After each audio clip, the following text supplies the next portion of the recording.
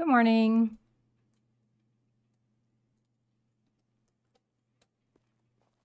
We hopefully have YouTube chat on the screen. I got it to connect properly, so that's a bonus.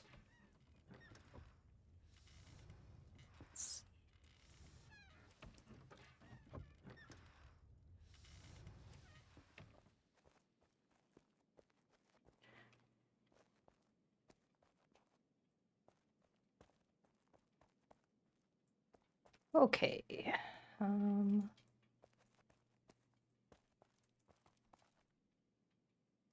Good morning, John.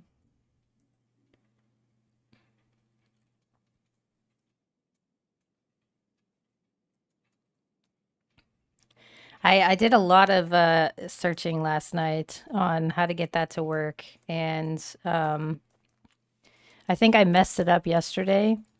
Sorry. I think I messed it up yesterday because when you reset the chat with the bot, it takes like time for the bot to come back in. There's an actual bot that has to join your chat. That's what that Botrix has correctly joined the channel is. And when you reset it, it says, "Oh, okay, well then I'll just wait and I'll join again later." But I don't think it ever came back to join the channel again. So now it's here. But we're good. We got it.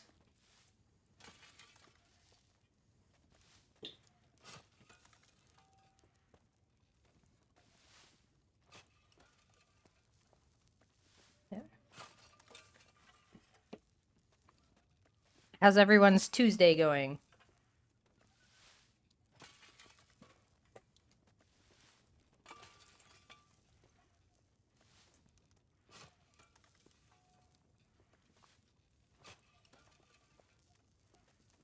Ooh, nice. That's always fun. I do want to farm that. I figured today I might stock up on I might go mining. I was gonna do like 2 rounds of trees to fill my charcoal kilns completely, and then run up and do a loop of pure iron and wrought iron, and then I think I should probably put some flax on first while I am doing that so that I have some more cloth queuing.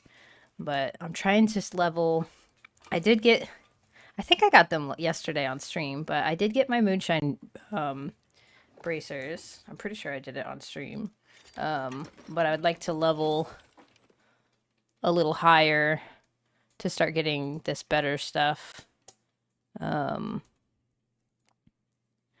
we're close. 21, 60. Oh, okay. Actually, I don't know. Let me see what we can do with what we have here. Because if I can move into the next set of stuff, I guess I don't really need raw iron.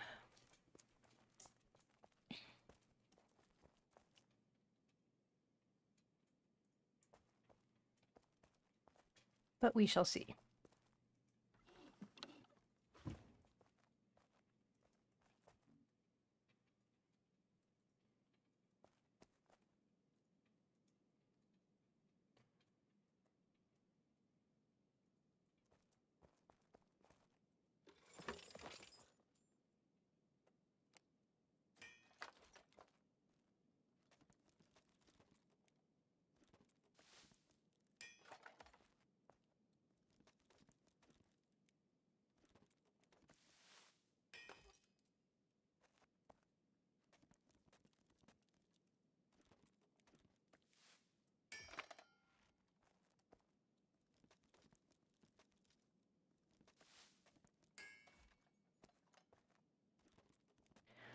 Not sure which way you did it before, but I think they nerfed the cliff climb that skipped all the content for lecture. Recommend doing clockwise and skirting as much as you can. I actually never farmed him on that one. Wherever that one is. 2 scouts, 1 electric, with 2 more scouts. Yeah. I'm not I tried to farm him on a different map. It was like the different region. But is this the region that has him in that that one area? where you could do the like hop up the hill and stuff. Actually, I'm gonna put these on so that I don't accidentally get rid of them. Because I'm crafting something that looks exactly the same.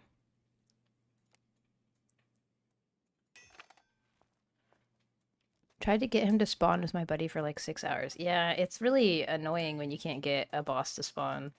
I would like to get Consecrated Ground Pants and the AoE shirt, but every time I've checked for the AoE shirt, either one near me is I have not found the boss there, so. Hello, Tio. Hope your morning's going well.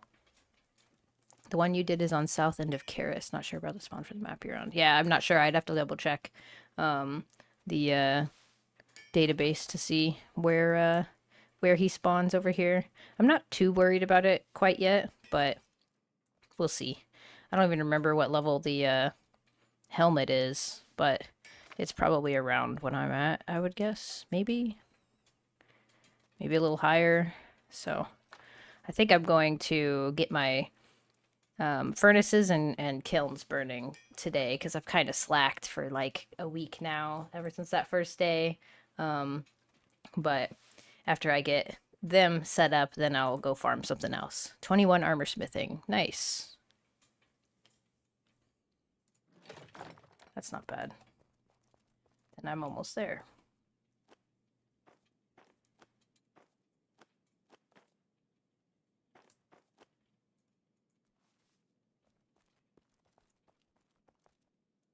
I hope you're having a day as awesome as you are, Perky. You're okay just at work? Well, thank you for tuning in while you're at work. It's always fun. Hopefully I'll help you make your day go faster.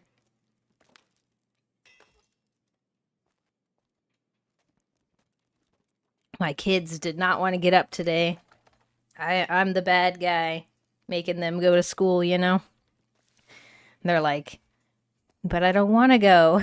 I'm like, I know. I'm not a morning person either. I understand. And they're like, but you're still making me go.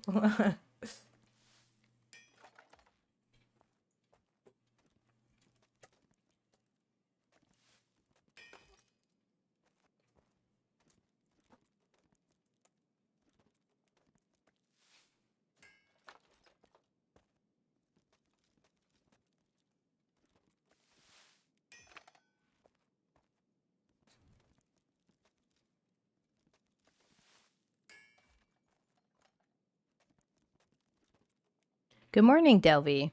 I hope your day's going well. Yeah, exactly. My oldest is 9 and my youngest is almost 7. So they also play games, just not like this involved yet. And they know that I'm streaming now, and they know that I was like making YouTube and stuff. And my 9-year-old watches a lot of YouTube, and she's like telling me, "Oh, you need to do, mom, you need to do a face reveal. That'll be that gets you a lot of views, mom," and like all these things. She wanted to that we have like toys, and there's one that's like an egg, and she's all, "You need to like put this on the camera, mom, and say I'm going to open this at the end of the stream." And it'll be a surprise in there, and like it's pretty funny. But she's I don't know, they're the best. They are so supportive. It's really cute.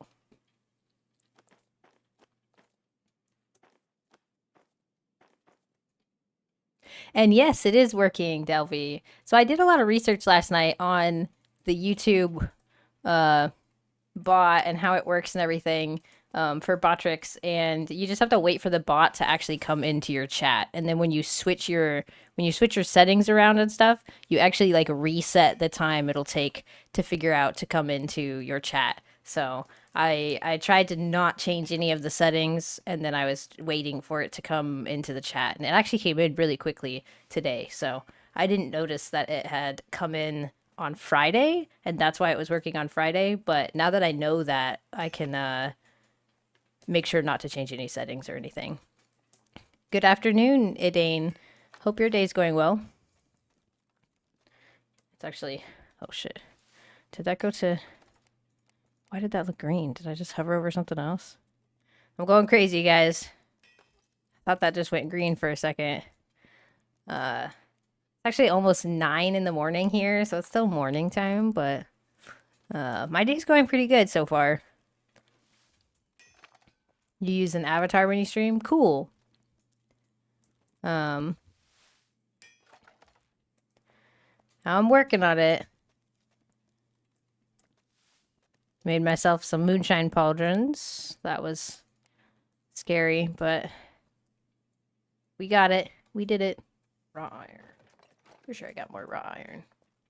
Yeah, I'm gonna be chopping some wood today and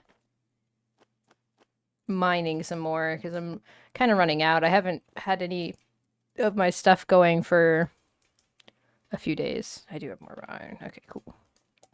Make some more wire.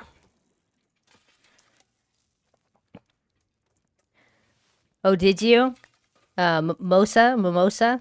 The one up top, right? Yeah, he's pretty cool.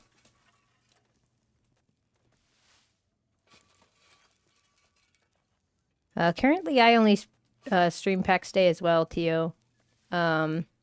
Eventually, I will be streaming Pax Dei and Ashes of Creation, but I gotta get into that game first, so...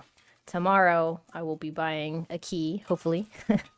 And then it's just a waiting game for that game, but...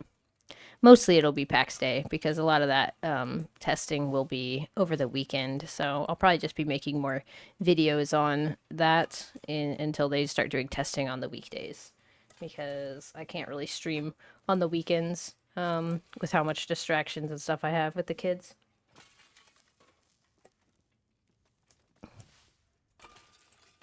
But yeah, his build is really cool above me. I could show it off. Well, I guess you already saw it, but...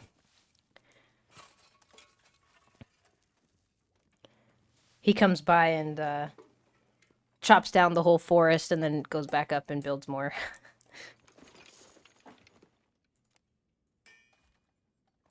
Non-dungeon tattered sigils. So, I haven't done testing on tattered sigils, but I was told by somebody that the tattered sigils and like cracked sigils seem to drop more often from mobs in the wildlands versus in the heartlands. I have not tested this, but because I had asked how to farm cracked sigils, because we were like really low on cracked sigils when we were first starting out. We wanted to make, you know, fireball bracers and stuff. And this guy swears that he was getting way more cracked and tattered sigils off of the creatures in the wildlands versus in the heartlands. So I have not tested that, but if you find Zebians, so like the Zebian towers, because you're looking for tattered sigils in the wildlands, I'll show you in just a second because I'm almost done with this cloth. And okay. So instead of farming like these towers, because this is in the heartlands, if you can find like something like this, these towers or these towers, and kill the Zebians in the wildlands, he swears that they drop more often in the wildlands. He also could have just been mistaken and he was just hitting higher level characters, so there are NPCs, because there's different kinds of Zebians, obviously, just like there are different kinds of Inquisitor Knights, and maybe he just was hitting ones that drop them more often. That might be a question for Adane, to be honest, because he's the one who runs the Gaming Tools website. So I don't know. I don't think you get percentages though, right? If you're still here, Adane. I was on your stream before, but you had to answer a lot of questions, so I decided to come back another day. Oh, thank you. Well, I'm glad you're back, and I'm always down to answer more questions. The only time I try and like rush off is when I actually have to get off the stream, but I don't mind answering questions the whole time. It actually makes the game play go a lot smoother, because then I have stuff to talk about. Same NPC should have same drop rate regardless of location. Okay, yeah, I wasn't sure if that was true or not, but that dude was like swearing by it. I think the higher level mobs have a chance to drop tattered sigils more often because you'll find more higher level mobs in dungeons, and you get more tattered sigils in dungeons. So it could just be like the hierophant. I don't know if that's how you say that. Hierophant and the ones that are found exclusively in dungeons, those might just drop them more often. And so at the end of your dungeon run, you find you have a lot more tattered sigils than when you're just farming the guys outside. But with that note, if you farm enough outside, because you don't want to do dungeons, eventually you'll be getting tattered sigils and stuff as well. But you probably just have to find the higher level guys, I would assume. Are you allowed to post links? 1 second. I think you are, but give me 1 second to... How do I do this again? There you go. Now I would think that you are. You could try. Okay, there. Switch to grid mode and sort by level. Okay.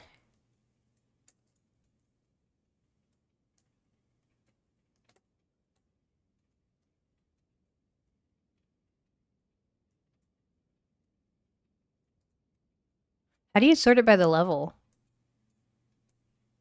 I see grid mode. I see Zebian.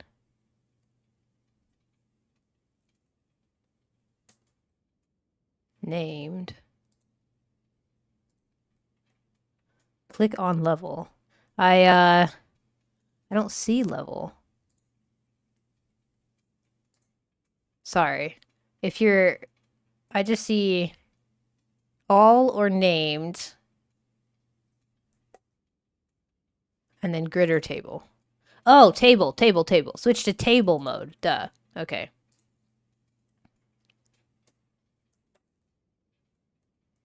Okay. Yeah, so the bosses are all pretty high level, but if you scroll down... Master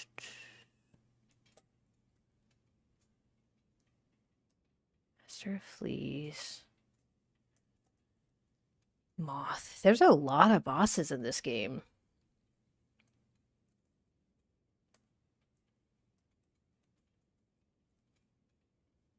Maulers are 31. Yeah, honestly, I feel like it's just the higher level they are, the higher chance they have to drop it, but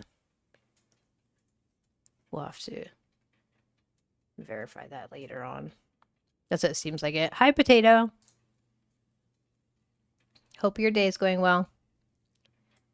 But it also is like, when you're in a dungeon, you are farming. You're killing a lot of those guys. So, like, you're killing a lot of maulers. You're killing a lot of all those things. So, at the end of the day, you are going to get a bunch of tattered sigils. When you're sitting here killing just a couple things outside and then swapping towers and killing a couple more, like, you're not killing at the same level of speed as you are in a dungeon, usually.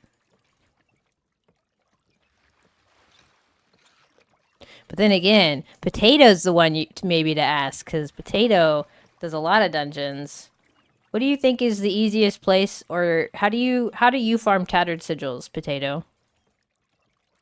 I should ask. What do you think is the quickest way to farm tattered sigils? That's a better question.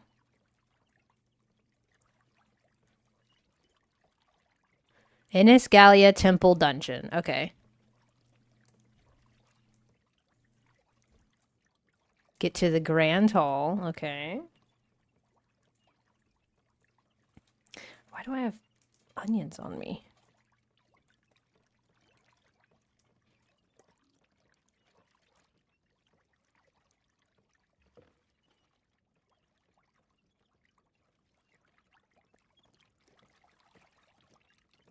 Only has high tier mobs, 20 to 30 per hour. Ooh, okay.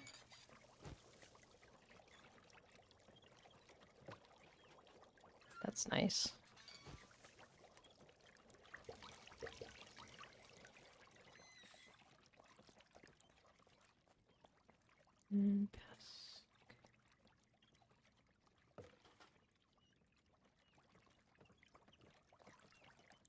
That's actually kind of crazy. 20 to 30 per hour.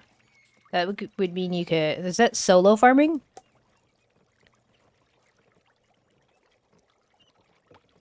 That's really cool, Tio. This is the first time I've ever streamed. So, I'm still learning. But it's been really fun.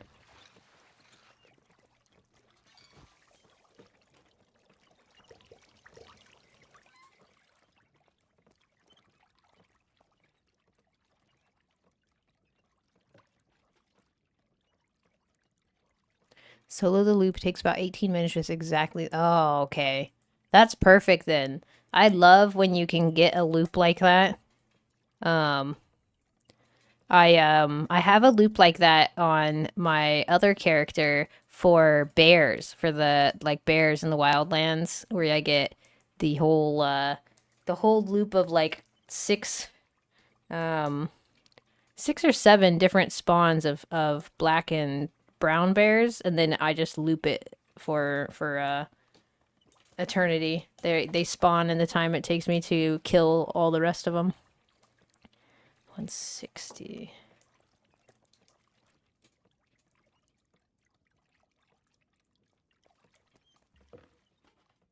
One food is 20 minutes, 3 foods 1 hour. Okay. You're on Iniscalia. Okay, so, you know, now you have no excuse. Go to, it's this one, right? In the middle? Where is it, actually? Where is the temple dungeon? On here. Up here, right? It's up here. Yeah. So go here.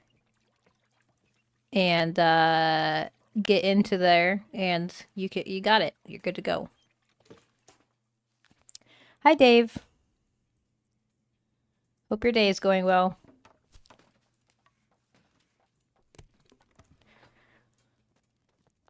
We're just gonna spam these real quick before heading out.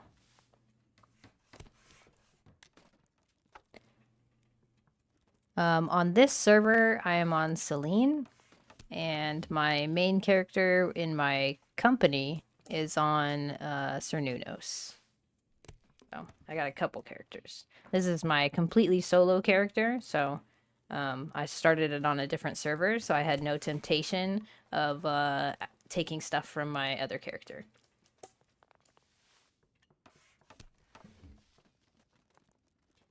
I should write that in my Twitch bio or whatever for what servers I'm on. I completely spaced that.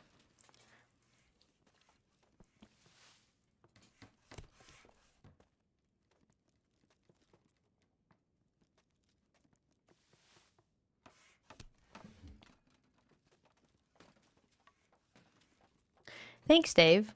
I definitely need to put out another one. Can you handle 2 server characters? So, yes and no. I tend to play a lot on one character if I'm playing on it. My clan is very inactive right now. We basically just do 1 dungeon run a week, and our numbers are like very dwindled at the moment. They're there, they just don't want to play right now, so I'm not going to force them to. But once there's a like patch and stuff and people want to come back, I'm sure I'll be playing on that character a lot more. But for now, I'm just playing on my solo character because it gives me an easy excuse to play on it, and I have a lot of stuff to do and what I want to do on this character, so it's been really fun to play completely solo.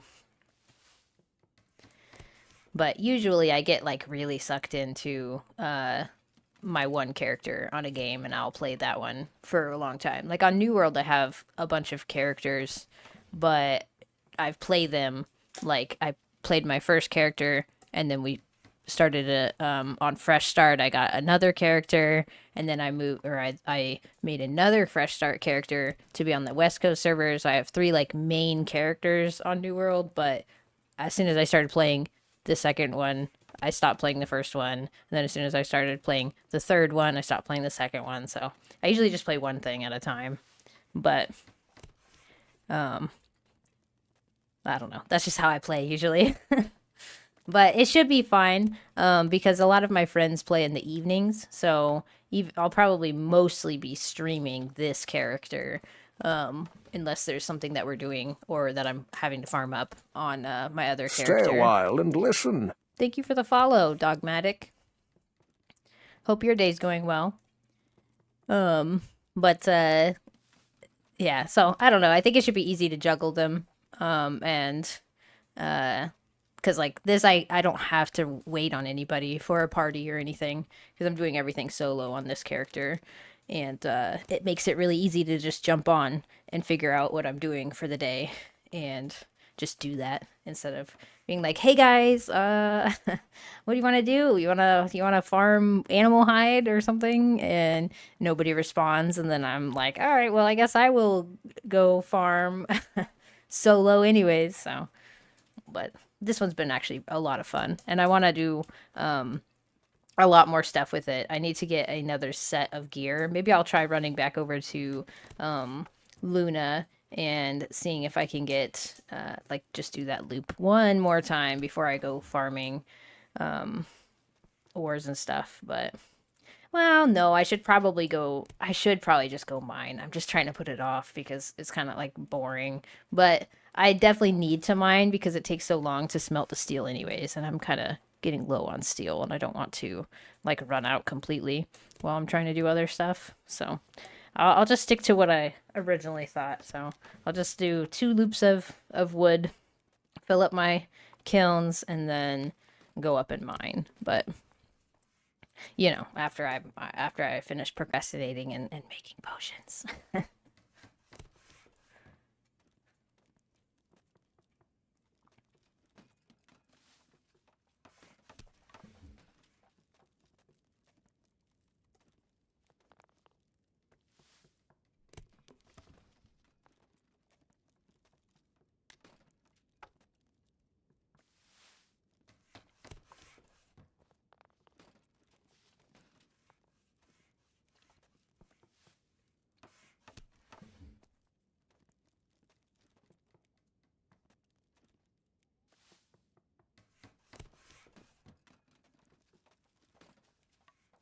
Yeah, Tio, when I my first stream I was mining and I so we have the pitted zone up here where you can get pure iron and stuff, but I only had 2 pure iron nodes marked because I kept going up and to the right, and someone said you need to go up and around this way to the left, and I went up and to the left, and I have a huge loop of pure iron, and I on that one run I got more than I had gotten in all of my runs that I've ran up there the whole time, so it was really nice. Have I been having good luck mining steel as a solo player now? Yes, I have. I actually only did it that one day, so Wednesday, I think, my first day of streaming. And I haven't run out of stuff yet for it because I haven't really pushed too far. But there's definitely a lot up there, so I'm going to do that loop again in just a short time here. I need to finish crafting these potions. Then I'm going to go chop some wood. No, you can get steel in Iniscalia and in Ancien maps. They have the pitted zone, which I will show you in 27 crafts. But there's a biome called the pitted zone, and it has pure iron in lower quantities. There is other iron and copper and all those other nodes in there, but once you find a pure iron node, you can. Until another streamer pointed out where to find them on my map. Yeah, exactly. And it's I can't tell the difference between the nodes, the pure iron, and I think I could tell the difference between impure iron, but like iron and pure iron look the same to me. Every time I run up to it, I'm like, it's pure or it's just it's wrought iron. But once you find a pure iron, you should mark it on your map 100%. They do. Do they look identical? Okay, good. Because I thought I was going crazy that there's some difference and you can see them. Like this one is darker than the other, but okay, if they are actually the same, then never mind. I guess. Thank you. Thanks, that makes me feel better. I thought I was just like not seeing the difference. Yeah, I think it just depends on the lighting of the day. Like if it's the sun is setting or the thing. Yeah, exactly, John. You have to be like all up on it, mining it, and then it's like, hey, guess what? That's pure iron. And you're like, oh, thank God. But as soon as you find a pure iron node in the pitted zone, you should mark it because good luck finding it again if you don't.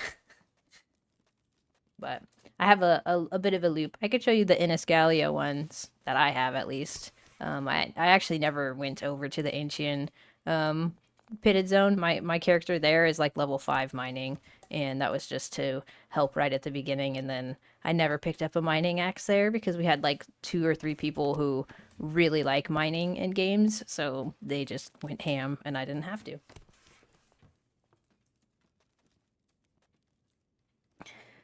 Thanks, Aidane. Have a good one. I don't know, Dave. I honestly I have no idea. I feel like the pitted zone should be on every single map. Like, it's kind of unfair um, that it's not on every single map. Like, you have to go to uh, the other zone. Um, well, let me try to think. The Angian one is way out of the way, but technically, the Iniscalia one is right by the PvP portal. Like, I'll show you in 2Crafts. Yes, Diener, I have. It. I don't know what if they changed anything, but the last like week and a half or so, Fireball seems like it is not hitting very much at all. It keeps fizzling out, and it keeps uh just being like it's just being really weird. It was not that bad before, but I'm wondering if they're trying to adjust something on it and it didn't work out properly. But maybe F8 it if you can. But so if you look at the Iniscalia map, the Segwain's one, this is the PvP zone, right? Right, guys?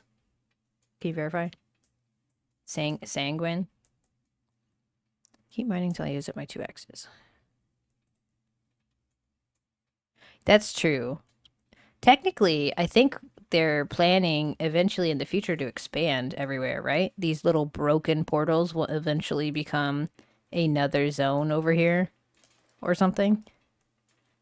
It would be nice if every single corner of the map or whatever had a PvP portal so you could decide if you wanted to go to PvP without having to like sorry, you made your thing in nons and now you have to run all the way across and all the way up, or even Tricass is I think is further for the PvP zone.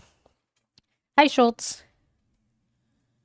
But so the Wyvern Gate, that one is the one that goes into Mary, is it not? 1, 2, yeah, that would be Mary. One of these goes to Mary, the other one goes to the PvP zone. So technically, you could. I think this is the PvP one. Pretty sure. I'd have to look at the map, but I'm pretty sure this is the PvP gate. So you could technically go through from like Mary down and then over and skip the PvP zone if you wanted to.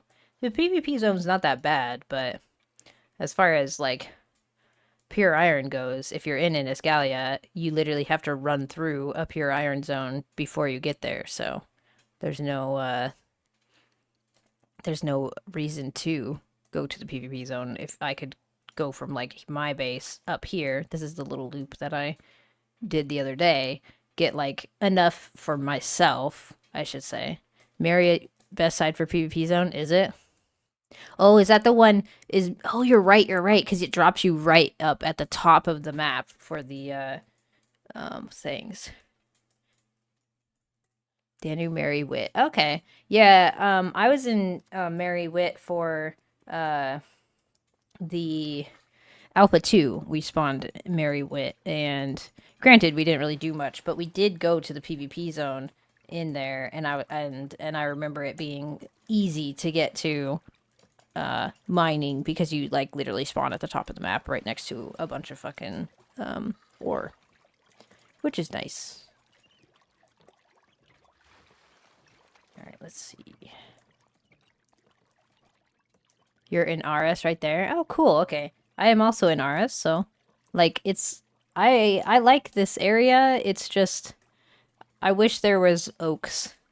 I'm not a big fan of having to hit pines. And I know I could move my base, but man, that would take so long, and I don't want to do that. I don't want to waste a bunch of time. I'm close to PvP, or not PvP. I don't PvP. I'm close to the pure iron, and I really like that, and that's basically my only criteria. So we are going to chop trees and get. Let me find my chopping axe.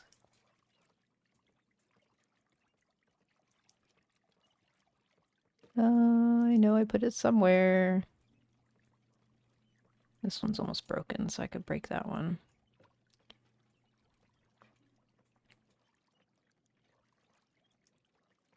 Oh wait, is that my food? That's some of it.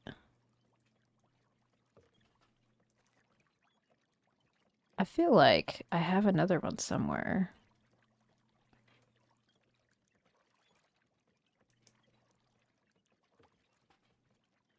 Got a jet. Thanks again, Kim. No problem, Dave. Hope you have a great day.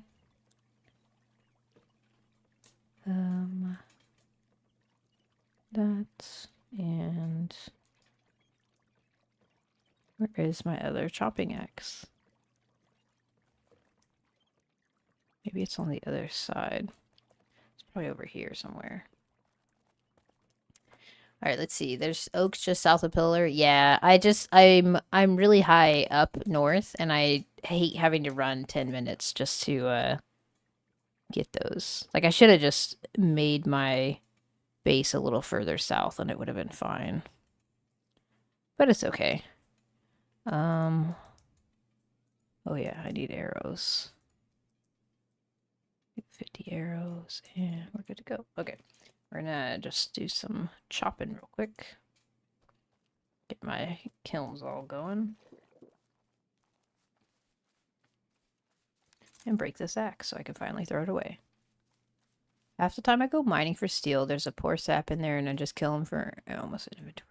Yeah, people are scared to PvP. They don't want to lose their gear. So a lot of people will go in there with just their like 2 or 3 pickaxes. And if you actually go in with gear, you could just kill them, like you said. They're usually in stamina foods, and you know, chopping axe. That's it, or mining axe. That's all they have. So if you actually go in with like magic, you probably could just mess them up so easily. But it depends though, because some people do go in like groups, and they go in geared. I've had my I haven't really gone into the PvP zone too much, but we have a couple people who have, and one of my guys got chased by like a group of people that eventually killed him when he was in there naked. And other times he's found like dead bodies that have other stuff. Like usually he brings like a lower tier of gear, so that he has something now. Rot pickaxe, yeah. Yeah, I think so too. And then the durability doesn't go down as much either. So it's pretty nice. I'm not like rushing to get steel tools or anything. I don't think they're really needed. Like I was all excited about them, but I feel like just the like yeah, you can cut a little bit quicker for like trees. And like the mine a little quicker, but I really don't think it's that big a deal. The durability loss on them is I think it's just set too high. They need to adjust that to make it so you want to get the steel stuff. Is rot pick. Anyone know how Mez and Pacify works in PvP? I don't think Pacify would work in PvP, but I've never tried it. Mez would work, but I don't know how long it is. Again, I have not really PvP'd too much, so I'm not the person to ask for that. But maybe someone in chat will know. I am going to be mining today, Schultz. I really need to, because I spent like the weekend without my kilns going the whole time, and or my furnaces, and I've just thrown like a little bit on here and there, but I haven't been actually up to mine since that first day. So I'm gonna do a loop. I'm gonna get some pure ore, and I'm gonna get some wrought iron, and but first I'm just getting my kilns completely full. So should take like 2 trips for charcoal, and then I'm heading up north. And then I really want to push a lot of flax, so maybe I'll do like well, I don't know. We'll get the charcoal, or we'll get the furnaces going, and then I might do some flax runs, because I need to get cloth going for armor smithing.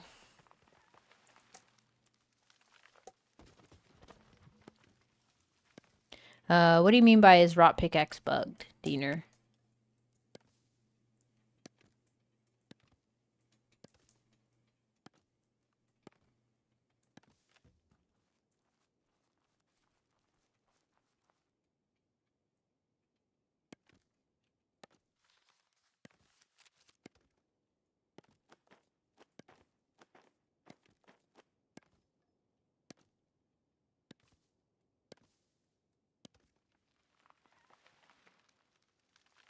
All right, keep your secrets.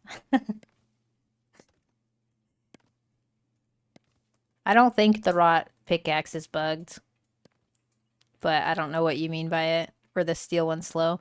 Oh, the durability just goes like really fast on steel tools for some reason. I don't know if it needs to be like it needs to be adjusted, but I don't know how they adjust that.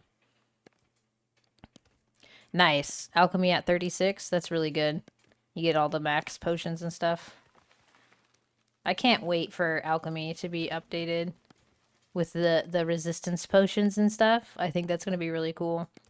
I'm really looking forward to it. I really enjoy alchemy and stuff. I just really like crafting, so I'm just gonna be excited for every single crafting update. Yeah, it's just like it's just the durability, because you um the material cost is a lot higher because it's steel, and you would think that it would last longer because it's steel, but it actually, like, you would have to take three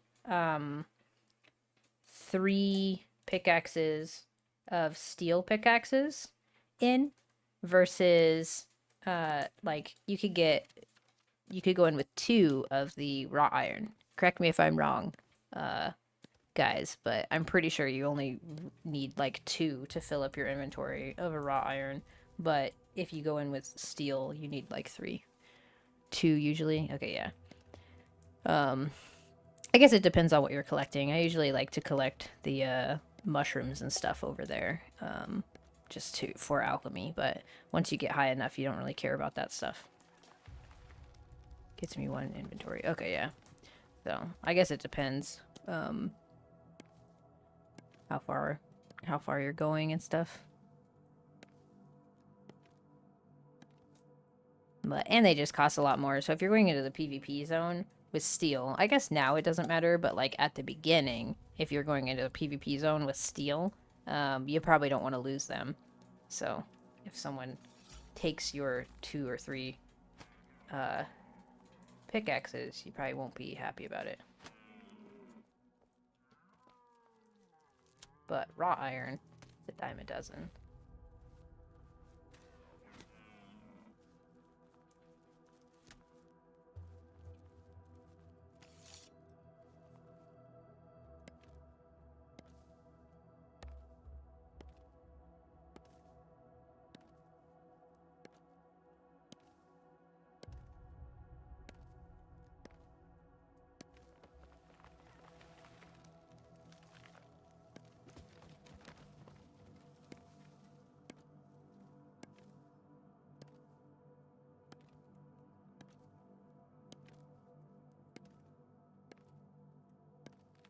I feel like I need to have music playing, but I'll have to like look into like DMCA free music things. I know there's a few different sites that people use, but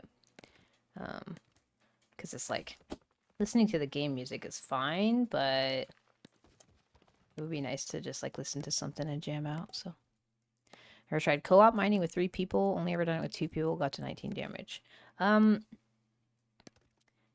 I have done it with 3 people. I just can't remember what the damage was, and I think it's probably not needed. You probably can just do it with 2. And oops, that's not what I wanted to grab.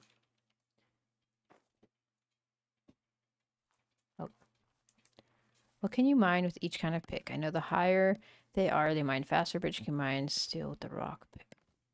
I think you need an iron pick to mine steel, but you might need a wrought iron. I'm actually not sure if you need wrought iron to mine steel. I know it's different than no, actually, I don't think you do need wrought iron to mine steel, but I'm not positive. I do know that it's not like trees where you need the wrought iron to be able to chop like this tree. Or sorry, not this tree. No, wait, no, these trees, right? I don't remember. But if I recall correctly, you can mine it with iron pickaxes. It just takes a really long time. I don't think we ever actually went over with an iron pickaxe. We had wrought iron at the time when we went to the PvP zone. So I'm not positive. You can mine granite with an iron pickaxe. Yeah. So that was all that I had mined. Was granite, because I never went into the PvP zone on early access, I should say. The ones with more natural looking. Oh yeah, the hard. The like, they'll say too hard. All of this stuff was not mineable with the stone chopping axe, but the iron axe, I could chop all this stuff. Oh, it broke. Drop that on the ground.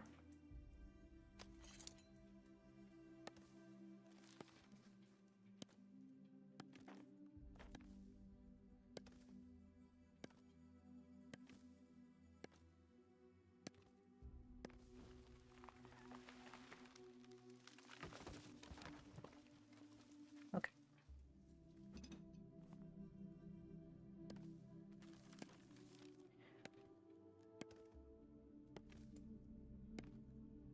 To get to wrought iron, though, is really not that hard. So, your best bet is to just get to wrought iron before you go out to mine steel, because you're gonna go through your durability like crazy on something less. I feel like wrought iron is just the sweet spot. You get like all the stuff you want, and the durability lasts quite a while.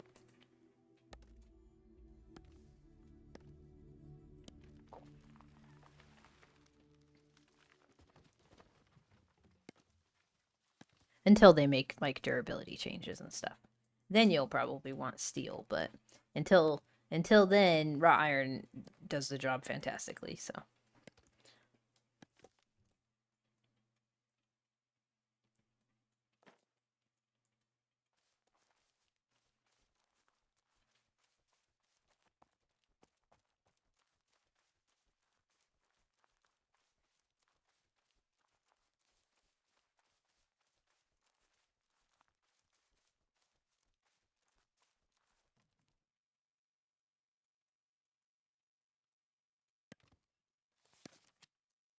My god, that spawned in behind me.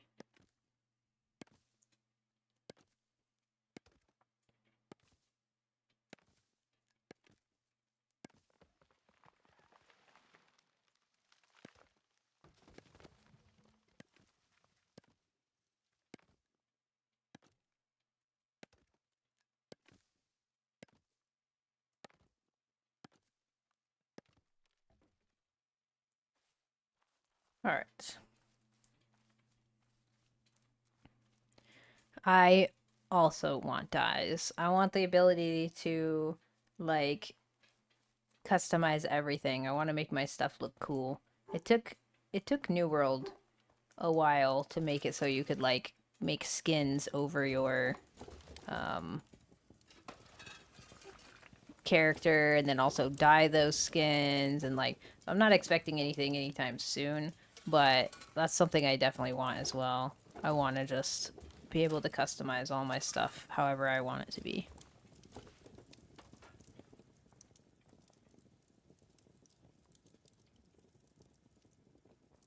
Paint 2. Ever tested how effective the armor is shred on? No, I have not tested weapon effects yet. I am going to be testing that soon, hopefully.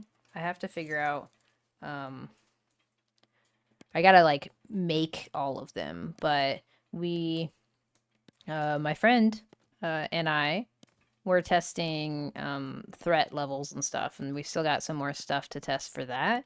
So I will be making a video on that soon, TM. Like soonish, but we have a lot more stuff to test, and then I have to put it all together and stuff. So hopefully that shouldn't take too long. But after that, I already told them that I would really, really, really would love to test all the weapon stuff because from the description, they're not very they don't actually tell you what they do kind of thing. And so we want to see like of that what generates threat, what generates, what's worth crafting because there's all these things that say they do these things and like what does that even mean, you know?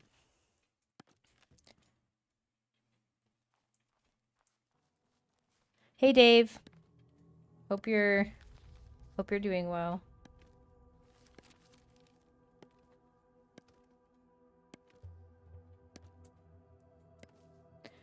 What do I think about tomorrow's update? I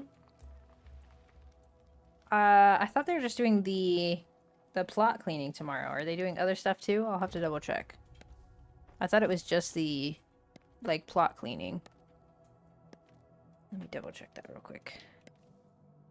Actually, let me finish chopping this tree. Because I could have swore it's just plot cleaning.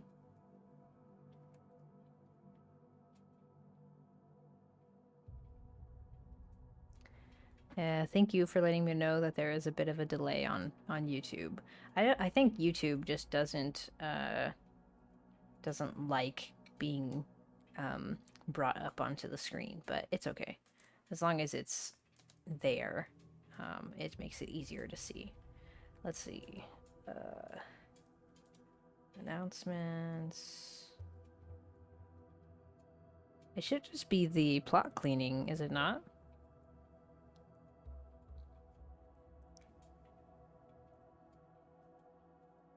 Dime. I kind of agree. They did like very broad plot cleaning. All right, let's see. August 21st. Yeah, it's just the plot cleaning. They haven't announced any other patch notes, but if they do, they usually will announce them in the morning of, so like really early. So I will look at it before I start my stream tomorrow. But it should just be the plot cleaning. But their criteria is really like really broad and actually catching stuff. The only thing it's going to catch is like really really really inactive people, which is good, but I don't think it's going to clean up as much as people are hoping. Like on this person was actually active enough to count their plot as an active plot. The weapon info would be good. Some of them take so many ingredients compared to others. No. Yeah, exactly. So I am definitely wanting to test all of that out. We just have to actually craft one of each of the weapons, and then it's also kind of hard to test them because if you if you're crafting the lower level one versus the high level one, because the effects are different. So getting the proper effect to proc will take a while, so we're kind of going over what the heck to do about that. So But it's in the works, but not like, I wouldn't expect that anytime soon because I'm not really a tester. I don't know how to do any of that stuff, so I'm kind of just relying on my friends for that one. And we'll see when we're able to do that. Also, weapon skill affects it all. Yeah, so we'll have to see all the different things. Oh my gosh.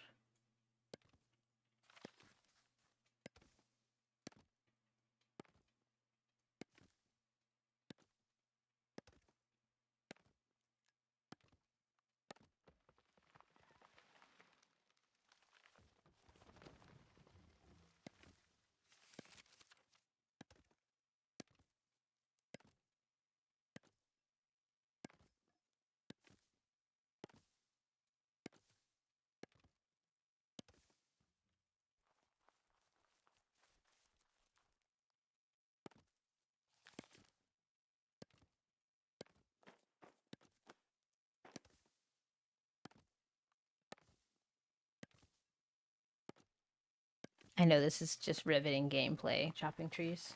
We're lumberjacks today. He's for a little bit. Then we'll be miners, you know.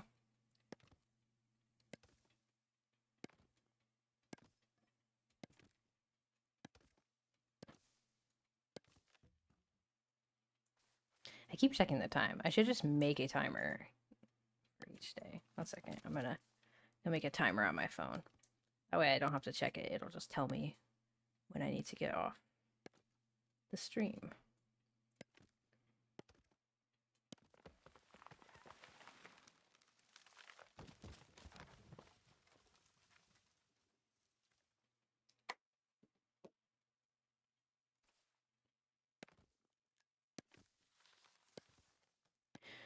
Weapon skill affects proc chance or just by tier. The tier of the spell it checks.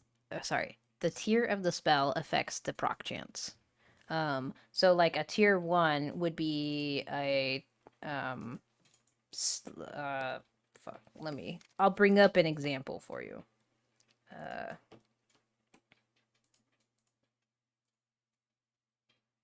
We'll do Blaze.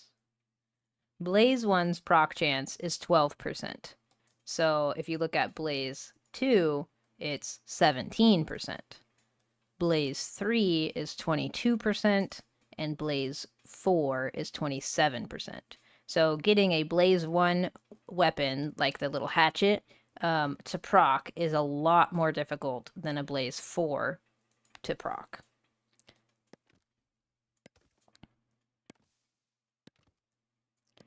Like the proc percentages are there. Adane has already been able to get that just from the data, but figuring out all the rest of the stuff and how it actually affects... Stay a while and listen.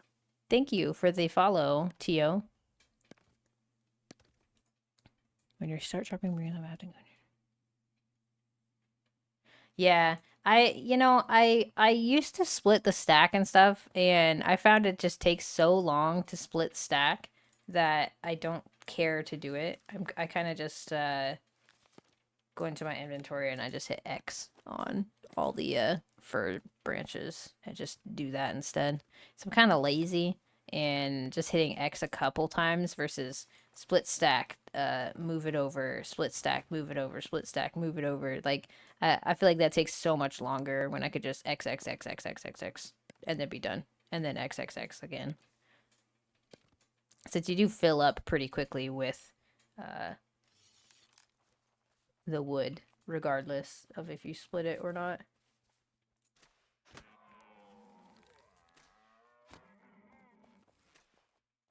Oh, I miss.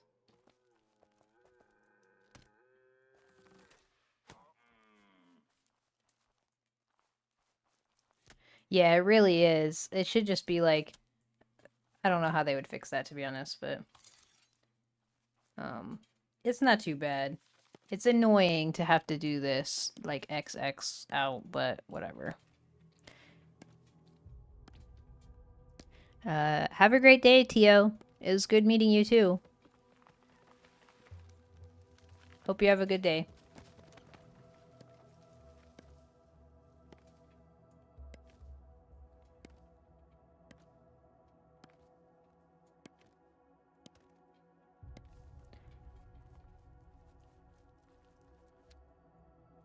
Those are spawning in. So keep an eye out for the other 2 spawns.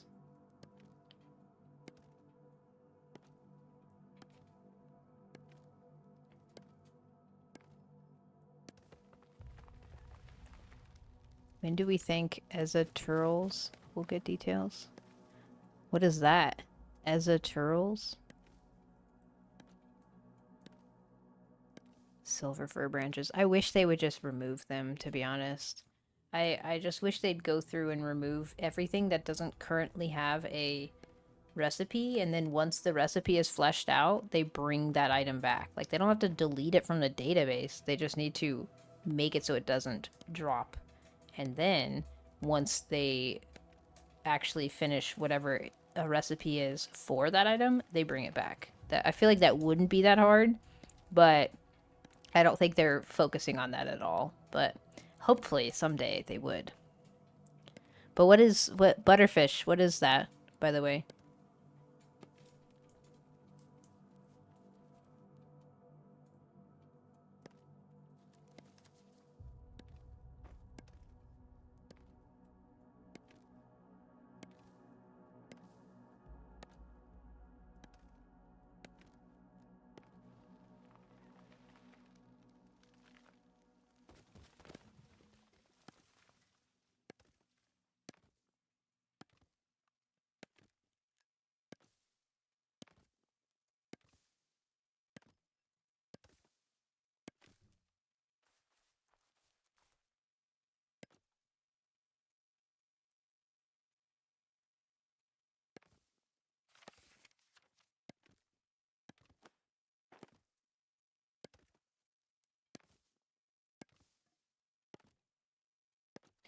I have a lot of friends who are playing Throne and Liberty, but I don't know if I want to play it.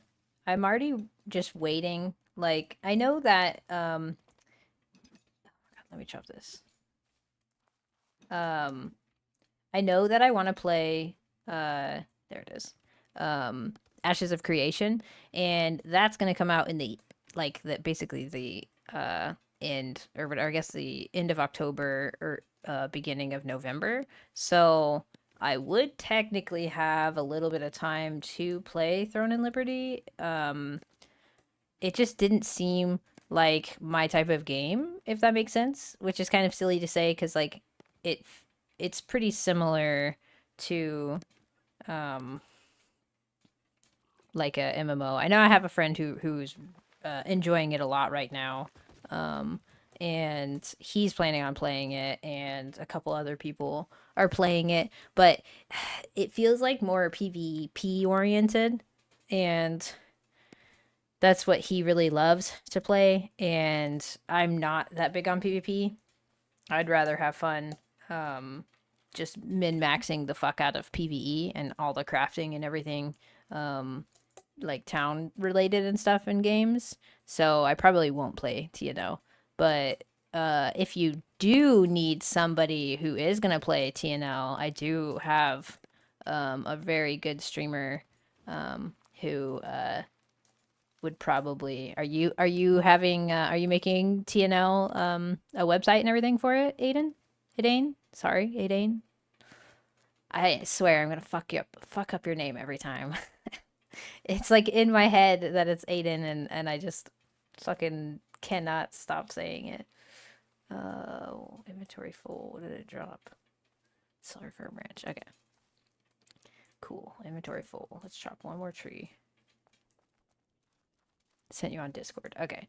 I'll look at that in a second. Because my friend is a very big min-maxer, and he would love to play that game. He's planning it. Like right now he's min-maxing the fuck out of the hyper boosted server and everything. And we played a lot of New World together, and he's way into PvP. I'm not so much so into PvP, but he's actually the one who asked if I wanted to play Ashes, and I was joking because he needed a pocket healer for it. So with Zio Creative New World Database with that one. Cool. Okay. Oh, that's even cooler. Okay. Yeah, I could definitely. All right. Let me put this shit in my kiln and then I'll check my Discord.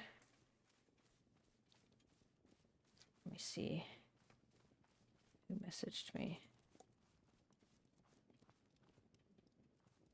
My husband's sending me random links. That means he wants to buy something.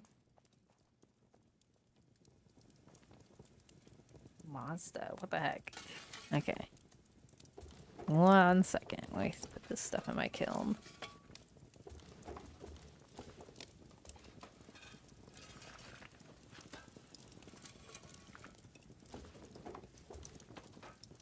And those are almost done. Okay, 1 second. Let me check my board. Okay. And the map. Cool, yeah. Awesome. Let me pin this since we chat a lot. Cool. If you're looking for someone who is going to be playing that game, that would like, probably would help out with that. I could definitely ask him later today. He's sleeping right now because his sleep schedule's all messed up. He just did like a overnight stream, I would assume, again. So, sure, would be nice. Perfect. Okay, I'll get you guys in touch then because he's really cool. You could drop him a follow too. It's Archie TV. I'll type it out. I'm in and out. You mentioned playing Asia. I want to. Yes, potato. I'm going to be. I gotta buy my key tomorrow. When they go live. 1 second. It's Archie. Actually, let me see if this even works because I don't think he's actually in the channel. Oh no, it wouldn't work because he's not in the channel. Okay, so guess you should buy a key as well. You should. It was gonna be fun. Like you don't have to. That's my friend, by the way. If you want to look him up, he streams on Twitch. Aiden. God damn it! Every time. Tons of people will do that. Okay. You mentioned playing AOC. Are you participating in Alpha 2? Okay, has your clan talked about relocating to be closer to the Pure Iron and Northern Iniscalia, either pre or post server wipe? I guess I should buy a key as well. Wondering if tons of people will do that if they don't make Pure Iron available in more areas. Okay. And then let's see. So I am in Ancient, and we're like in the middle of Lavadan with my clan. This is just my solo character. I have a feeling people will be closer, either in Jura or RS, if they want PvP iron without it. But also the PvP zone is right here. So if you want to go PvP, you probably will be near the northern area in this zone regardless, because one of these gates... I should look it up. I'm pretty sure it's this one. Seguins. What is that? Surgeons? Sigurants? Okay, sorry. I can't read. I have very bad, reading skills. I'm pretty sure that's the PvP gate because the Wyvern one... Oh my god, I'm just going to look this up real quick. It's going to annoy me if I keep saying the wrong one. I gotta remember where I saved that. Map picture. That's the one? Sigurants? Or the Wyvern Gate? Is the Wyvern Gate the PvP one? Is this PvP? I'll wait a second to let it actually go in. The one I am showing. Okay, cool. So the Wyvern Gate is the PvP gate. So if you're going to be PvPing, you're going to be, and you want to do that as your clan, you're going to be around this area anyways. This one is like perfect. The right one, I believe, the left one. You guys, whatever, either or, you're going to be up here somewhere. There is up here when I run through for my mining, you'll see that there's people who are like right here, and they put their stuff here too. But that's like easy for pure. In my opinion, I feel like this is kind of cheating because you get the pitted zone right on your way to the PvP zone. Why would you even go to the PvP zone unless you want to yeah, smelting bases. Like why would you want to go to the PvP zone when you could literally just run around here and get raw iron and pure iron to your heart's content? In Ancient, yeah, in Ancient it's like over here for the pitted zone and it's way out of the way. So you have to go like the PvP zone in Ancient is down southeast. And so you have to go way over here for PvP, or you go to the middle side of the map for pure iron. That's what we did, because we're like right in the middle of the map. Yeah, Telosa and Lavadan. Telosa's right underneath Lavadan, and so you're like the same distance over to the pure zone, and it's really good. Like I would 100% go to Anshian for the next wipe and stuff, because this map is cool, but I know where everything is in Anshian. I know where a really good flax run is. I know where a really good loop for bears is for animal hides. Like, yeah, exactly. Like until they move stuff around, Anshian is just really good. The only thing that kind of sucks about Anshian is like this dungeon up here. This temple has really good stuff. The temple in Mary has really good stuff. Anshian also has some really good stuff in their dungeon, but I feel like the healing items are 100% more valuable than what is in Anshian. Anshian has level 3 consecrated ground, which is great. And it has level 2 consecrated ground, which is great in some of the dungeons. But the like healing shoulders, where you get the plus 60 health or plus 40 health for shoulders. Time to run today from Broner and Curious and to Ancient. It took me 52 minutes. Yeah, so I ran down the opposite direction from Lavadan to Bronir, and it was like, yeah, about 50. It actually took me a little longer because I died once and I had to run like so much further back up to grab my body, and then I came back down. But you think Ancient is the first map they made? I have a question for you then, Edain. I thought Karis, like my speculation was that Karis was the first map they made, because Karis does not have the little circle or easy backdoor dungeons. And it's like hard to get into the back doors. Like here's the back doors. 1, 2, 3. Here's the dungeon. In Ancient, same thing. The dungeon's right here. The back doors are like here, here, and here, right in the middle of the map. You're speculating from what you've seen on the site. Okay. I thought 100% that Karis was the first map they made, because they don't have that good of thing. Like this map and Ancient feel really well made. Actually, I feel like Ancient is even more well made, but because this one is really tough to get through all this area. There's just cliff everywhere, which looks cool, but getting like you can't just cut across in random spots. So I don't know. You saw it? Yeah, exactly. I was going to that was actually on an alt, but that was when I was testing some stuff with one of my friends over there. But it's like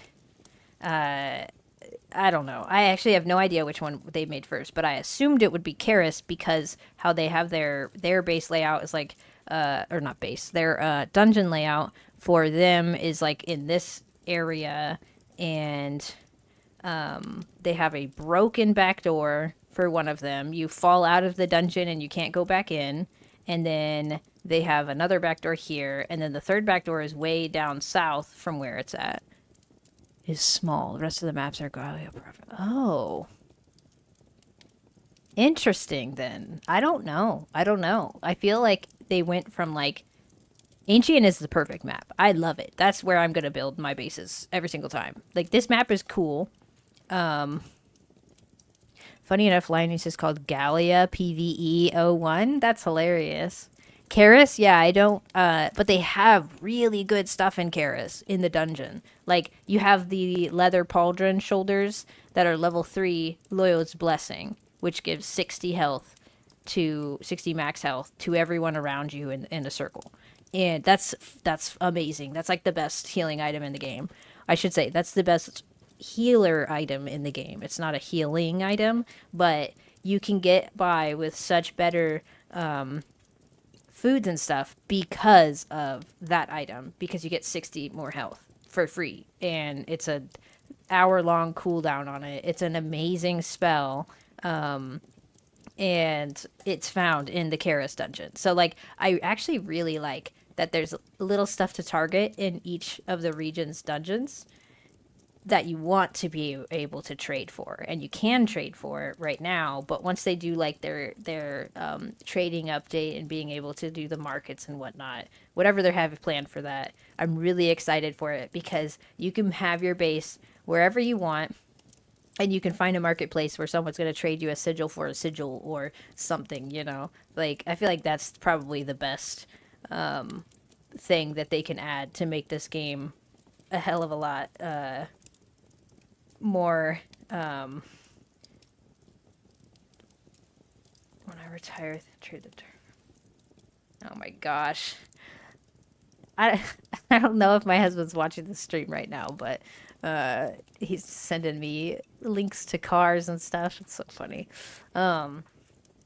It's the car that he has as his rental. Okay, babe. Whatever you want. And he really likes it, apparently. It's a nice car. It has like an auto drive feature and everything. So, car links equals, yeah. He says, when I retire, this is the car that I want to get. So, I mean, yeah, whatever. He can get whatever he wants. I don't really care. It's his money. It's our money, but, he's the one who would make it happen. What car is that? It is a... What car is it? It is a Kia Forte GT. But it looks nice. Apparently it has like an auto drive feature, so it's nice. Actually, it looks really good. The interior looks nice. It looks similar to the car that I have right now, actually, which makes sense because I have a... What do I have? What the fuck is that car? Oh, whatever. I don't remember what my car is. It's a Yaris. Toyota. So Toyota and Kia are similar, right? Are they the same thing? Toyota, yeah. Toyota and Kia, I feel like, are like sisters. They probably aren't. They probably would hate that analogy, but whatever. Okay. Let's see.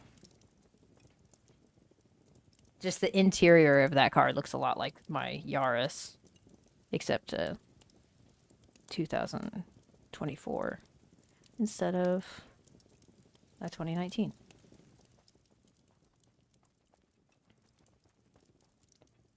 This is this. One of these days I'll level my fletching up a little higher, but I don't think it really matters right now.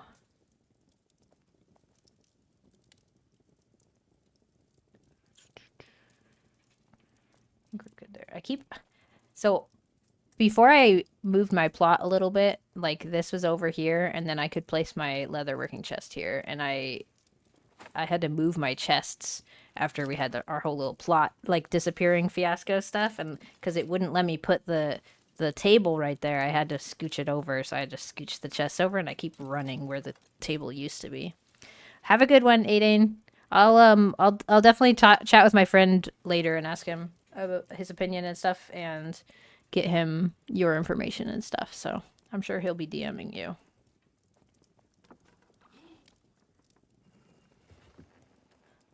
All right. Weapon bench, repair. We're gonna go mine now, because my fucking kilns are full. Drop this here. And I don't need my bow and arrow. I don't need that either.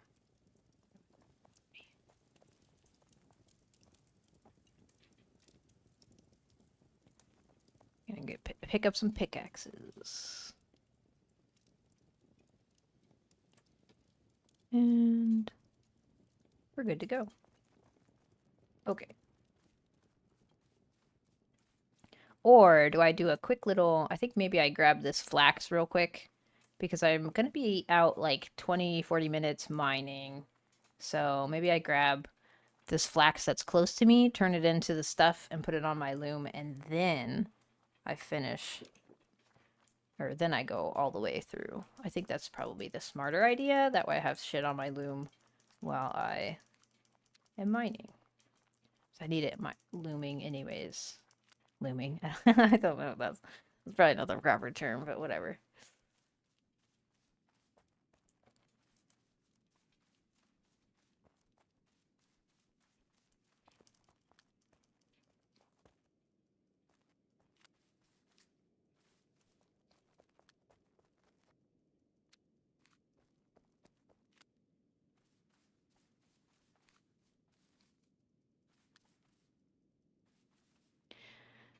Lorf, you can get pure iron in Innisgalia and Ancient, by the way. As long as there's the pitted zone, which is just in those two, for now. But I wish it was in all of them. It makes no sense that it's not, but it's not.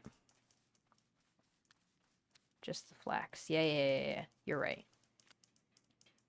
I can't resist blackberries, though, you know?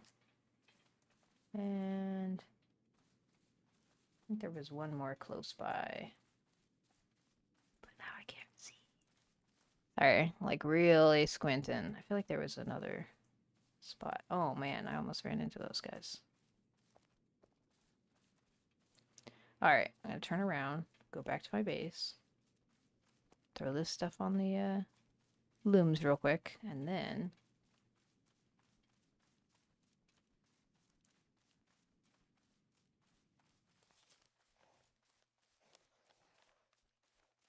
totally not going to my base. Okay, there we go. Oh, here we go. No, never mind. Totally grabbed aggro. Yeah, I actually got hit by one of these guys last night or whatever, and he almost killed me. I had like 9 hit points after he smacked me one time, and I got away, but I was like, oh god, the whole time. Hops, I don't really need hops.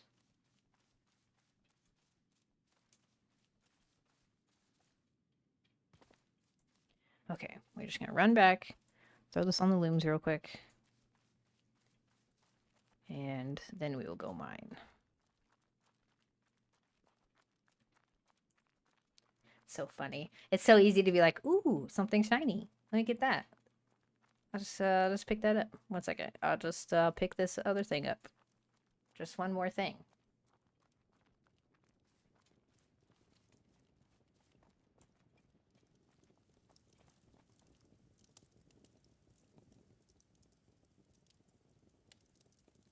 Somehow I had that shit already. Alright, what is my level? I think I'm still 20, almost 21. Okay. I'll still need that thing because I can go all the way to 22.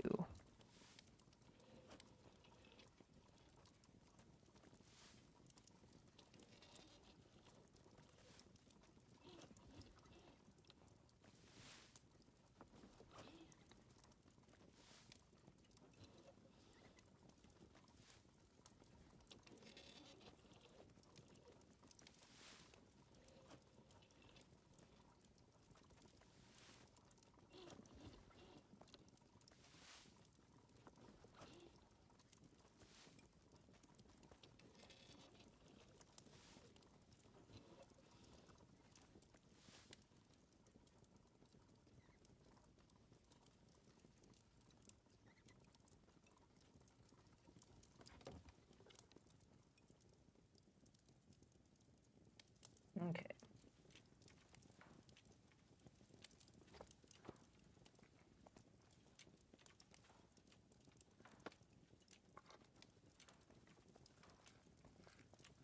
Now we're being efficient. See? Look at that, guys. We're so good.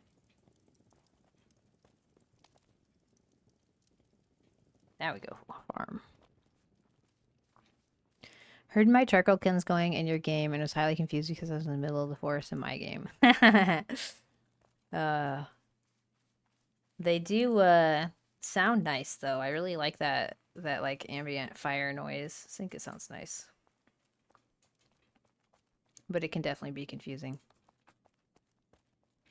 It's worse when you hear like how I just got that or angered that angry soul, you know? So if you hear that in your game, you're like, oh god, I'm getting attacked. Oh look, there was more flax right there. Next time. Those are hops. I don't really care about that. Alright, now we're going.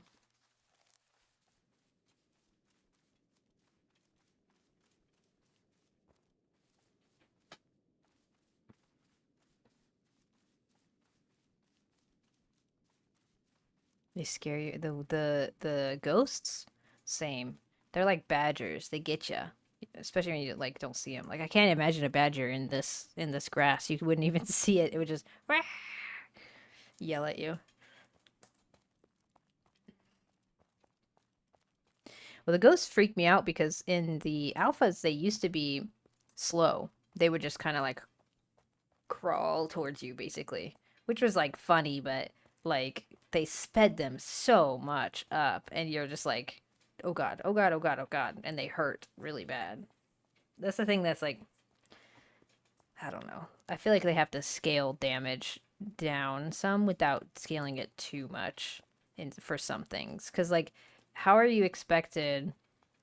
The only way to, like, kill a lot of things is using a shield to block the hits because they hurt so bad and you just don't have that much health until you start getting, like, plate everything. But if they're implementing to where if they you know they have plans to implement where you have you can have cloth or leather and it actually be effective for like to use instead of just immediately switching to plate because you take less damage, they're gonna have to like figure out how to adjust for that or something. I would love to see somewhat of the combat like New World where you could dodge, you can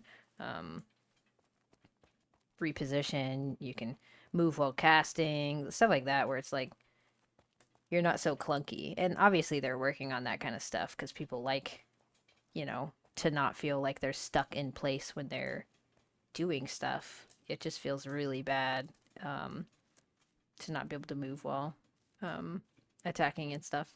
You're just really rooted. And I could see why you would be rooted for some stuff. Like if you're swinging a great sword around, you should be a little stuck in place, you know. You shouldn't be able to be like, ha, like I'm, you know, let me just run around and spin around you and do all this stuff, but there's got to be something.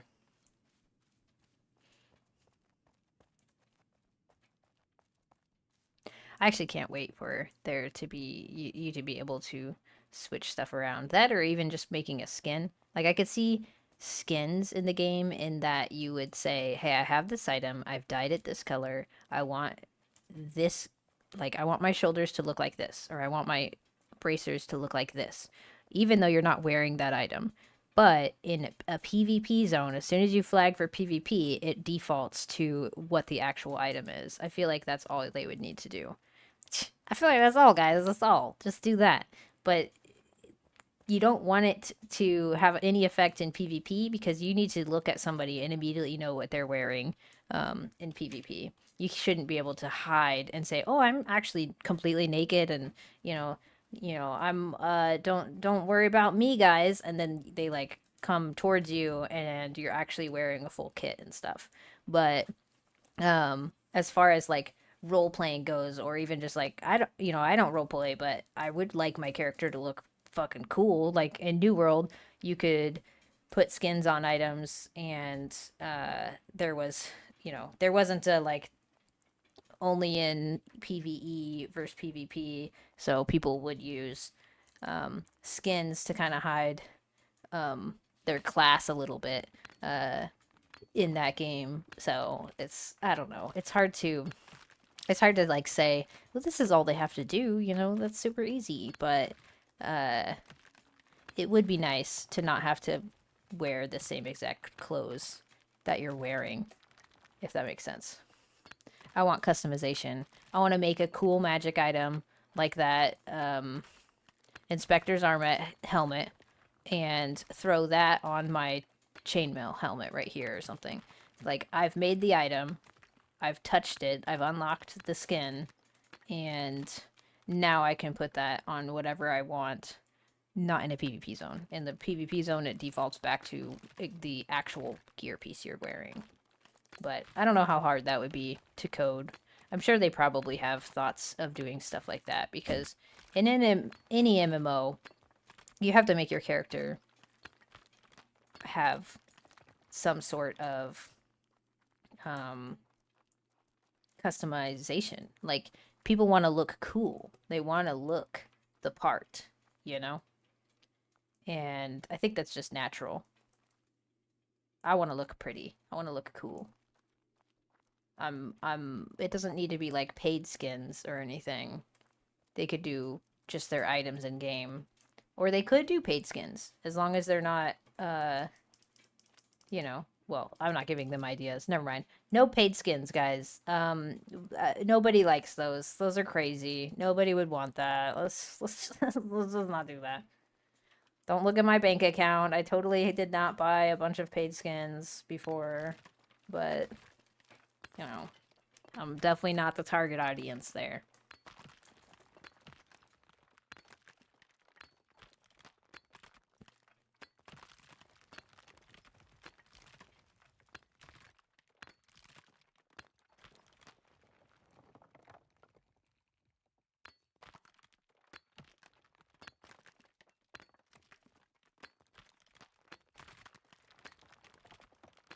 I'm not good at winking.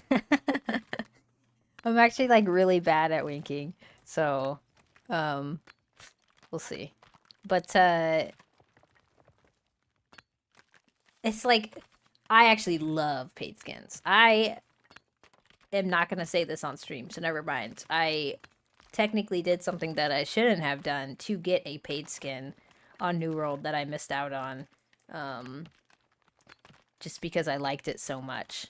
And so I'm definitely the target audience for paid skins. If they look cool, I'm gonna buy it. That's what my my little icon for YouTube and Twitch and stuff. That helmet is a drawn version of my character, and my Discord icon and stuff. My friend drew my character from New World, and I bought this whole set of a skin set, because you can't buy just one piece of it. You had to buy the whole set in New World, just because I liked the helmet. It was a really cool looking... Oh, I'm stepping too close to those guys.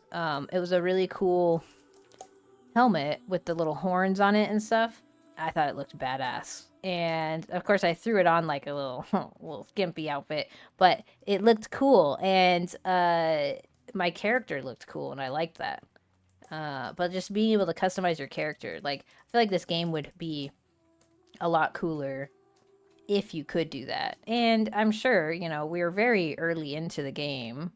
Where the fuck am I going? I need to go this way. I think I vaguely remember the skin. I never liked New World skins. They did such a bad job. They could have made so much more money making badass skins. People just wanted like a cape you could throw on to anything. They started doing that with like your rewards capes after a while. Like, oh, your top 10 dungeons, so you get the cape. Oh, your company owns the map. You know, you've owned the map longer than others. You get the war cape, where you know, like, I have a bunch of capes from there, but they all look the same. They just have something different on the back, and then you can't really like take they had like weird shoulders, and it was like the chest and the cape. So like, if you didn't like how that looked, you didn't like how it looks. I just want a cape. Like, give me a fucking a shawl or a cape that's it. It's just like a cool fucking like over your head, over your back, and you can put that on any single item you want. Obviously in that slot, and it would go over whatever item. So you could have badass shoulders, like this, which one it is?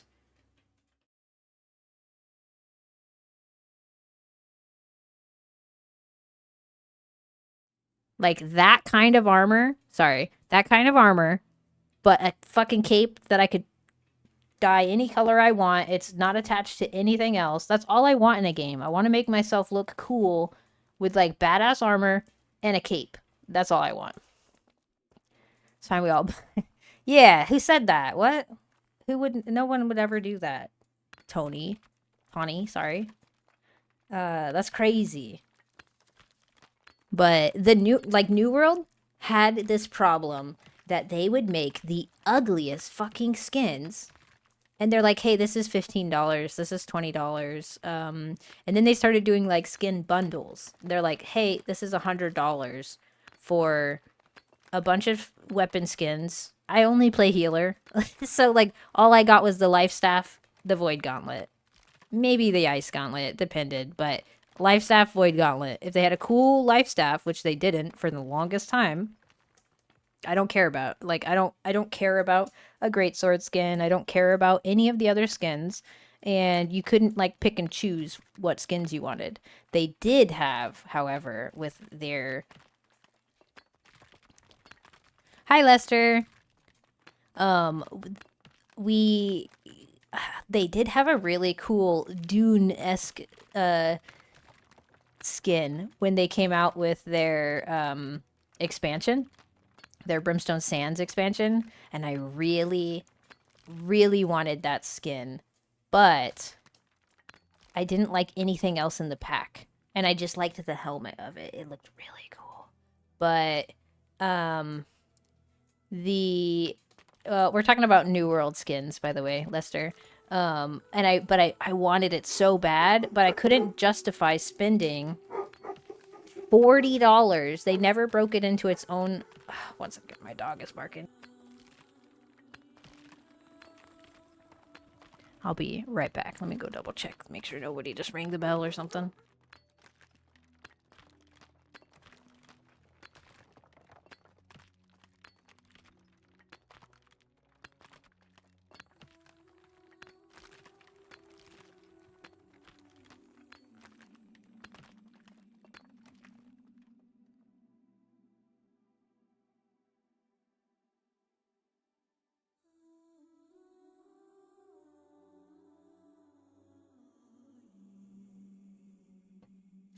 Uh-oh. Are you back, Potato? But I mean, they just had this, like, I couldn't justify spending $40 for one mask skin because that's all I wanted out of it. New World, I can't imagine my city. I am that vain, Lester.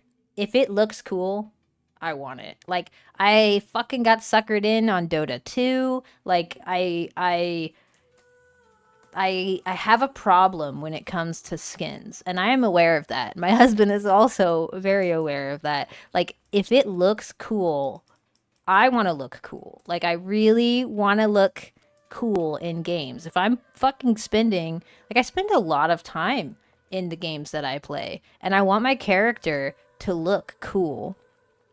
Yeah, money and Dota skins, fucking A. Like,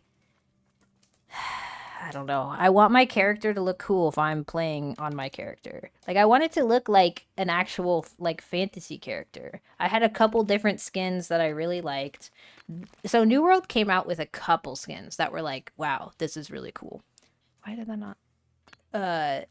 But most of them were just fucking ugly. I don't know what the hell they were thinking. Like, that they got made fun of, like, which is rude, but you know, as gamers, you're like, what the fuck is this? Like, why would I spend $20 on this? Why would I, you know, waste my time on this? Nobody's gonna buy it. And occasionally some people would buy a little bit of it, but like, they never made it so you could split and buy what you want while you're there. Also, what's your stamina region? Good question. My stamina regen is 7.2, yeah. And I am looking for skull caps. There should be some I marked. There's like, oh my god, did I not mark it? Uh-oh. over here, there's a bunch of skull caps. I'm sure there's around other places too, but I guess I didn't actually mark where they were over here. But I'm just gonna hit these iron ores, and then I will start heading back the other direction for more pure iron. So you just open your map, you hold left click. I'll show you in a second. Okay. So let me finish mining this one real quick. You hold left click, you open your map, and then you let go of your mouse. And then you close your map. So let me get some stamina. So holding left click, I open my mouse. I open my map. You can hear me still mining. And then I can close it again. And you can open your inventory as long as you don't left click. So when I open my inventory, I can like X drop items out and it won't affect it. And you can do that with chopping trees too. But I'm sure you could probably write a macro for it too and have it do it for you anytime you wanted, but I don't know if you're allowed to do that, so maybe don't do that. It's really not hard to just open your map and close it again real quick. Alright, we're gonna go back this way.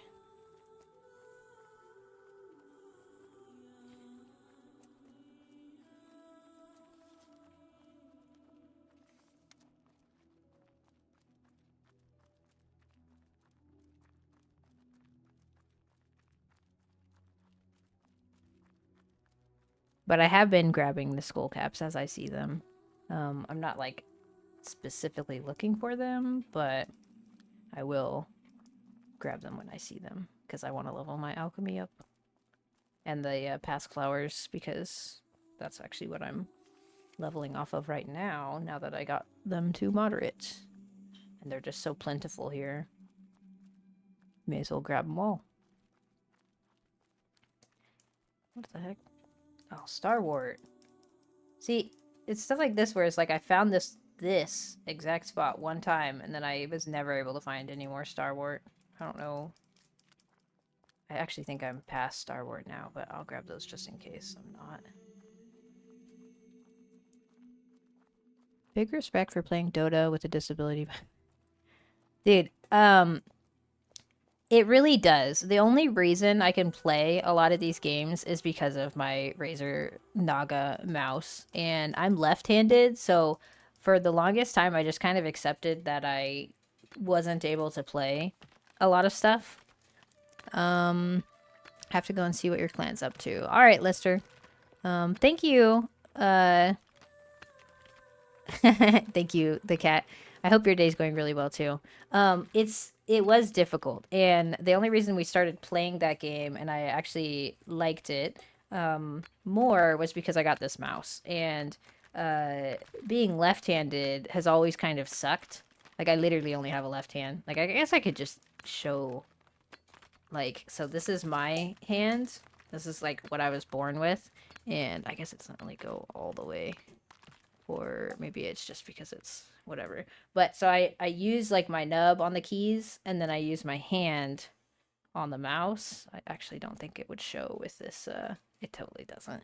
But with the Naga mouse, that's how I'm actually able to play shit because I have all these buttons. I got 12 buttons on the side of my mouse, and this game actually doesn't use too much, but I have like my control, my left shift, and stuff like that on my mouse. So that counts. Like in New World, I'd have dodge. I'd have 1 second. I gotta let my dog in.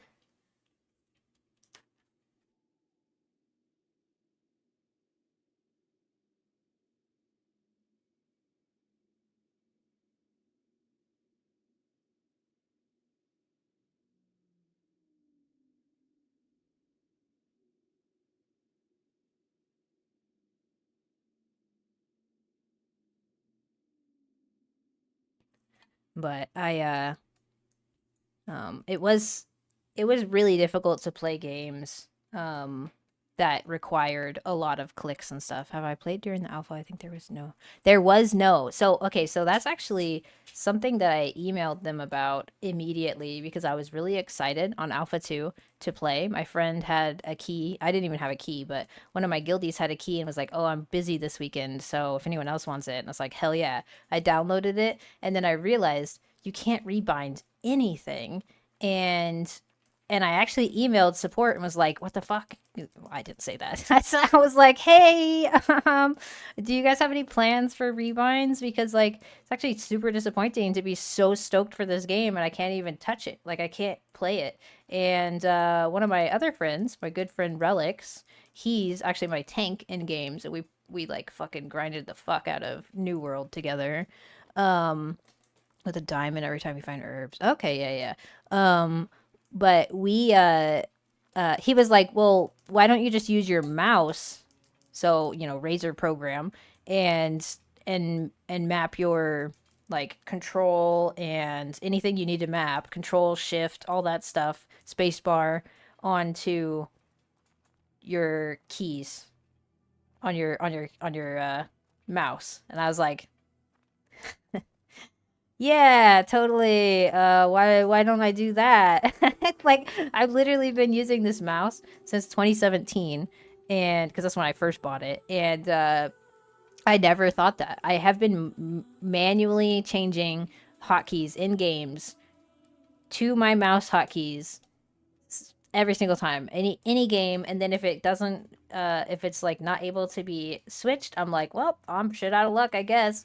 And so doing that easy change of just switching my mouse to actually just be the keys, because most games are the same thing, like control, shift, spacebar. You need all those. Spacebar is jump, shift is usually run and stuff. Yeah, mouse apps, duh. Who uses those? Like, and I was like, I felt so silly because I was like, wow, like, wow, I could have just saved so much time and headache in every single game remapping stuff by just using my actual mouse program one time and setting it all up. So I did that, and I was able to remap my keys and play the alpha. And then I didn't even notice when the game came out to early access that they had made it so you could remap your keys. I think it's really cool. It's kind of really needed. One second. Where am I going? Oh, I'm almost there. It's over here somewhere. Because a lot of people, like, if you are 100% able-bodied, I guarantee you don't really think about stuff like that usually. Like, 99% of the time you would never even consider, especially if you're right-handed and you're able-bodied, like, you don't even fucking, it's not on your radar. Like, why would it be, unless you know somebody who would need that issue, like, for the next 3 to 6 weeks, ready for an update. Thoughts? Honestly, I don't know. My clan, we've basically just been doing one dungeon a week, and I'm just letting them play whatever game they want. I'm letting them, I'm so nice. I'm letting them play other games. I think you just kind of go on a hiatus. If you're really enjoying the game, maybe try building. I want to try building. I just have not yet. I've kind of like, I don't know. It's hard to do it. People make all these really cool builds, and alpha sucked. Yeah, and it was tough. Yeah. So you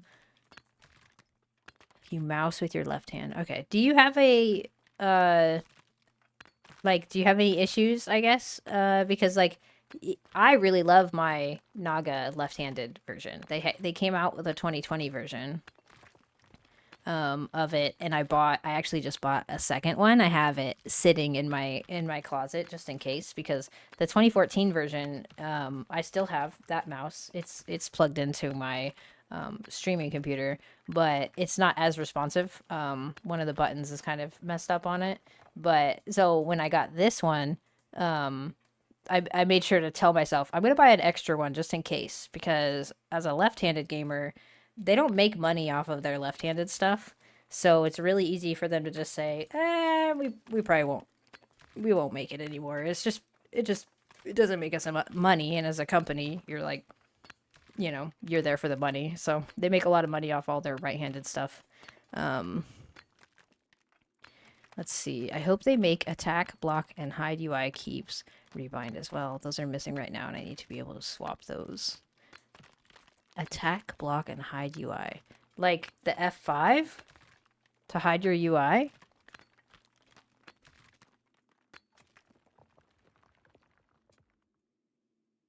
of people are tied up with bills. Yeah. I'm just so impressed by the things that people have built in this game.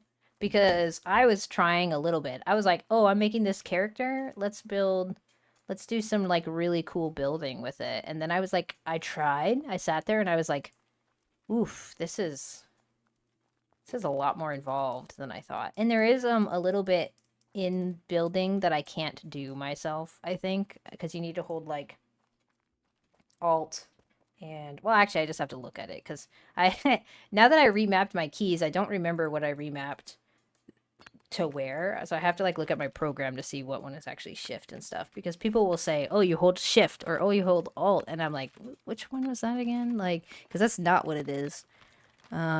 It's called Ashes of Creation. And they're putting their alpha 2 keys on sale tomorrow. That's the game that I'm going to be buying tomorrow. Conform to the right-handed world. Yeah, Coyote, I feel like most people did. If you're left-handed, because in school, they fucking teach you to use them out. Like, I don't know how old you are, but when I was younger, I'm 33, so like when I was in school, they didn't know what the hell to do with me because I only had one hand, but they were just doing the program where they're teaching you how to use a keyboard and how to type properly and whatever. And every single setup was right hand mouse, left hand keyboard. Didn't matter if you're left handed or right handed. That is how you learned, in my school at least, and all the schools that I went to, and that's just the default. And it makes sense because that is the default, but oh, you're 61? Okay, so you're a little older then, but still, like, that's the default. And if you don't, like, if you've learned that, it's probably really hard to go back to trying to figure out how to mouse with your left hand. But I feel like you should try it, because using your dominant hand on your mouse, I think you would be a better gamer. But if you've been, 30 years now, 25, 30 years of using a computer, probably, you probably wouldn't be any better. I guess. I don't know. I'm not sure. I don't ever have to think about that because I will never be able to swap back and forth. But if you are left-handed, I highly suggest the Razer Naga left-handed and buy one while they're still making it. They did say that, they kickstarted their left-handed campaign again because they had a lot of people begging them to make the left-handed version again. They had a 2014 version that eventually went out of stock. And they were just like, we're not making it anymore. We don't make money off of it. And they had like a huge campaign to bring back the left-handed one, because a lot of people like me need it. Like, you cannot use a right-handed mouse, and there are a lot of interesting, I'll say, there's a lot of stuff that you can get. I won't say get. There's a lot of stuff that you can have that affects mobility in hands, and you could have had a stroke. You could have, like me, I'm just missing my arm. You could have, a lot of stuff like that. But you still want to game. Like, you're still a gamer. You want to have fun and, do what everyone else is just so easily able to do. So it's really nice that they do make the left-handed version. I'm just so scared that they will remove it again one day. So I have one extra, and I might buy another one later on, just in case, because if I can't have this left-handed Naga mouse, then I probably can't play a lot of games because I'm so used to it. Maybe there'll be another brand in the future that makes an MMO mouse that is left-handed, but this one, I mean, it fits my hand so perfectly, and I just love it. It's my favorite mouse. I've used it since 2017 is when I got it, and I guess when I got the first version, because before that I would just use an ambidextrous mouse, and it just didn't have the buttons on the side and stuff.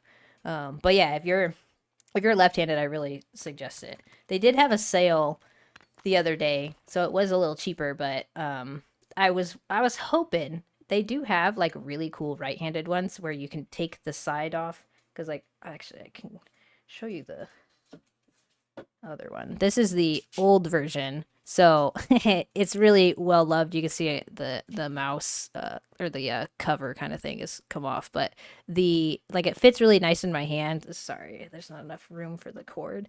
But I really like it. This is like the 2014 version. The 2020 version, it's not just green. It will change color and everything. So my 20, it's easy to not get them mixed up because it changes color and stuff. But the I don't actually remember what I was saying with that one, but it's there is differences between the two. The cord on the 27 or the 2014 version is smaller, or like thinner, I guess. There's like more cushion on the one on the 2020 version. But I mean, it just fits my hand really perfectly, and I have like a normal size hand, so like, I don't know.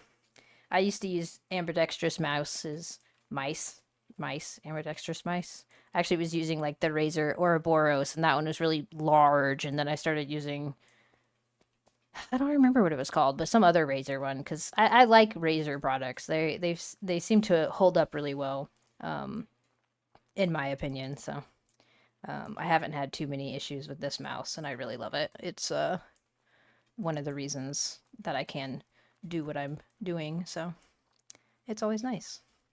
I don't remember where I'm going. Did I get those two? I don't think I did. Let me go back this way. All right, let's see. Your mom was made to be right-handed instead of left. Yeah, exactly. Like, I don't get it. People just don't like things that are different from them. It's not like you're wrong for being left-handed. Oh, there's some right there. It's just silly. I actually, funny enough, I actually am right-handed. When I was a baby, I would grab stuff with my nub and then switch it over to my left hand. Um, and oh, I gotta use food. The only reason I'm left-handed is because I don't have a right hand. Um, but I mean, obviously I'm left-handed now, so like, but I couldn't recommend this mouse more than I do. Like, it's, if you're left-handed, it's really nice, especially for MMOs, because you'll need like extra hotkeys. So in this game you don't use them as much, but in I mean, I guess you could eventually, but in New World, I'm a healer in New World, so I would use uh a few of the buttons for heals, like targeted healing and switching in and out of like a healing mode and stuff, and you end up using a lot more keys. And I expect in Ashes of Creation they have a ton of spells in Ashes of Creation, so I'll be getting very interesting with my hotkey binds there, I'm sure. But I also have a footboard that has 3 buttons on it. And I used those for my targeted healing in New World, and so hopefully they have like a targeted healing in Ashes, but we'll see. I think I already got this one. But we'll see. I'll have to figure out how I'm going to be mapping everything once I actually get into that game, because I haven't played it before. I don't know what the keys are going to be like. I marked this. I think I already just got that one, but there's one over here somewhere. Also, a good program to convert joystick gamepad inputs to keys is called Joy2Key. It allows me to use a joystick to press Alt, Shift, or Space. Yeah, there's so many cool little things out there that if you're like able-bodied, it wouldn't even like cross your mind that that's even a thing. that's needed and or that it's a thing in general. Um, but there's this really cool MSI footboard that it's RGB, you know, so I was like really into it.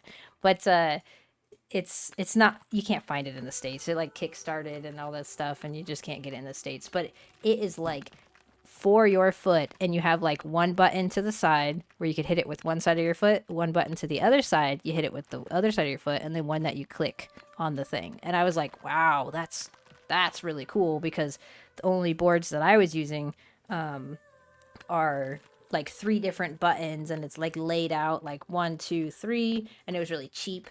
And so I broke 2 of them, and then I settled on my Elgato stream board. And it's technically a streaming tool, but it's just 3 buttons, and it's very well made. So I haven't used it too much, because as soon as I bought that, I stopped playing New World, and this game doesn't really require the extra 3 hotkeys, but I'm sure I will start using it a hell of a lot more once I start playing Ashes of Creation as well. But we'll see. Let's see.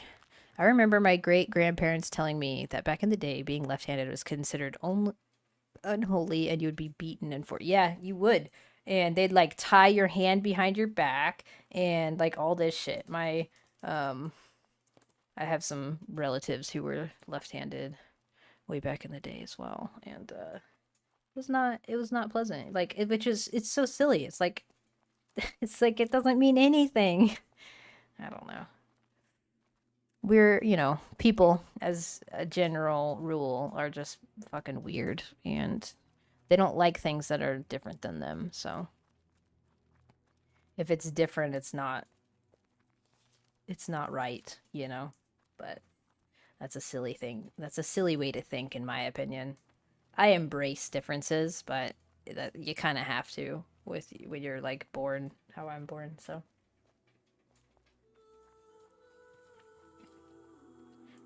because don't get me wrong, it was really shitty growing up with this kind of disability, but now that I'm grown, it's whatever. So I'm used to it now.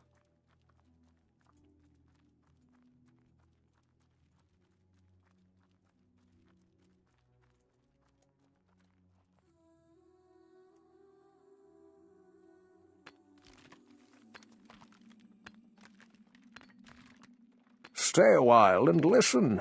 Thank you for the follow, Big Diddy. Big Diggity. Sorry. Wearing my hair dirty. Yeah, I just brushed it forward. So, like, I got my haircut recently. I normally have it really short. Again, one reason I like it short, I just like shorter hairstyles. The second reason is I had it longer, but when my hair... Oh my god, I keep messing this up. 1 second. Oh no, it broke. Never mind. Haha, I didn't mess it up. It wasn't me, guys. It totally was the game. I can't put my hair up by myself. So I would just put it in, like, I'd have to get my daughter or my husband to put my hair in a ponytail, and then I could put like a clip in it and like keep it off my neck. But it's just, I have really thick hair, and it's just so hot. Like, when I had long hair, it's just so hot, and I don't like it. But it's cut short. Usually I would kind of brush it this way, I guess, but I just got out of the shower, and I was like, I'll just brush it forward, but I don't know. It depends. I kind of go whatever with it. I'm not really concerned about my hair. It grows back. I shave it off, and then it grows back, and do it again, so. But I've always preferred shorter hair. I think it looks better for my face, but I look okay with long hair too, but I just prefer shorter, so I'm always going to talk it up more.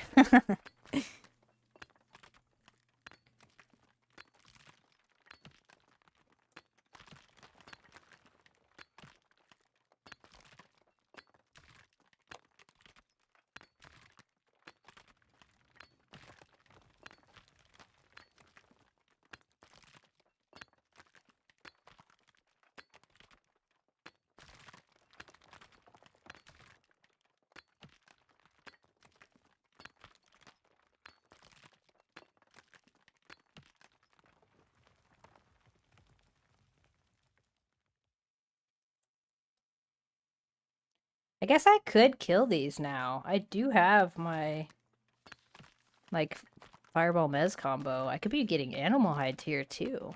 I'd look cool with sideburns. Like, actual sideburns. So my hair only grows, I don't know if you can see. Like, I don't think it grows down far enough for that. But...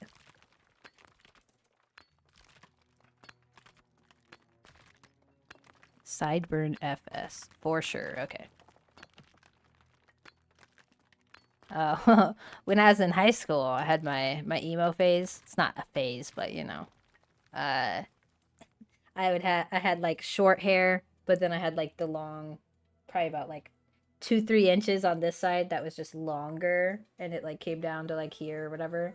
Kind of like cut like this. You know, the Karen look now, but that's not what it was back then. I liked that hairstyle. It was nice. But usually I just cut it all off now because it's the front part that gets in my eyes. And like you used to just, you know, get it out of your eye, but I don't like doing that anymore.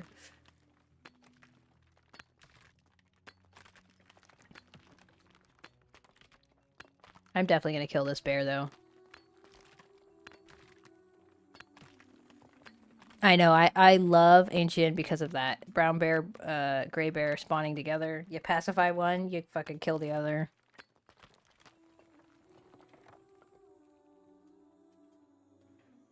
American Dad referring. Oh. Yeah, I don't get it.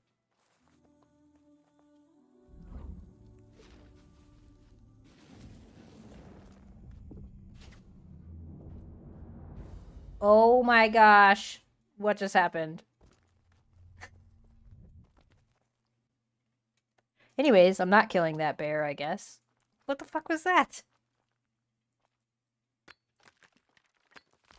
That's been happening lately? Okay, okay. It's because I'm left-handed, guys. I was like, be gone!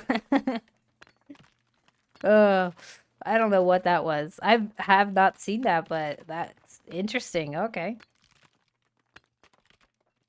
They added new skills to the bears now. Bug report. Combat. A bear just disappeared. Disappeared when I tried to kill it. Okay. Despawn. If they can't, oh, it's because maybe it's because I was on the rock. I just wanted to get up so I could like actually get a fireball off and it wouldn't hit these rocks that it was on. Maybe I need to aggro it first and then mez it. I don't know. We'll see. I never climb rocks anymore. Okay. Because before, if they couldn't get to you, they would just start running away. I figured he could get to me, though. Like, that's not that much of a rock. They always, like, climb up on top. This is, like, he could just... Oh, I guess you can't walk up that. I bet you he could. Yeah, you can. See? I didn't even move. He could have walked up. But whatever. He didn't think he could do it. He just needs more confidence in himself, and then he wouldn't have disappeared.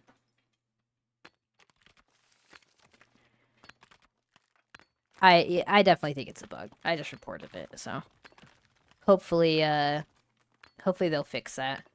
It's just, you know, it's really difficult, and I give them props. Like I'm not complaining. Like this is like you fix one thing and you're like, "Yes, let's do that. We got it. We get it. We're good. We did it. We fixed it." And then you like implement it, and then it's like, "Hey, 8 more things just popped up." And you know, just so you know, like your job's never done. Everything always comes back.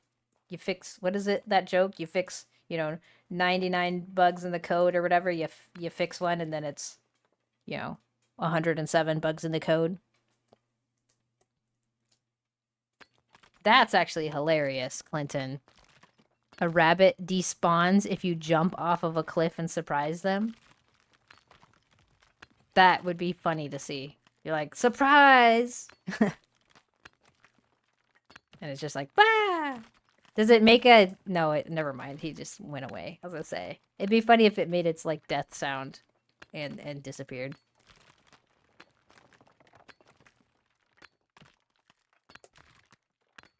Funny, though. I have been avoiding those guys. I 100% should be killing the bears. I don't know what I'm doing. I haven't had magic for so long that I forgot that I can actually kill those guys. I should be killing them, too, because I need the leather.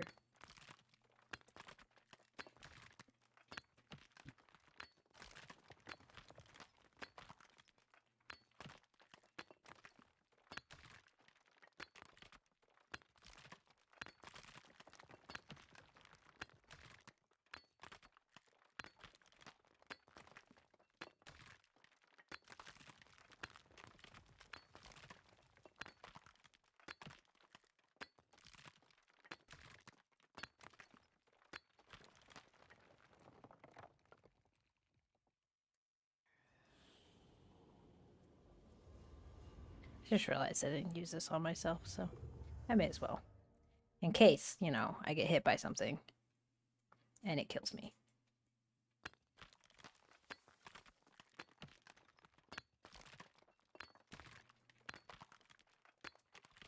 This place is spooky, though, because it has that weird sound that it plays.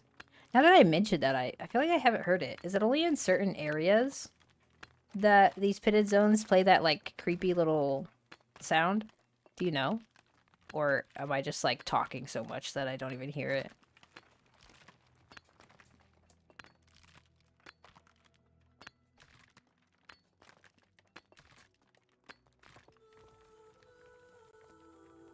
Not that sound.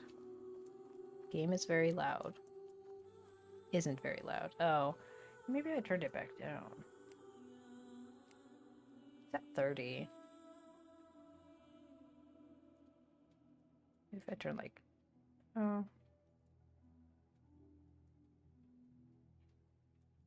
I should turn it up because it's not like I have anything else playing in the background. Can I, like, put that to 30?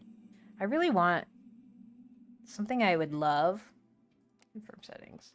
Is... And, like, in split stack and stuff, too. I would love to be able to... just type the number that I want. Like, hey, I want to split one off, one off, one off, one off, instead of, like, having to do the scroll. One's a bad example, because you could scroll all the way down, but... Yeah, that's what I'm talking about, Tawny. The, that growl or whatever. The roar. It should be interesting. I'm, like, really excited for all the stuff they want to add in this game. I can't wait to, like, see how everything changes.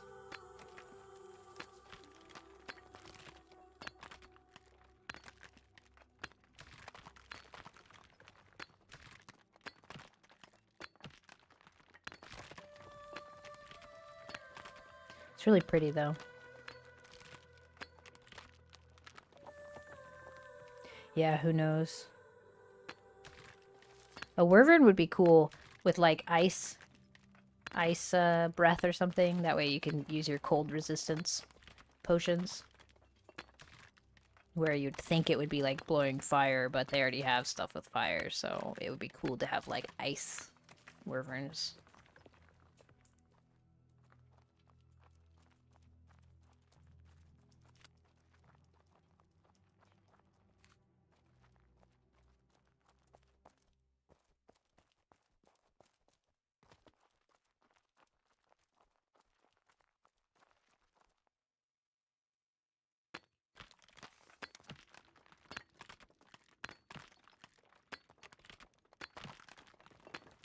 And more marked.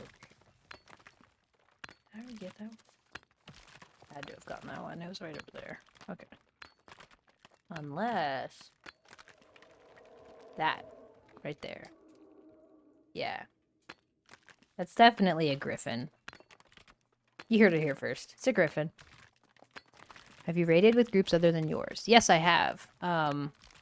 I have done a dungeon with bad wolves down in Karis. Well, actually, we all ran over to Mary, and we did the Mary dungeon together. But that was just me with them. More dangerous, yeah. Well, technically they are dangerous if you get close enough. I just literally avoid all of the mobs, which I guess I don't have to now, but I can't tell if that's... I feel like that's 10 over there. I'm gonna run over just in case, but... Stay a while and listen. Thank you for the follow, Spades. It is 10, okay. Yeah, guys, I totally knew that was 10. I was just checking your guys' eyesight.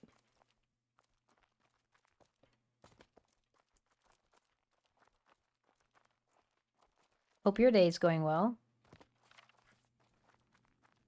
I don't remember if I have to go up and around. I feel like I do. Can you run around? I don't want to even risk it. I'm gonna just go up and around. Is there an up and around? Yeah, there is. It's over that way. Okay.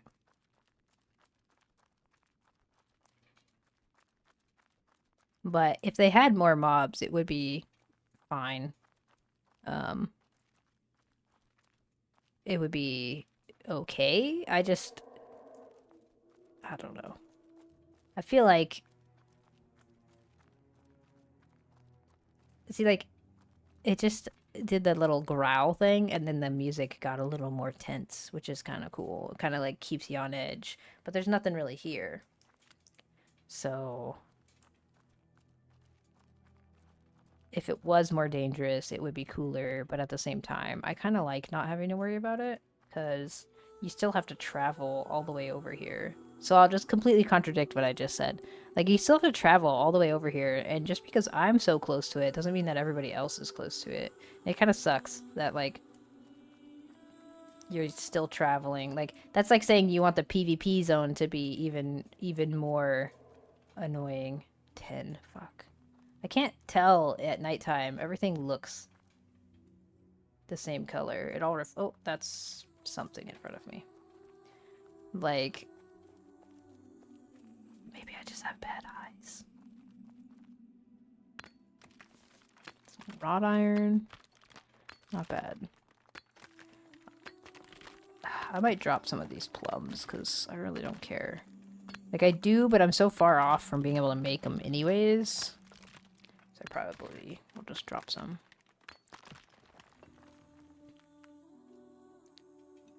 Trying to locate what makes them. Oh, yeah.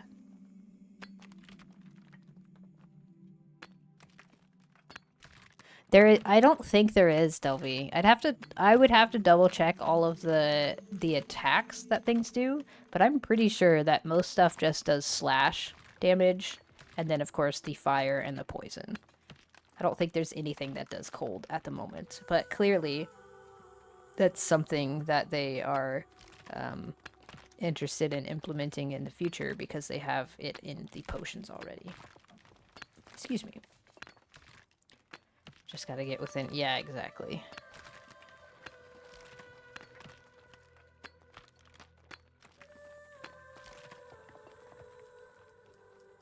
This, the music in this game, like, I feel like all it needs is that, da da da da, you know, like, and then it's Halo, you know?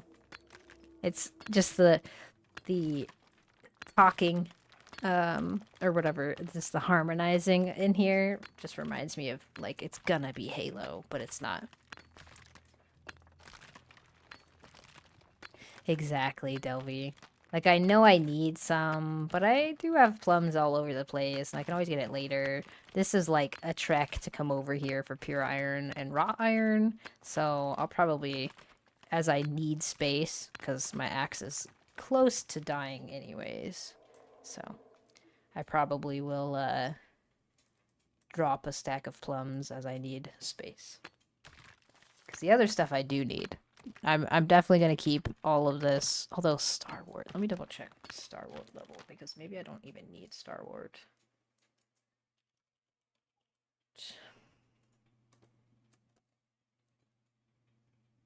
Difficulty level 15. I totally don't need that. So I could actually drop that. Cool.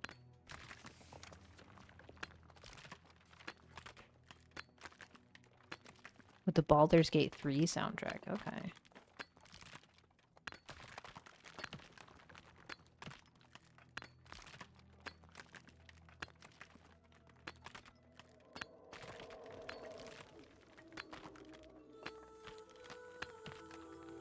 Yeah, I'm probably gonna do the same thing, James. As long as my pickaxe doesn't break first. Because, I can get plums anywhere. This is more of a trek. It's not even that far of a trek, but, like, I don't want to come back up here. I could drop the rock, but I do want to build up my base a bit more eventually, so I'm definitely not going to drop nice, because yeah, I feel like I need more of it. I really don't have much at the moment. I think I have, like, less than 200 nice at my base, so. Because I was moving, or I had to rebuild my foundations the other day, to put my kilns back down, and, after we shifted the, what's that called? Shifted my plot a little bit, so that I'm not interfering with my neighbors. Which, by the way, just for your guys' information, I shifted my plot a little bit over. It's still connected to his plot. When I shifted my plot, so originally he connected his plot to mine, up top. Like, so I'm on the bottom of the hill, he's up top. He connected his plot to mine when he moved in, and all of a sudden my stuff started deteriorating that was right on the edge. And so we think that it shifted the plot in a little bit. When he connected, it just kind of, like, popped it over a little. So I just moved my plot when he was online, and I was, like, talking with him, and I was like, hey, you know, I think this is what happened, but I'm not sure. And he felt really bad, that what he did affected me, because he just saw a cool place to build and plopped a plot down and didn't realize. Anyways, I shifted my plot a little bit over. It's still connected to his plot, because it was really hard to, like, shift stuff while you're standing on the ground floor. And I couldn't even tell if it was connected up top or anything. But anyways, I got a little extra space, which I don't know if that still counts as a one plot build. Like, I'm only using one plot, but it's technically connected to this random person next to me's now.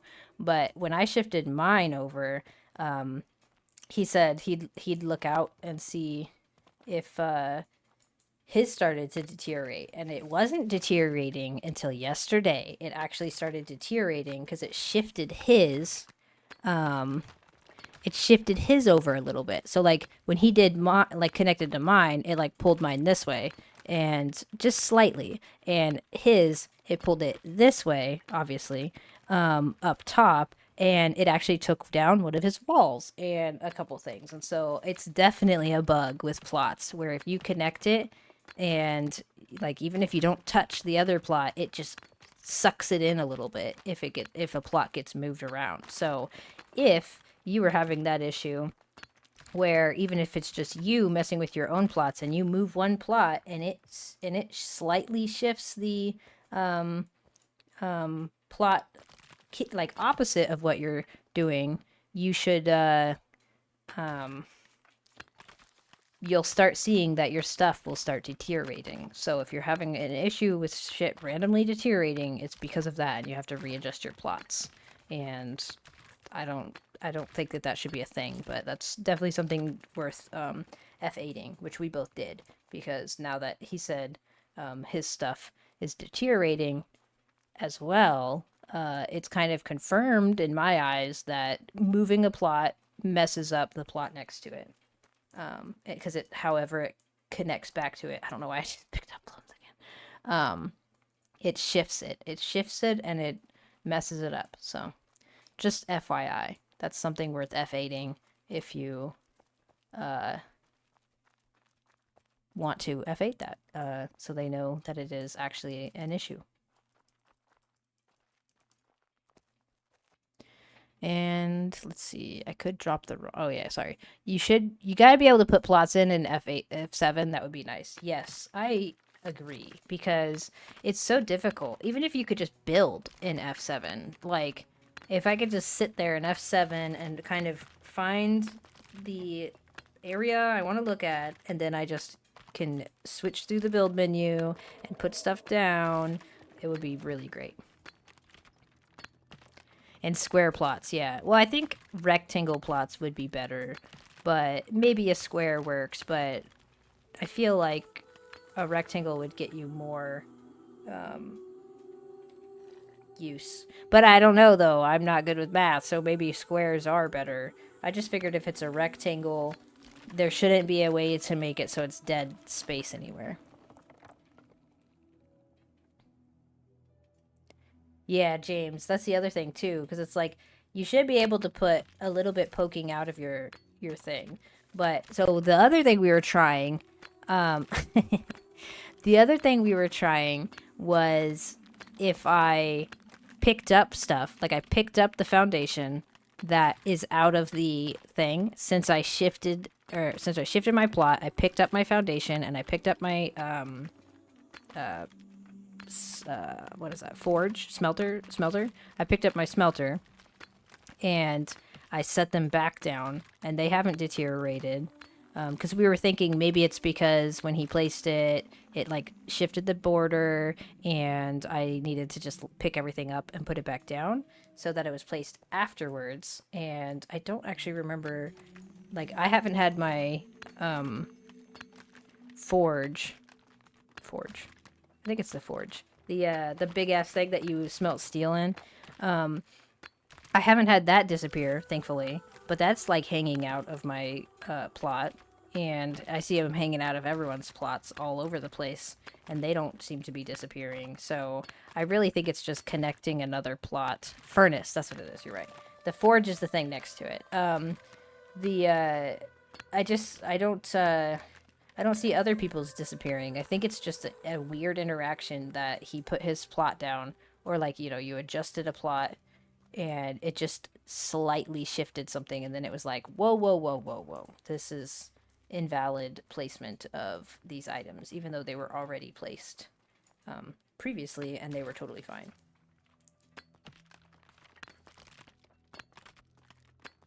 Oh man, my pickaxe is almost gone.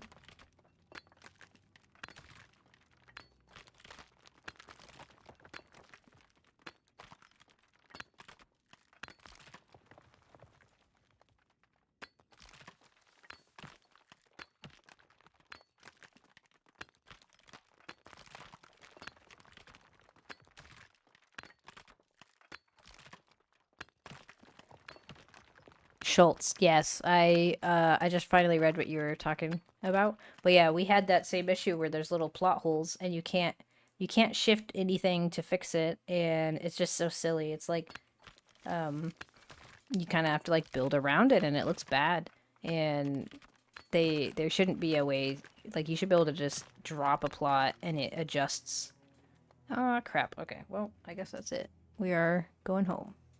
We don't have a axe. I'm trying. A couple weeks ago, a neighbor pulled their plots and I lost a corner of my building. So when I adjusted my plots after I put a fence on the border so I know where my borders are, someone connects. Yeah, that's smart.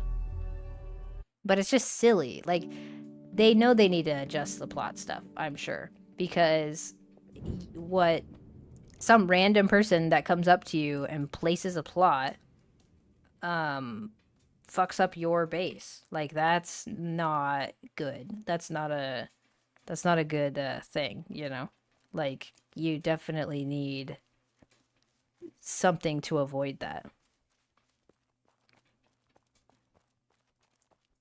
It should just be plots are a set size and even connecting. So if they need to increase the plot size and make it like a, my phone or my watch is telling me that I haven't gotten up and moved. If they need to adjust it so plots are just slightly bigger in a rectangle or a square, just so that you get like the same size or a comparable size of when you connect it and you get that little extra, then that's fine in my opinion. Like, they just need to figure out a standard size for their plots, and it doesn't matter if you connect or deconnect. It's the same size, because right now you have so many issues with that of like, hey, you start out with a huge clan and now your you know, shrinking down or whatever, they remove their plot because they're mad or they want to, you know, go put it into a different spot because, hey, maybe we have a fob over here. Let's put our plot over here. And all of a sudden you have these weird holes that you can't even fill properly with a plot. It doesn't connect right. And it's just very frustrating. So they definitely need to work on how plots connect to each other, and even if that gives you a larger plot size, I don't think that that would be an issue personally. As a that would be like a benefit for single plot players, but it's also a benefit for it's literally a benefit for everybody. Like they just need to make it so they don't grow when you connect another plot to it. And circles are just not a good idea for plot sizes or for plot borders. I think that needs to be a square or a rectangle for it to not have weird holes. Because then that eliminates a lot of the issues that people are having with their plots. Because you could just slap a plot down next to some random person and be like, oh, well, now I slapped it down and then I just wait a day and then I can just, take your stuff or whatever. Like I would assume there's a way to grief that, and with that, you can do some major damage to people by just placing your plot in a specific way, which I would never do, but there's people out there that 100% would do that kind of shit, and that's not good to be able to even have that. What is this? Rosemary. Okay.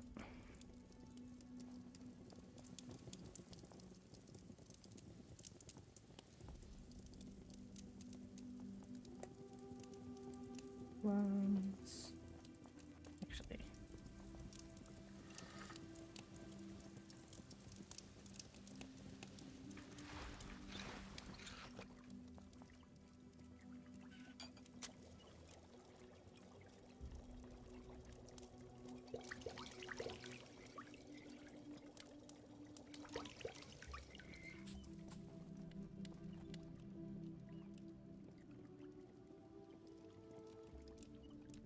Like I need to put another chest down here because I'm like running out of space. Okay. I need charcoal. Actually, I'm going to do steel first. Which is probably all the charcoal we have on that.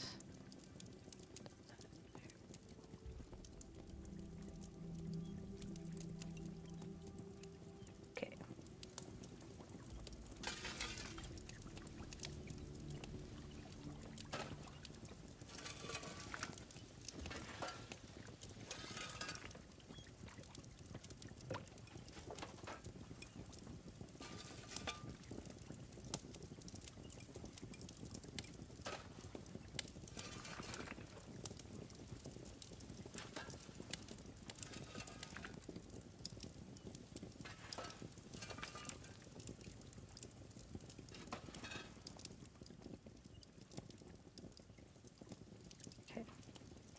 I feel like I need another steel smelter, but they just take up so much space that I'd rather just like sit here and wait with this one. Oh man. Okay. I fucking need more charcoal. I'm gonna have to go chop more trees.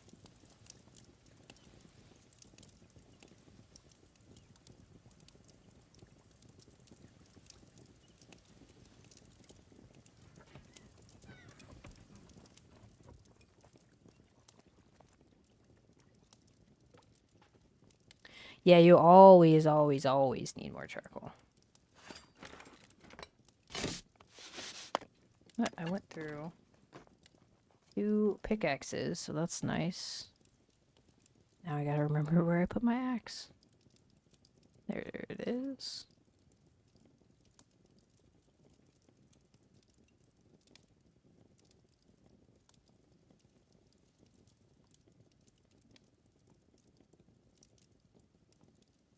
Okay. That was weird, but okay.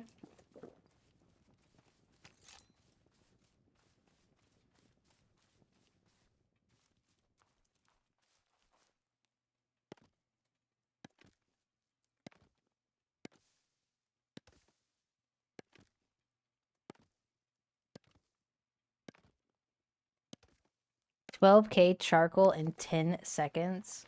Did you guys have a bunch of furnaces up for steel? Was that when you first got to steel? So you were like, you finally made all the furnaces? Okay, that makes sense. I'm sure we did something similar. Where you just been sitting on like buckets full of steel ore, and you could finally craft it.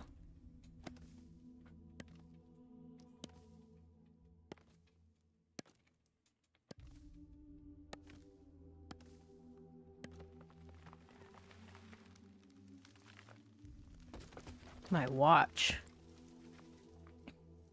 What watch? Which watch, Grimmy?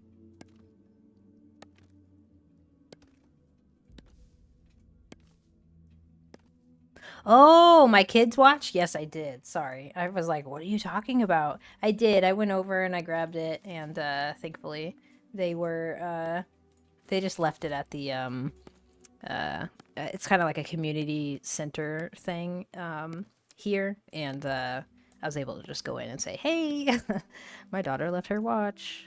But she apparently left it like right outside, and they found it out here on the grass. So she was adamant that she didn't lose it, but you know, evidence is you know, a little bit against her, but it's okay. We got it. We charged it. It works great. So she's good to go. That's like, it's really hard to like, these are my first kids, you know. I don't know what the hell I'm doing with them, but I feel like nobody knows, and it's really hard to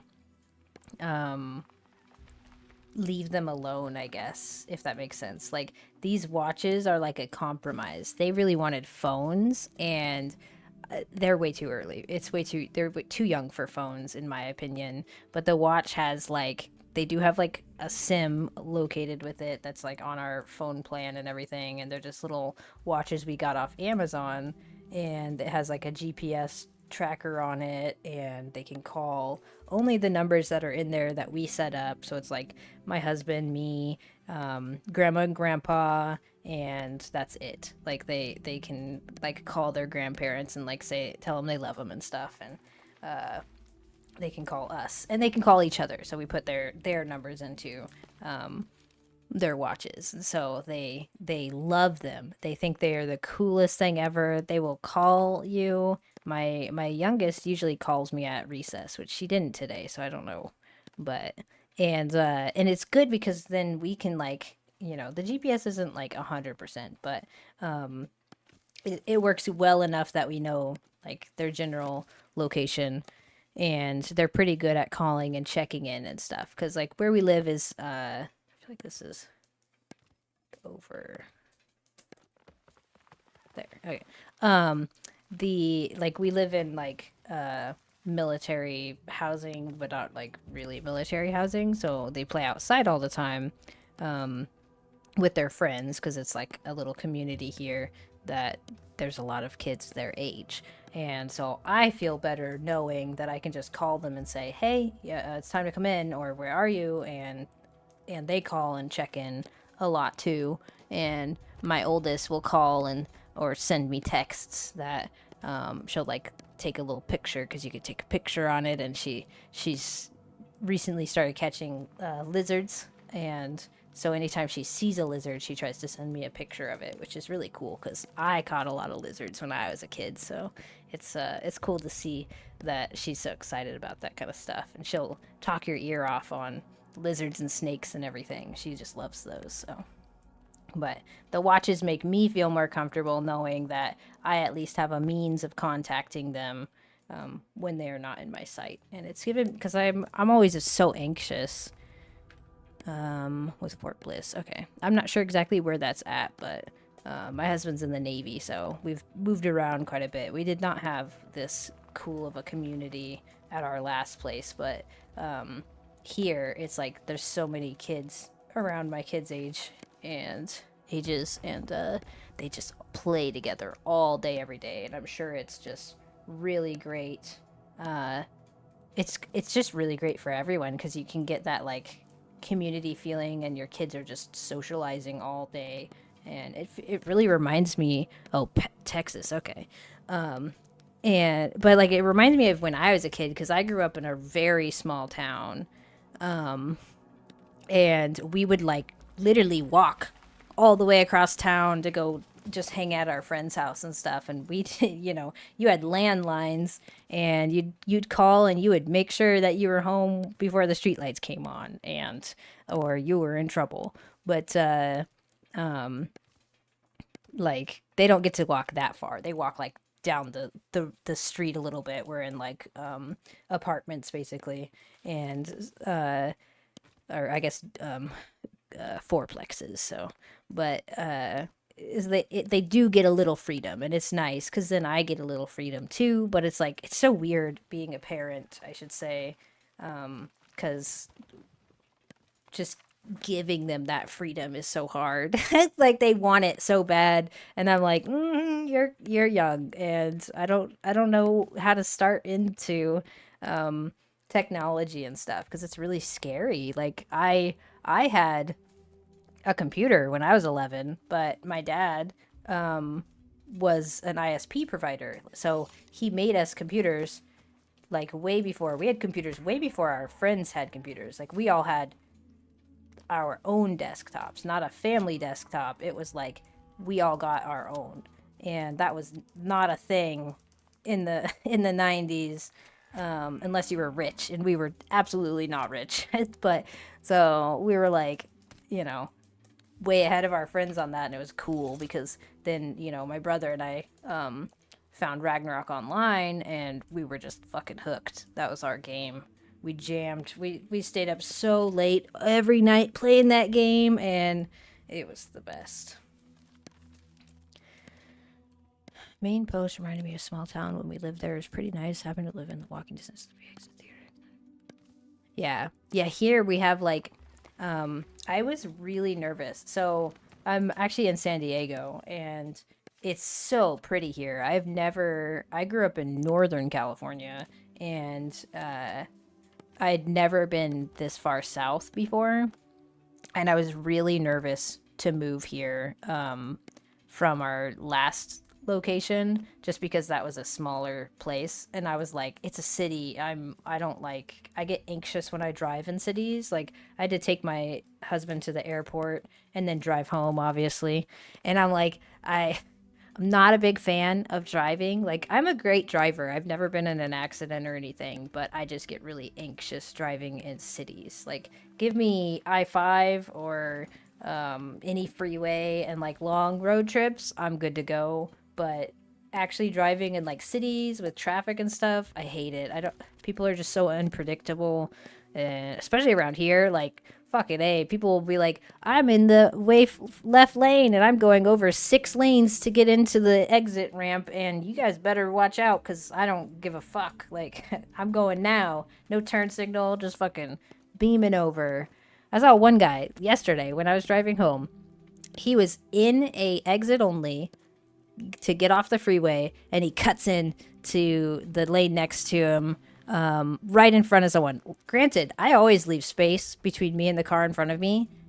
He was right next to this car that was in front of me, and he like sped up to cut this guy off, to get into that lane, and then he immediately darted back out and like back into the exit ramp, drove like, I don't know, 30 feet more, cuts in front of another person, and they're just so bad here. He did that 3 times in the like half of mile of the exit only lane, and cut right in front of a little box truck right before the exit lane actually had a barrier thing. And I'm like, so clearly this dude does this all the time, and you know, rules don't apply to him. He's just perfect. And he or she, I have no idea. It could have easily been a girl, but like, I'm just like, what the fuck? Like, you're the reason these lanes are so slow. Like, you're cutting in and out, and that's why the lane is slow. But no, it's not my fault, you know. Well, you know, it's not his fault. He's just more important. So just drives me crazy. My husband drives a motorcycle here, and he loves it because he loves motorcycles and he's really good at it. But I don't have any problems with him driving a motorcycle. I have problems with everyone else on the road because they are not who I trust, I guess. But it's so nice to drive motorcycles in California because they're like used to it and you can split lanes and all that stuff. And it saves him a lot of time on his commute and stuff. And and of course, the weather's fucking fantastic here all the time. Except for like these last 2 days, it's been really hot, but really hot here in quotation marks. It's only like 88 degrees right now, so that's not even that hot. Like compared to when we were over in Nevada.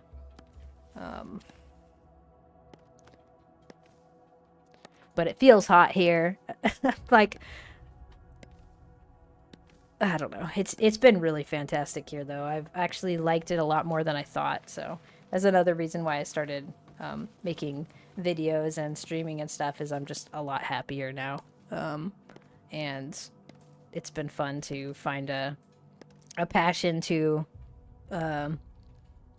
put some work into, I guess. So I've been having fun, and I hope that shows in my content and stuff. So.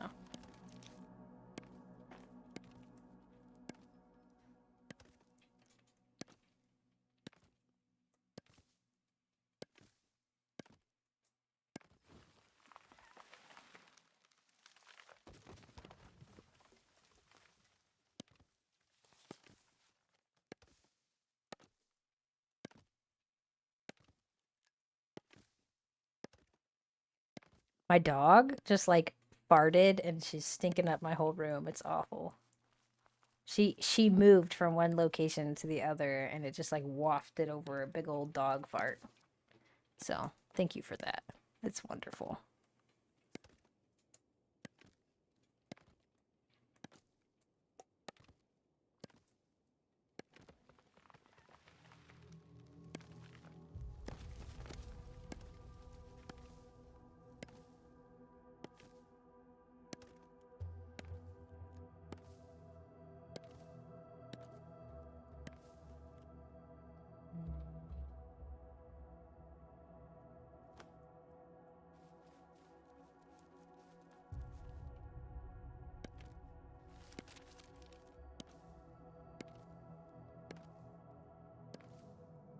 Pretty chill day today though.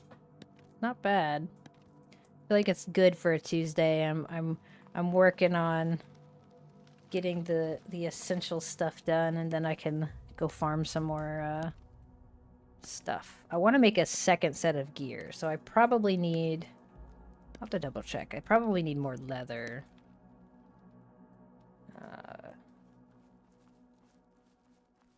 To make like more of these, but then I'm kind of also I have to double check. What do I even have? Oh, I guess I have I'll check in a second.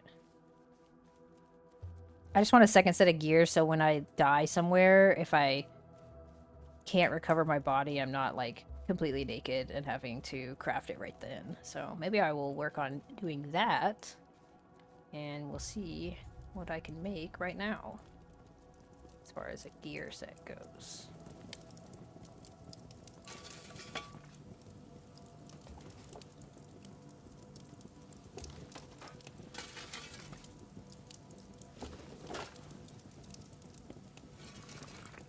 Because I like to prepare for, my eventual death. Which happens quicker than you think it would.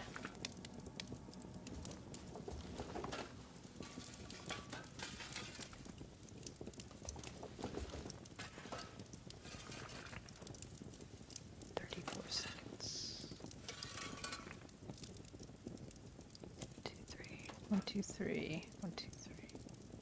Oh, I need like so close. Do I have a little more? Ha! Perfect. Okay, I'm gonna have just enough for these.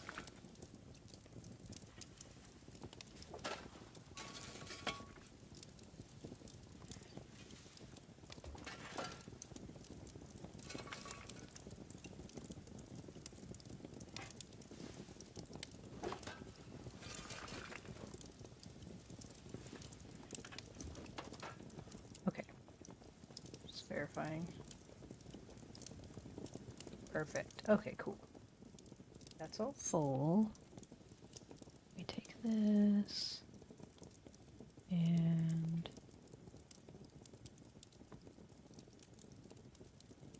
okay.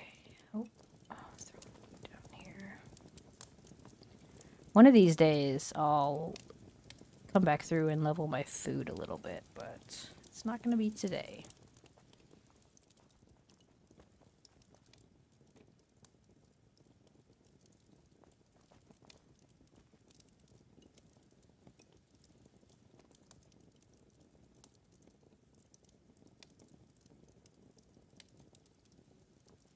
Six, and I guess I grabbed. Okay, I definitely need more leather. So maybe we'll do a leather loop.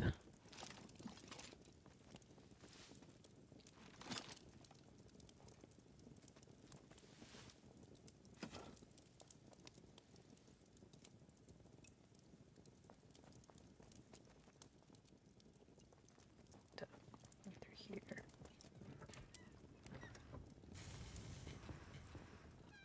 The charcoal is ridiculous. But we will do... oh wait, I have more here. What am I doing? I probably should do 2 raw irons instead of 1 steel, because I do have a fuck ton of steel already queued up. So we'll do that.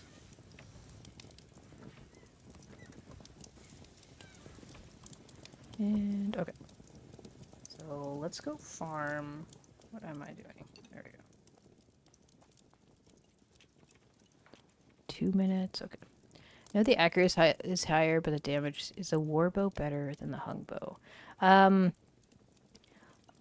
I don't remember. Is the warbow the highest level one? Because the highest level one is not as good as the okay, yeah, it's probably the highest level one. So I don't think it's better. I think the hungbow is the best bow. I don't know what they were thinking. Yeah, the hungbow is technically lower level, but it's better. And they clearly have to go through those. They are gonna have to adjust it anyways because it's like silver arrows. Who's gonna make those? Technically, it's the cheapest craft, but it's so hard to get silver, and it's just like it's so silly. Like they need to just fix. They just need some time, I think, to go through all of their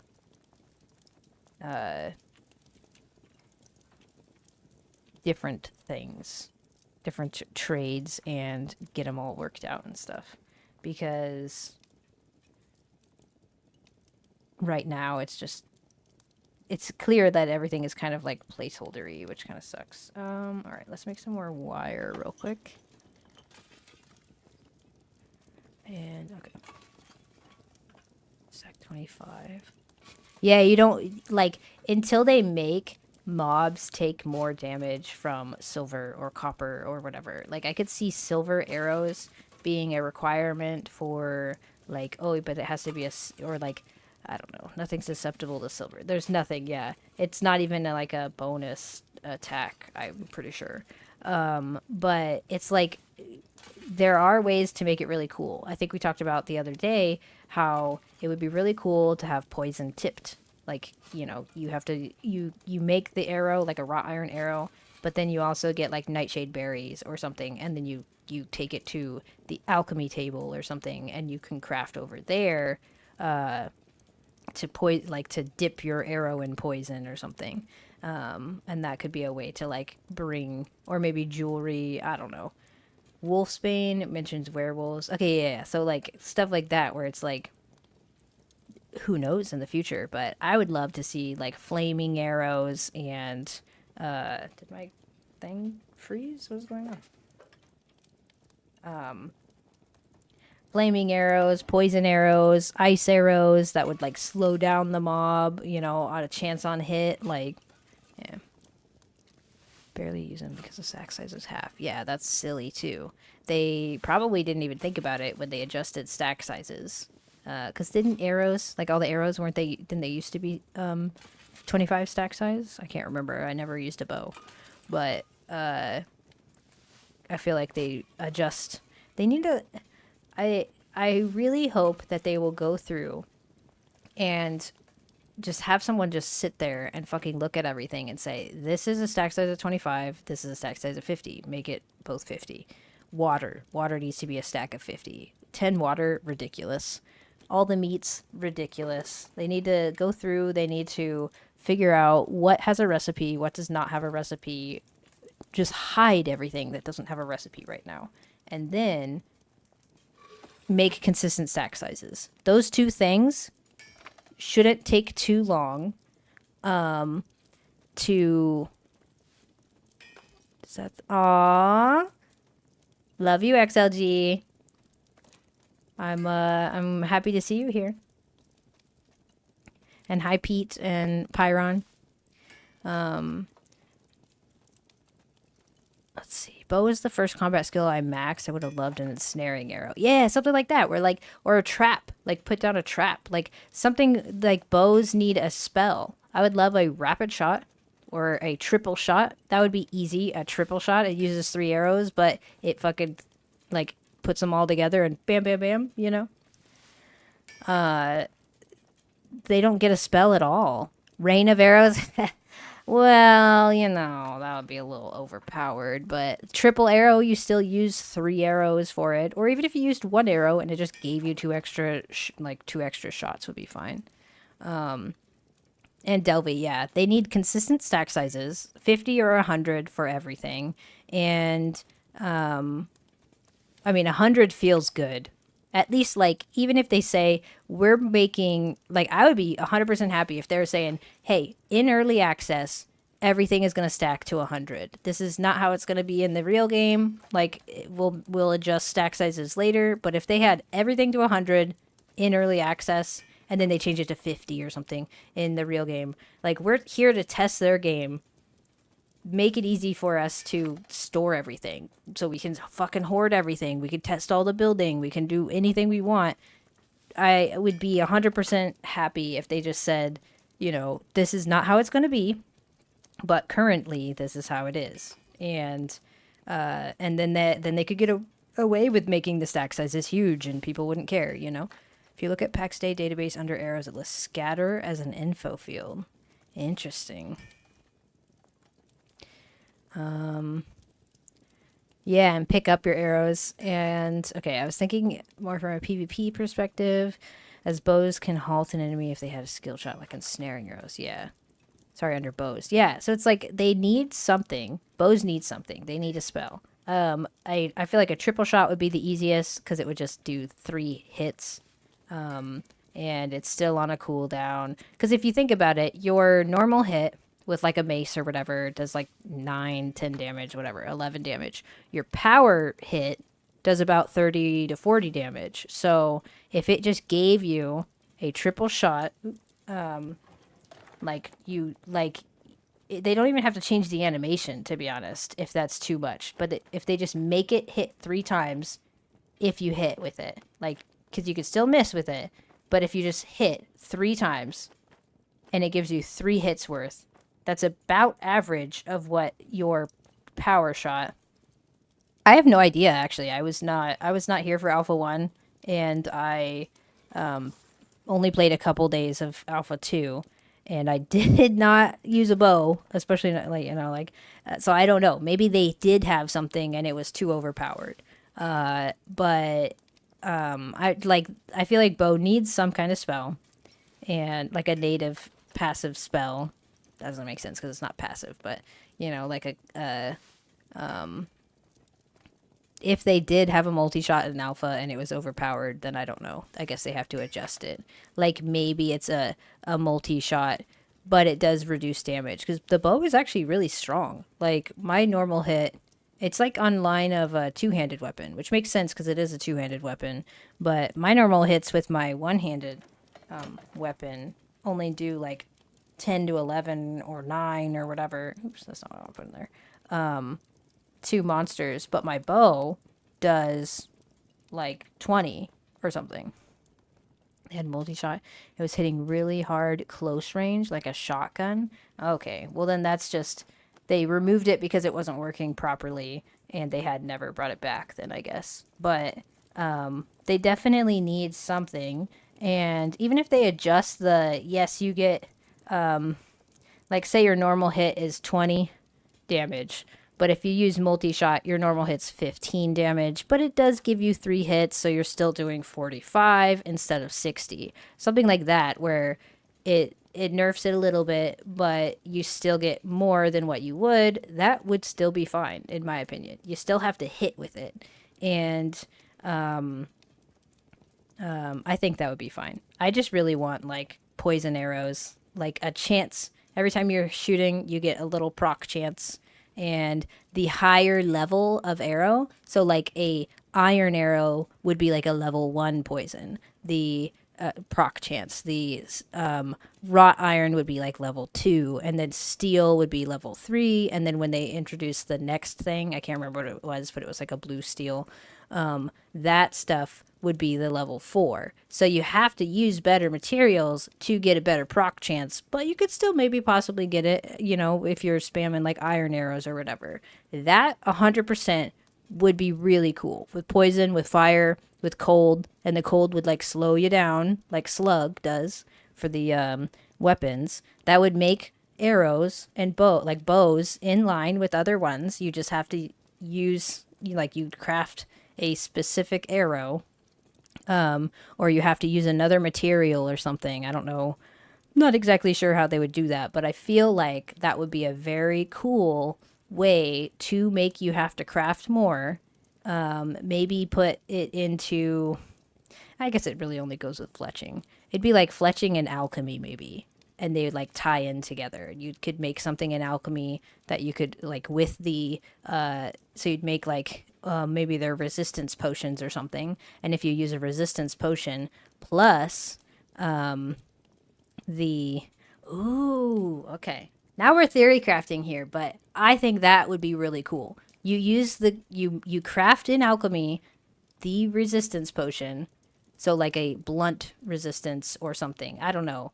I guess it would have to be something else, like another potion. But you would craft something, and for like poison resistance. But then that poison resistance, you can also use that as, so you use it as a poison resistance potion, or you can take it over to the fletching table and you can make your, you can like dip your arrows into it, and or like use it up.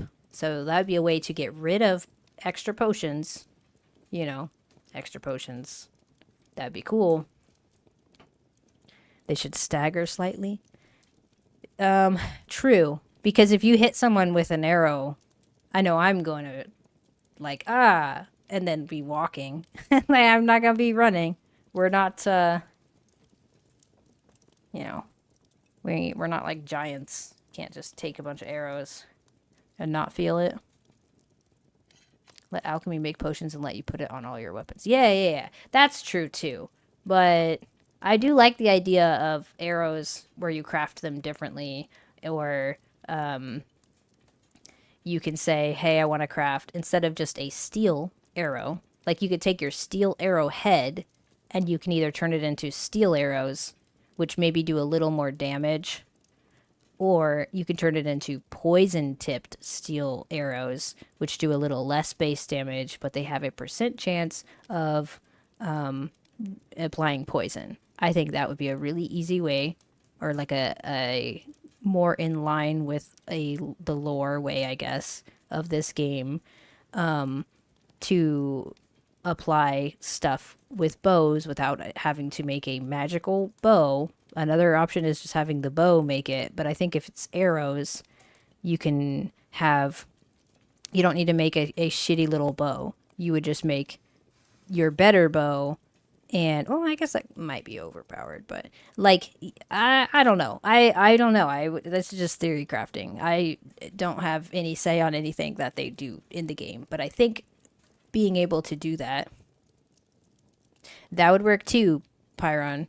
The higher level potion would be, so it's kind of like the coatings, like in New World, like a beast coating would give you a bonus % chance for that. So if you had the cold like coating, you could put that onto your thing and it would give you a frost effect on your bow or your weapon where, well, I think that would kind of run into their they already have slug. I keep saying slug. I'm pretty sure it's slug. The one that slows you down. And they already have a root one on weapons, like magic weapons. All the arrowheads need to scale damage. Yeah. But if it is a potion that you use, it would make sense. They would need... I hope that if you look at our bar right now, we have like the 3 foods and then we have 1 potion thing. I hope when they implement, they have to add a second potion bar here. Stay a while and listen. Thank you for the follow, Kappa. Your storage system, how you stack them. Oh, I literally just put 1 chest down and then I scoot the second one about halfway. There's probably way better ways to do it, but haven't done it yet. But this is just a way that I've found where I can look down and get the bottom chest and then just look normally and I get the top chest. And sometimes I get stuck on the top chest, but then you just scooch back a little bit. That's literally all I do on all of my chests. They're just down or halfway back. It's not as efficient, but it works for me. And that's how I have all my chests everywhere. It's just kind of one is a little lower than the other, and then the other one is just pushed back a little bit. But when they implement the different potions, that's exactly why I scooched it back a little bit, was because I was having trouble getting to the bottom one and you'd have to like go around and look around and shit. So I just scooched the top one back and I haven't had that issue. Hopefully when they put in the new potion, they think about the fact that there's only 1 potion bar on the like UI. So when you use your potion, it has the countdown. Of course, I open a chest that doesn't have a potion in it. Oh my gosh. Okay, here we go. Those are all the same ones, but whatever. You use a potion, and it's right here. Here's the timer before you can use another one. But if you're gonna have resistance potions, you're gonna need multiple potion bars because you're gonna have a resistance potion that I fucking hope it has a lot longer timer on it, like a 30-minute timer or whatever, like in line with food. Like you're eating a resistance potion, and it's not a quick heal me up, I'm gonna die potion. So it better I hope that they think about that and they're like, oh, because if you use another potion, it's gonna like ruin the timer or whatever. Like you can't. I'm pretty sure you can't. I don't know, actually. Let me double check. I'll use a stamina potion right now.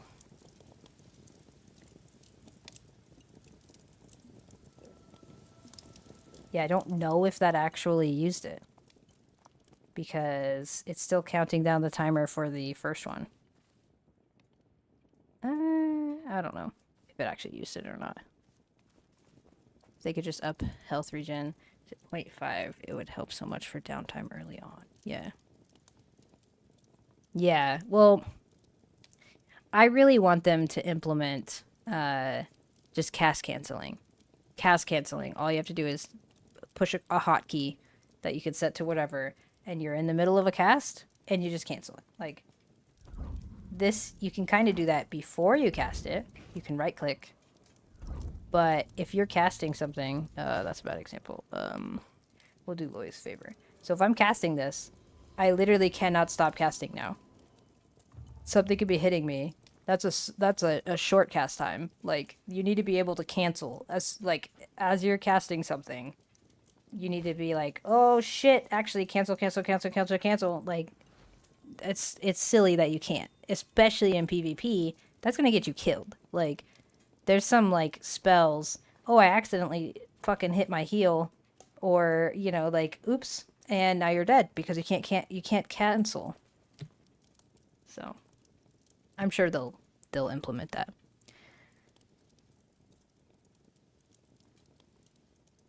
They're going to have to do something with the potion slot since they're adding the resistance potions. Can't heal if exactly. So that's what I was thinking. Like, can you? No. Let me verify that I'm hitting. Yeah. So I was spamming jump, and you cannot. That doesn't cancel it. I don't think you can do anything to cancel it. I'm right clicking. I'm jumping. I'm running. Like, there's no way to cancel it. Let me double check though. You said you could drink a potion.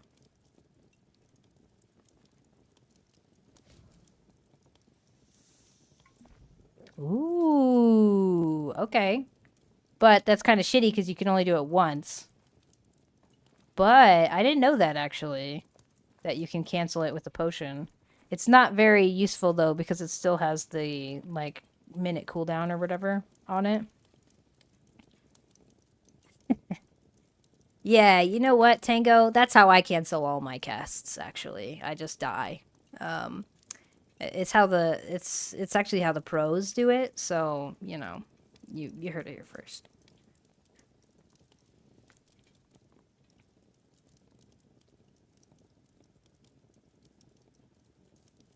Just have to wait like 10 seconds. Okay. Um yeah, built-in self-cancel system. Um Honestly, they just need to make they need to make it so you can just cancel an action. Let's see. We'll see if we can. 8. I guess so. No, that doesn't work actually. Oh, actually, did I use that potion too soon? I'll have to double check. 1 second. We'll do this. Let me cast it. Huh? I guess it did work.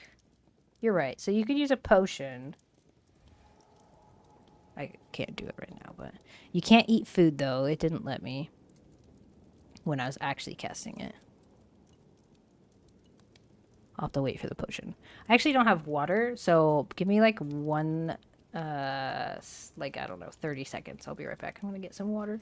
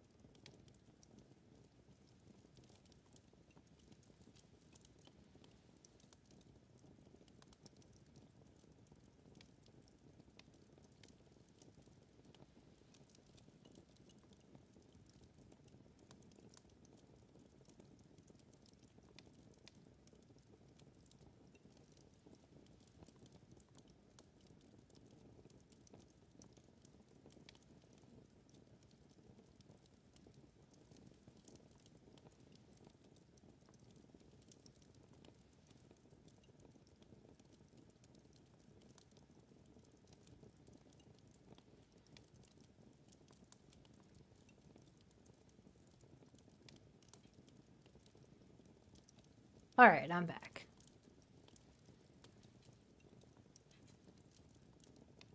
Okay, I have, let's see, 12, 1:30. So I've got about an hour and a half. So I think let's farm some other mobs. Let me see what's around here that I can actually kill. It's 2.5, 2, and where are my weapons?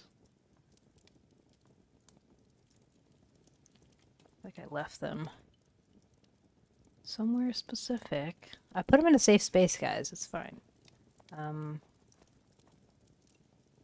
just don't remember where that safe space is.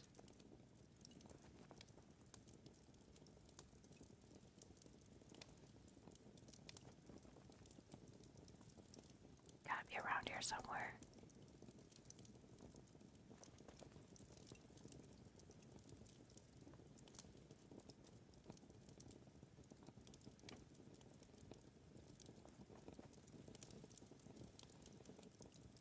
Oh my god, like really, where did I put my shit? Okay.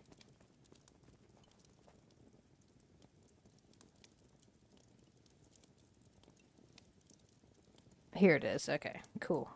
I knew it. It was over here. Sturdy longbow. Oh, I was not even using the right bow. Okay.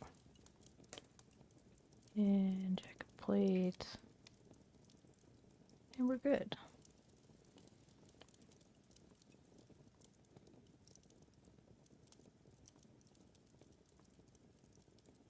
Okay, let me double check.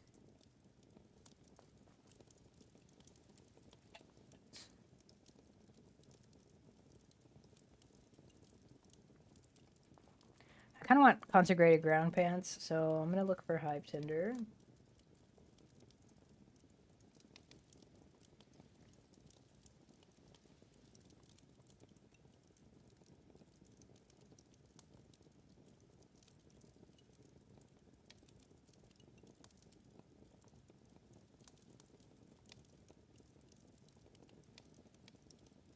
Possibly. Consecrated ground 1.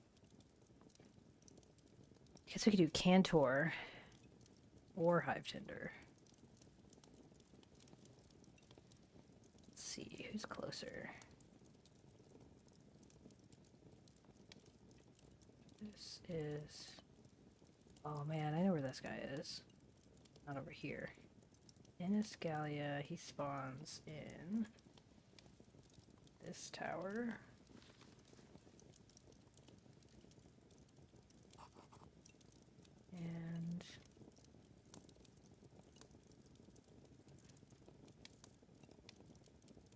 And it's nice for, so if I'm solo, you get some extra resistances in it, but you like the HP regen is pretty nice. Yeah, it's like a free potion, exactly. So I actually really like consecrated ground, but you're right. In as far as solo goes, I feel like it's a little, I don't know. It could go either way. I just really like them. Hive tinder. Yes, we get this Gallia. Hive tinder is either of those ones. I do need to go to try and get this. Hive tinder's over here, so maybe I'll check for hive tinder because I wanted to go try and get Luna again for another moonshine pauldron thing, and I could just hit up those together. So that's what we will do. Yeah, 0.5 health regen is actually really OP. And the higher level ones are even better. Like the threat generation, you're gonna get all the threat anyways because you're solo, but just having the HP regen will make downtime in between, and just a little extra. What a fortunate turn of events! Thank you, Batul. Thank you for the raid. I hope you guys are all having a great Tuesday. Stay a while and listen. Thank you for the follow.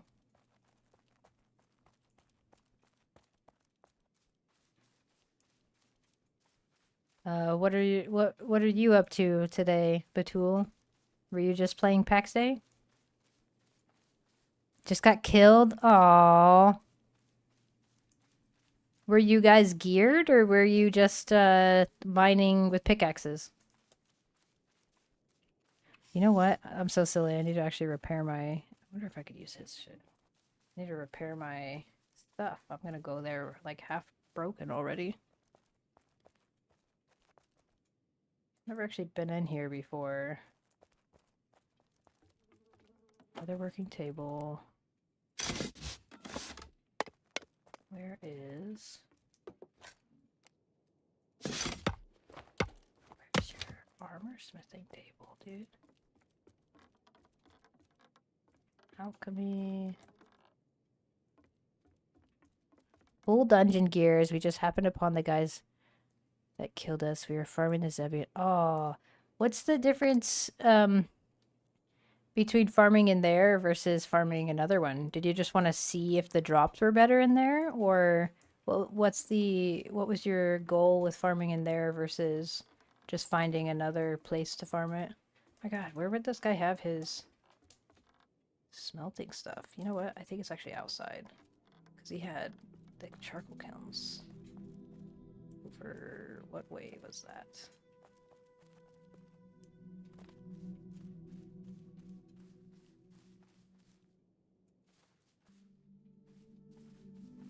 Founder's table.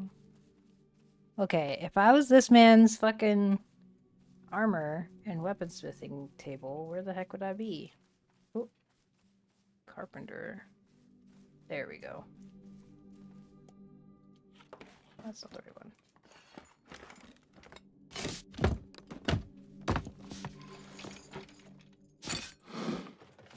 Oh my gosh, I'm about to need to make a new shield. Just exploring the names. Oh, okay.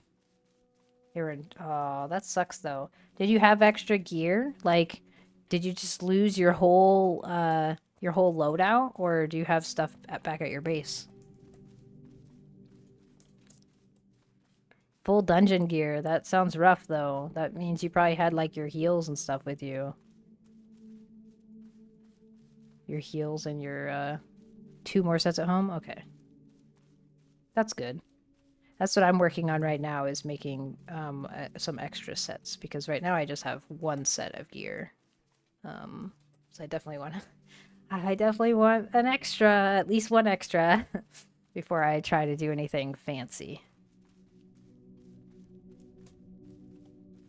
Yeah, exactly. These people, what are they thinking with their weird bases and hidden benches? Gotta put that stuff right out in the open. How else are we supposed to take advantage of using someone else's space?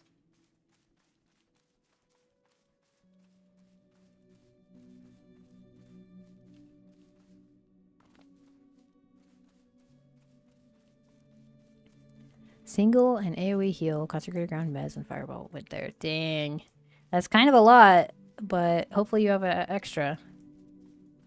Free from your gear without grief, which is good. Yeah. That's true. If there ever was a spot to lose gear, at least you lost it in PvP. It's so much worse if you lose it in a dungeon or something. Technically, you never could lose it in a dungeon, but... Well, actually, how long do bodies despawn? Or, sorry, how long until bodies despawn? Is there an actual, like, timer? I feel like I've seen bodies for at least a few days. 72 hours? Okay. So, as long as you get it within 72 hours. We had a dungeon run on Saturday that we were doing really well, and then we fucked it up, and we immediately, you know, wiped. And then I ran all the way back to base, grabbed some extra gear, and, you know, we had a couple people with us. So we had like 3 people with like weird ass gear. I didn't know where everything was in my base because I haven't played on that character in a while. And I just grabbed like random shit. And we went back in and we wiped again. And the only reason we were able to recover was because the second time we wiped, I had just pulled my body and I looted my body. And I am still on top of a hill. I looted my body as I died. And so when I respawned, I had my first it was just the ancient temple.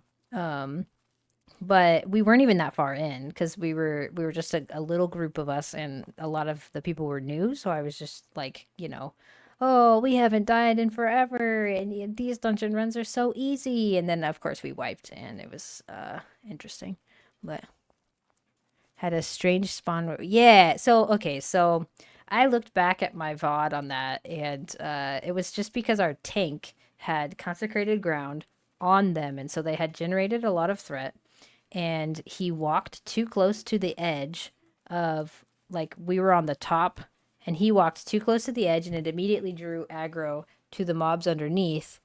And usually when that happens, it'll only bring just those mobs and they come up around. But for some reason, it brought everything underneath, up the stairs, and on top.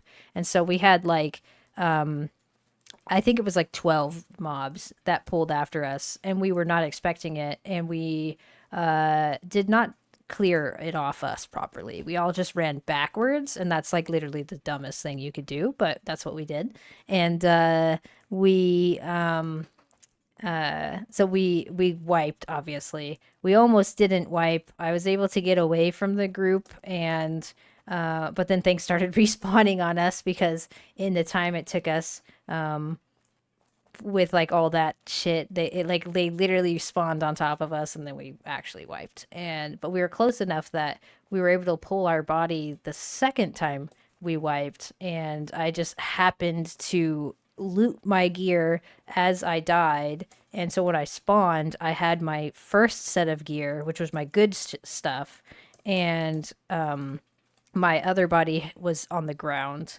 And it would have been great if we had like a plan for that many mobs. We were taking it really slow, and we were, we had a lot of inexperienced dungeon people in that group, so I didn't want to go too crazy. We were just pulling like very slowly, very cautiously, and then we fucked up, and it was easy to it's easy to wipe. But we realized we didn't have enough mez, extra mez, I should say. Sorry, my game freezes at this point. And so now we're going to be making a couple extra mezzes because this second time, I guess it's freezing twice. Okay. The second time we wiped, all I had was I had the AoE mez, which is not as good. Like it has a very long cooldown, and it's hard to use, and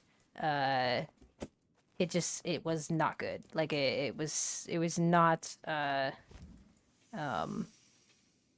useful when you're trying to do that. But once I got my actual set back, luckily, when we respawned in, I just took it slow, and we were all like just waiting, and we went up to where we were, and we got close enough to pull everything. But once we got like started to get a couple people with their bodies, it was much easier because then we could have them helping with the AoE mez and stuff. So but it was just like I was just trying to be a little quick the first time, and it kind of bit us in the ass. I should have just taken it slow and made sure to kill everything the first time. Wow, I've actually never been down around this way, so we'll go this way.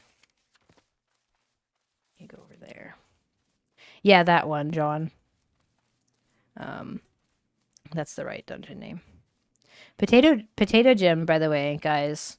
You should definitely look them up on Discord. They're the ones who have some very detailed maps drawn out for the temples, and they're working on the other ones. So they've got a lot done, and there's still more to go, but they are the maps that I use when we do our dungeon runs. They're really nice.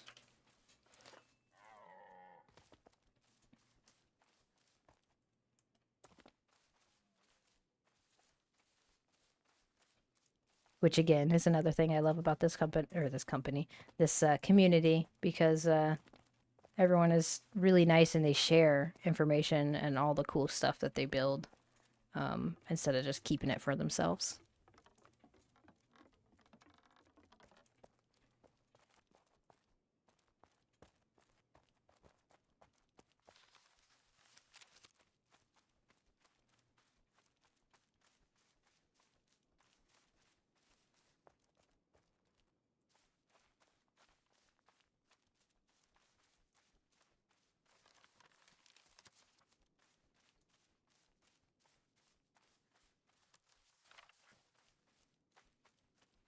Actually reminds me.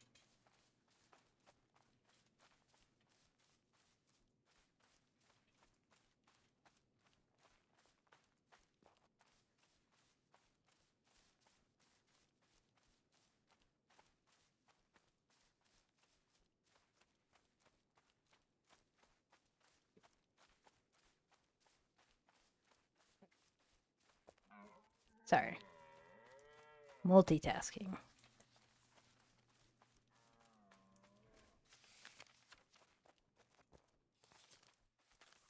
We shall see. I actually didn't bring any poison resistance, so this might be bad, but we'll see.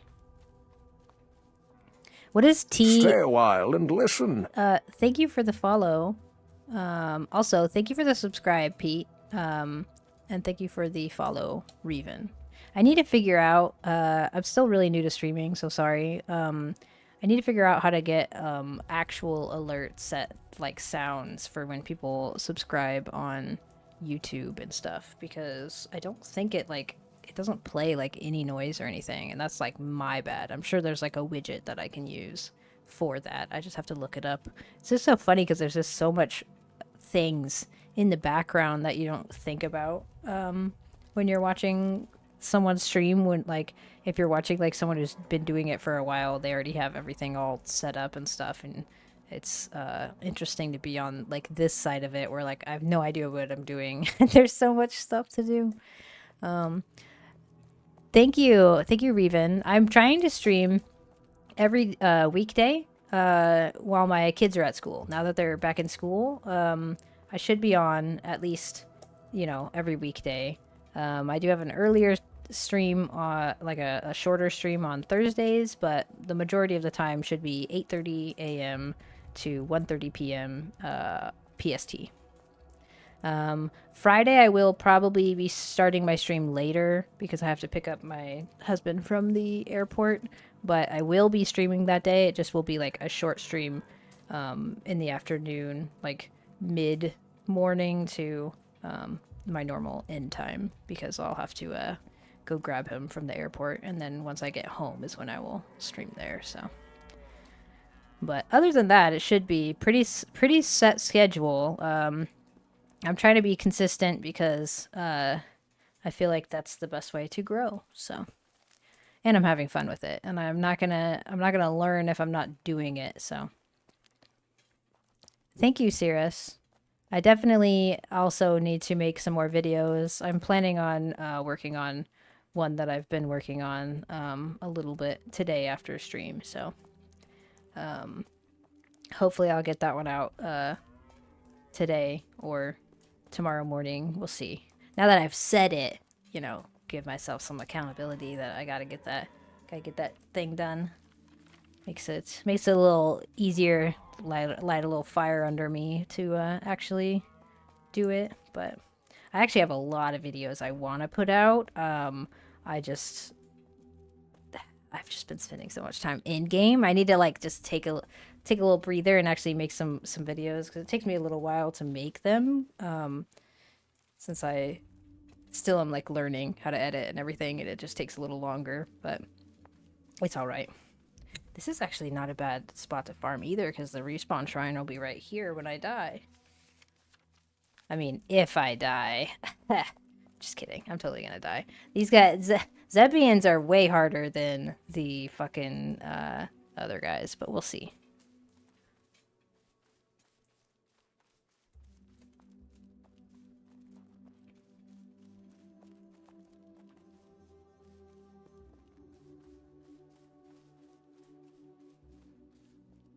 If I was smart, I would have brought some poison resistance a little bit, but I don't have any at the moment.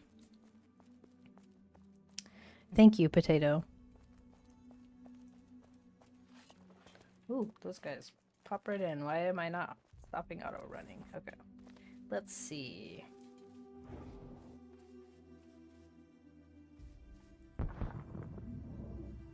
We'll make this a little easier.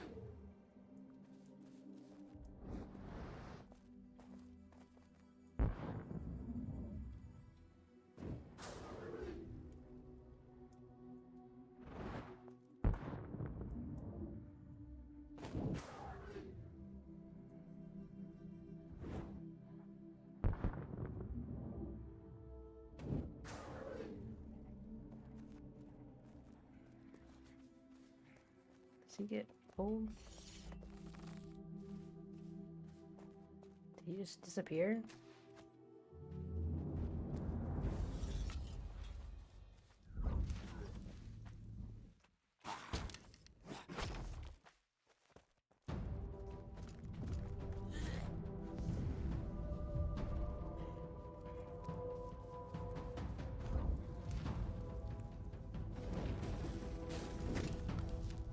I guess these guys really aren't that hard. Like, it's just because there's so many of them. Once you have Pacify, it's actually really easy.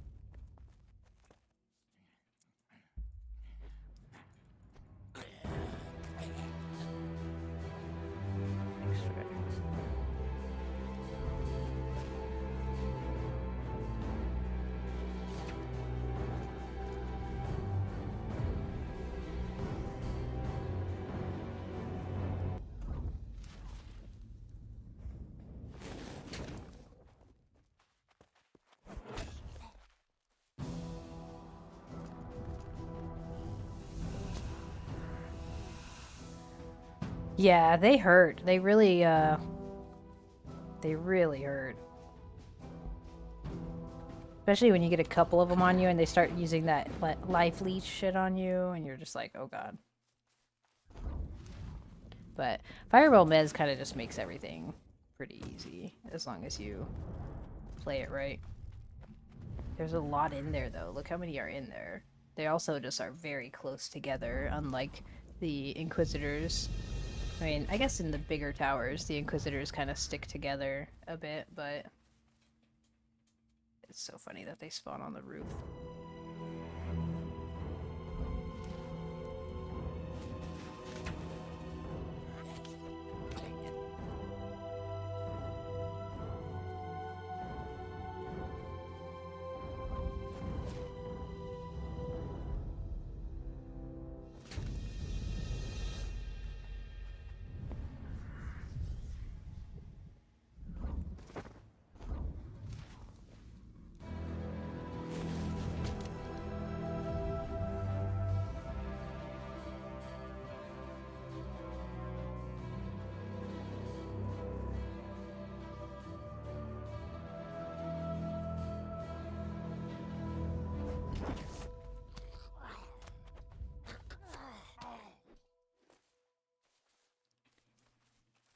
I do need a bunch of cracked sigils and stuff though, so...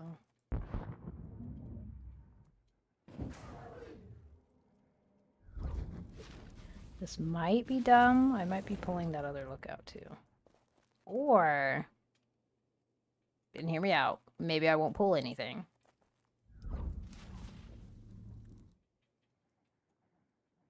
Oh, come on. Oh, that Tanner is pathing.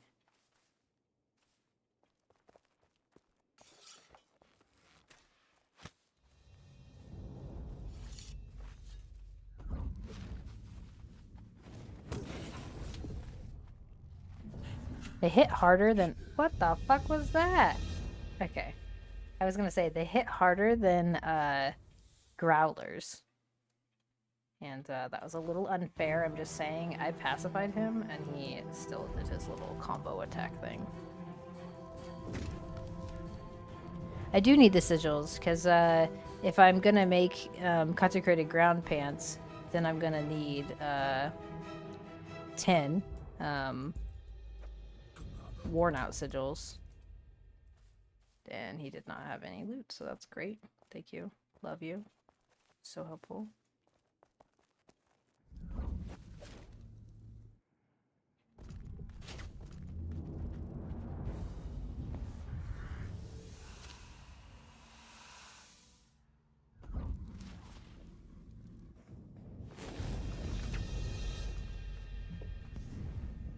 He should be. So he spawns at this tower and this level 2 tower. There's a chance for him to spawn.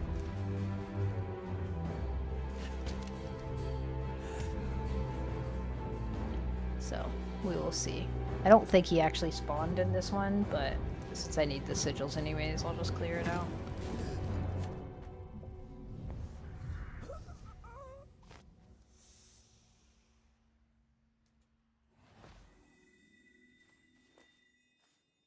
Copper ore, love to see it. Ooh, this might be stupid.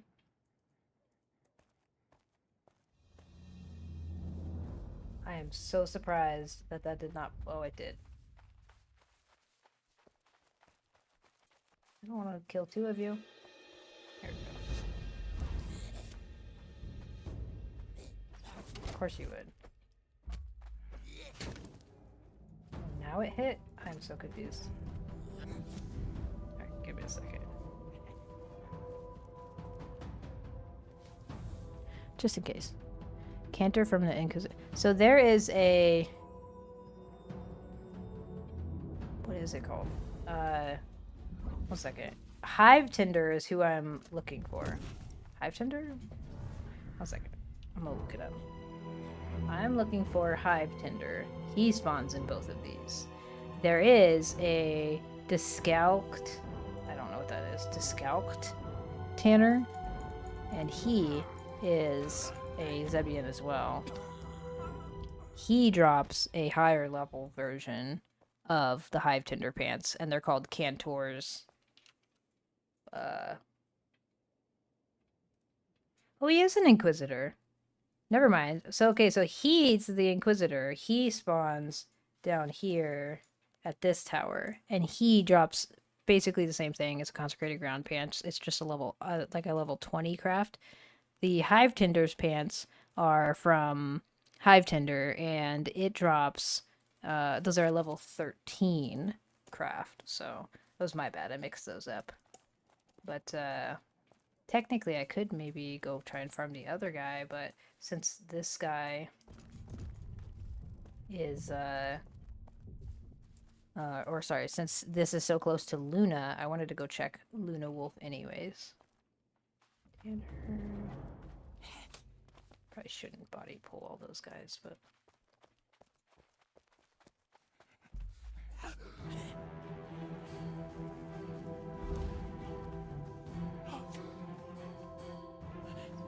Look at it.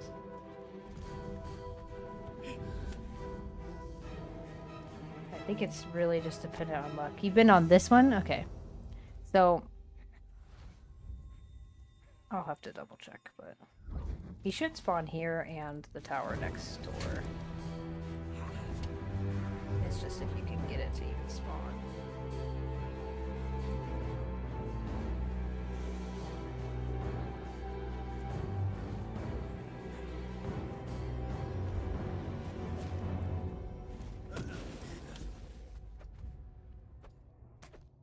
It hits so much harder though. Ballet's lever? No.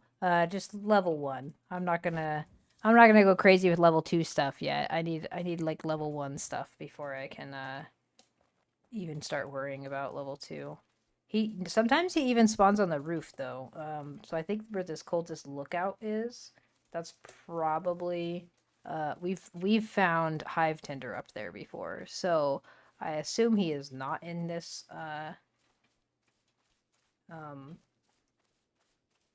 this one, but I'm not positive. I could probably like look around. Oh, actually I could look around because we are in a fucking heartland. So let me just cheese this a little bit.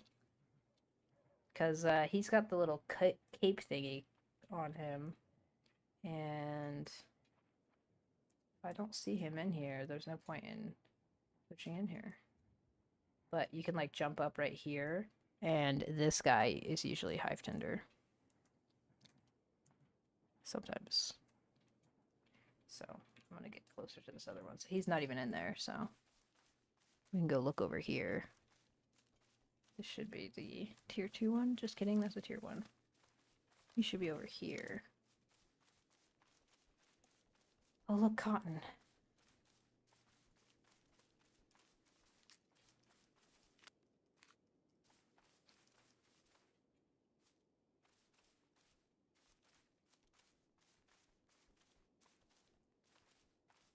Usually in the little room on the ground floor. Okay. Yeah, it really depends, but he's got the if I'm not mistaken, he has the like what's that called? Like it's like a cape thingy, like a little animal fur thing.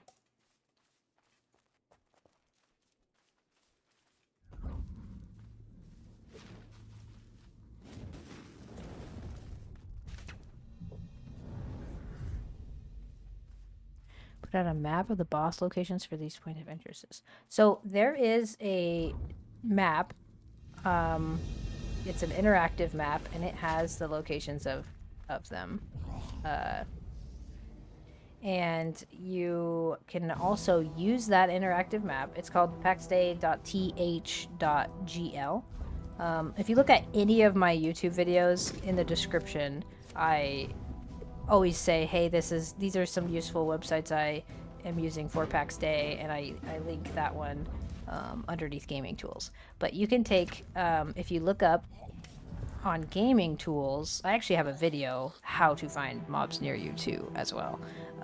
And if you look up on gaming tools, the item you want, say you want like Radiant Men 1, then you find the bosses that drop it, and you can click on them. You could scroll down. They use the interactive map there, and if there has been a boss spawn reported there, you can find that. So you can click between like Ancient, Innisgalia, all the different maps on Gaming Tools website.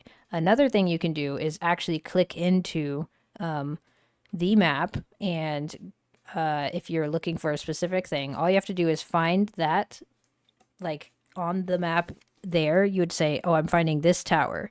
And then on paxday.th.gl, it will say whatever the name of this tower is. I'll just pretend that it's like RM TAC 2 TAC S or something. If you find whatever, like that's a confirmed, that boss spawns there, that is the tower number for that boss spawn. It is linked there. So if it is not actually updated, you can find on that website, paxday.th.gl, you can look for that tower. Just hover over all the different towers just to be like, oh, I'm going to hover over this tower. And if it has the same exact name, he will spawn there too, even if it's not reported on the map so far. So like, for example, RM TAC 2 TAC whatever. But I did go over this in a YouTube video on how to find stuff closer to you, how to find bosses closer to you. So you don't have to like, oh, well, he only, it's only reported that he spawns like way over here at this tower. But if you actually look at the name of the tower, you can find that tower over here or something, like or like maybe he spawns here and it's really close to you or something. But so that's what I just did, was looking for these spawns. These are this was like the Luna's Wolf Cave. This was the closest one to me. That's what I looked for that. This one is the Mesmerize shirt. Demon Seeker's Demon Seeker's cloak or something. Match tower for Lictor and Luminary, but couldn't match the tower. Any tower in it. I don't think he spawns in here, to be honest. Potato. I remember looking. Hi, Keeks. I remember looking because I was like, oh, I'll just get that. But I don't think he actually spawns in here. I'll have to double check. I don't think so. I think we'd have to go to another zone for that guy. But now that I'm safe right here for a second, I'll just cheese this one too, just to see if he's here, because I know that he looks different. Oh, there's a corrupted guy and some hellions. This is a tough one. I probably don't want to step in here. I think you gotta go upstairs. Oh my, sorry. I was not expecting him to be walking down the stairs as I did that. Where the fuck am I? Okay, stairs. Alright, now I'm confused. I'm just gonna go up. I'm in there. This is like, okay, so this is what the one that, what the, oh, okay, never mind. It's bushes. I thought that was fucking, okay. Yeah, I jumped, so those are casters. Usually he's like, sometimes he's in here, maybe? That's just a caster. He might not be in here.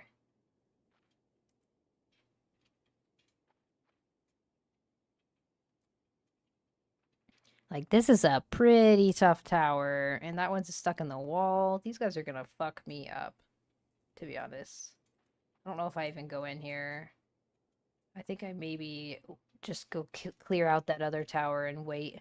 I could clear out that other tower to get, like, the spawns to reset, and then go to the Luna Cave, because I think this is a bit much. And I don't actually see him anyways. That might be a boss. But even that looks like just normal mobs. Sometimes if you come through here and you go through... Oh, I guess that is a little different. These all look like normal mobs. Oh. Because sometimes there's bosses up here on this stairwell. But it doesn't look like it either. So this layout of this tower is in Ancient. The first dungeon that we cleared is like way down here, and it has that layout of the bosses. So I kind of know where the bosses spawn in there, but I didn't see a single boss in there. So I think I will clear this tower below, and just to get this. Oh.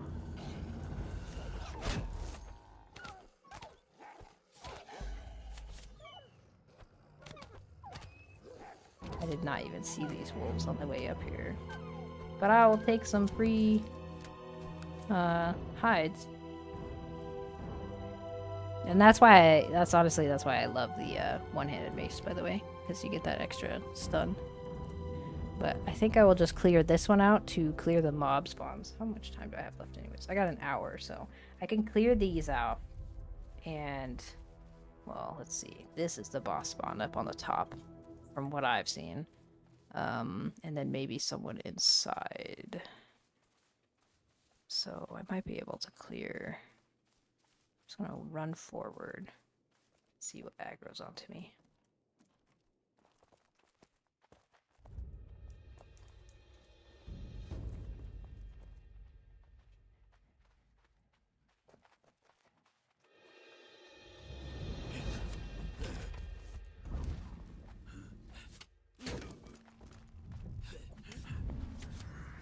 Oh my gosh, I ran out of my food.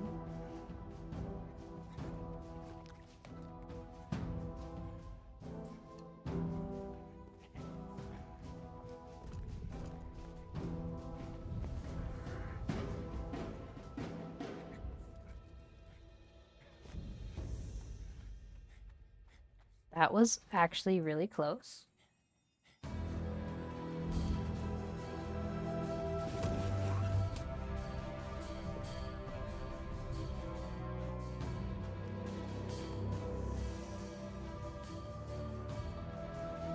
Oh shit, he just respawned in.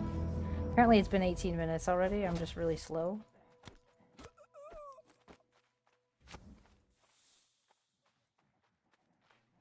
That guy doesn't know how to get to me.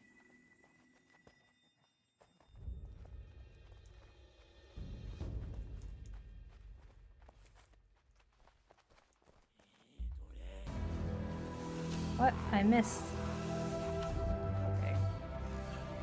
My bad. I'm just bad at this game, apparently. What is that? I fucking... Okay. Whatever that spell combo is, that is what kills you every time. Because I have him mezzed, and he just hit me 3 times while mezzed.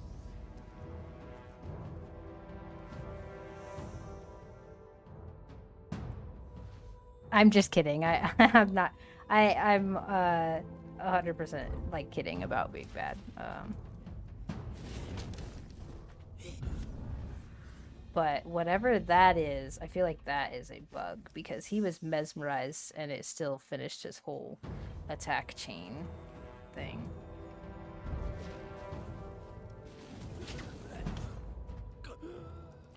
Okay. Okay, so we killed him. I'm pretty sure that's the boss spawn because the other times I've seen this in Ancient, or not Ancient, in Karis, is where I've killed on that kind of thing. That's where he spawned. He spawned on the roof because we were like running around like, where the heck is he? And then as we were running away, someone turned around and saw that he was on the roof. But we'll just run over to Luna's cave and see if we can get Luna to spawn. And maybe another one of these chains of reassurance things. And then I can give that to my neighbor. So they have a heal. That chain is 37, 37, 65. Yeah, it's fucking painful is what it is.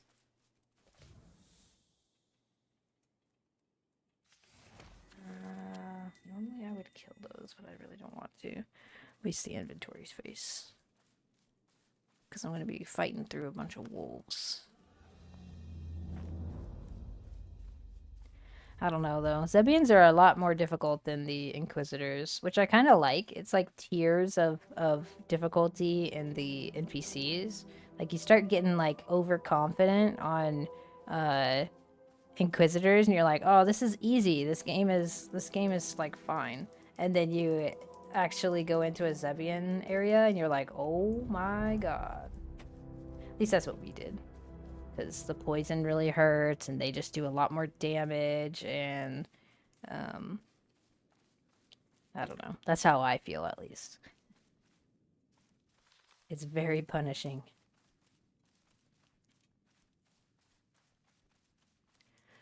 I'm glad I leveled up a few weapons when the bears would bug out. Oh yeah, that was nice. I was kind of lazy to do that. I leveled like one weapon until it broke. So I think I got like a level maybe, and then I was like, all right, I'm done. But we did have a couple people who leveled a bunch of their weapons until they got like really bored when the bears were all bugged out like that. All right, before I go underneath, I'm going to double check the top for their spawns. Actually, am I even at the right spot? Right. This is the cave entrance right up here. Where'd it go? I've never actually come from this direction before. For this cave. I guess it's right here. No, this is like a mining pit. Oh, wait a minute. I'm too far. Oh, there's the cave entrance. Okay. I'm gonna check the top because they keep spawning above. In Alpha 2, we fought Zebians first before we knew what spells were and never fought Inquisitors. Okay, so we had like a Luna cave in Alpha 2, and we were like, we killed it, and we were like, oh my god, this is a boss drop, and it dropped like the Twinkling Collar Stone or whatever, and we're like, what the fuck is this? Like, I thought it was gonna be something, like, I thought it was gonna drop something cool, and we had no idea what magic, like, how to get magic or anything, and so we were just like, well, that was, like, useless, and, in the, streamer event, then I had done like more research and stuff, and so I knew that that was like the actual item you needed for the boss and stuff. And we started off by like, okay, well, we need to actually like farm magic items. Let's try and make this stuff. But it was still like really new in that we didn't know, you know, what all we would actually want. We just kind of wanted to make stuff to make stuff.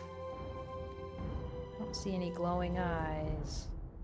I might leave these guys if they're not the bosses, because it'll make the dungeon easier. Let's see. Should be right there for Luna, and then the other one was like up that direction. But I don't see bosses up here, so we're gonna go underneath, and we will see if they're spawned. But we also, in Alpha 2, we were like right next to a tier 2 tower or whatever, and that was a mistake. we couldn't kill them. We finally figured out how to like stun lock them with our shields, like a day or so before the Alpha 2 ended, and then but we didn't have enough people to do that. And then they also lowered the stun duration, because like, I don't know if you remember, but the stun used to last a lot longer, and it was really OP and it way easier to stun lock things. But we got almost there, and then it was the end of the Alpha 2, and then I had like a whole different group with the streamer event, because it was just random people that got access with the streamers, and so we were all just random, didn't know anyone, and we kind of knew what we were doing. And then by the start of early access is when I actually knew like what items I wanted to try and farm. Ooh, okay, that didn't hurt as much as I thought it was going to. And so it's like there is definitely a learning curve, and you have no idea what you're getting at the start. But once you know, it definitely is a lot easier.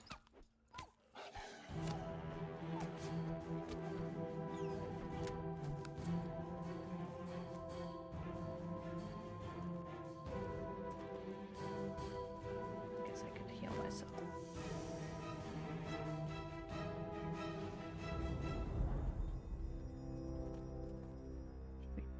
Two wolves in here. This one too.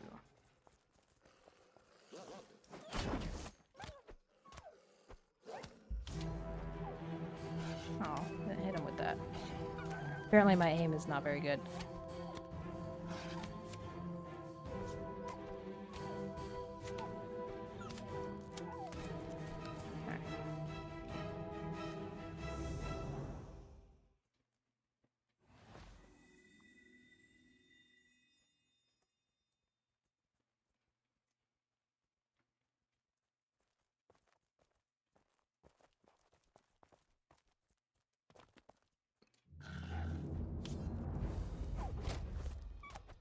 Wolves feel so easy once you get a little bit of this plate armor. Like, they feel so much easier. Actually, I might wear the plate. Like, 10 damage feels like so much when you have, like, nothing, because they do, like, 18 damage to you. It's like a growler. But once you actually have a little bit of armor, they just are so much easier.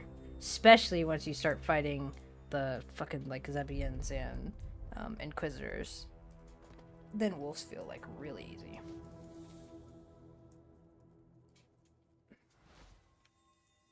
There's two more here. Somewhere.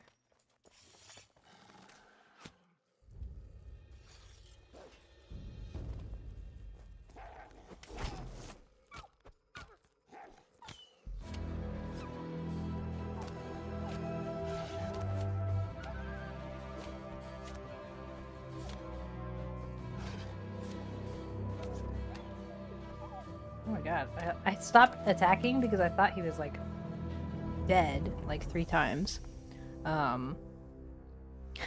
before I had magic and when I was just in chainmail, that's as far as I got in this dungeon because I started coming down here and there should be a growler over here or something, and I killed the growler and he almost killed me, and I was like, okay, I'm not pushing further. I don't want to die.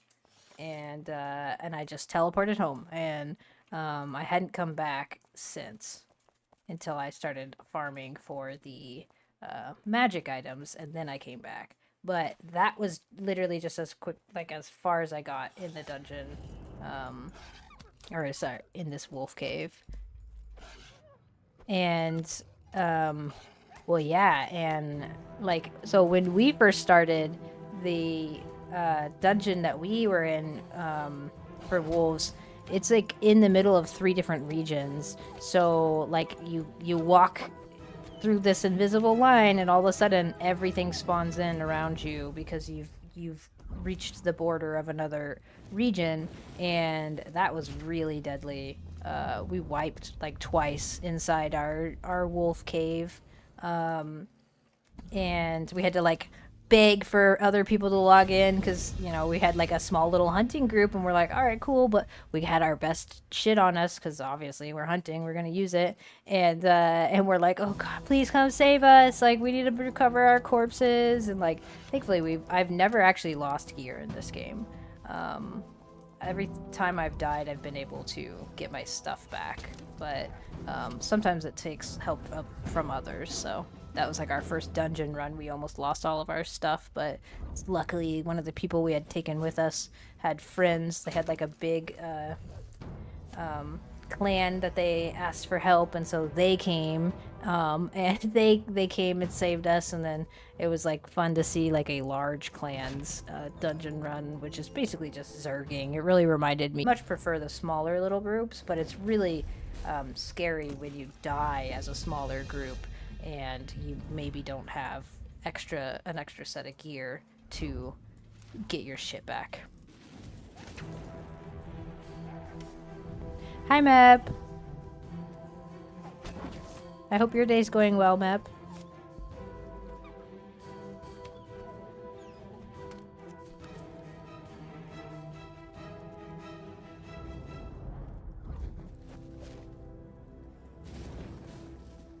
I haven't known one of them in a good while. Yeah, me either. I hated chest runs in New World. It was so dumb.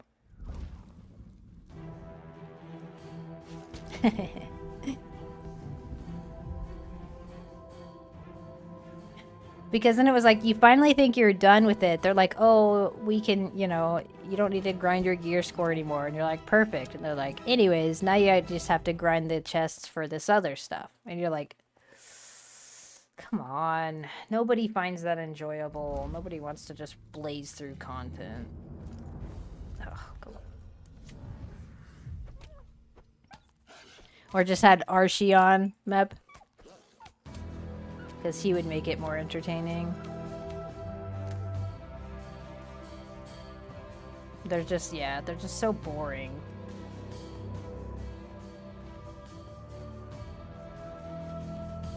Growler, growler. Are you here? Nope, growler, growler, growler. Okay, well, we'll kill these.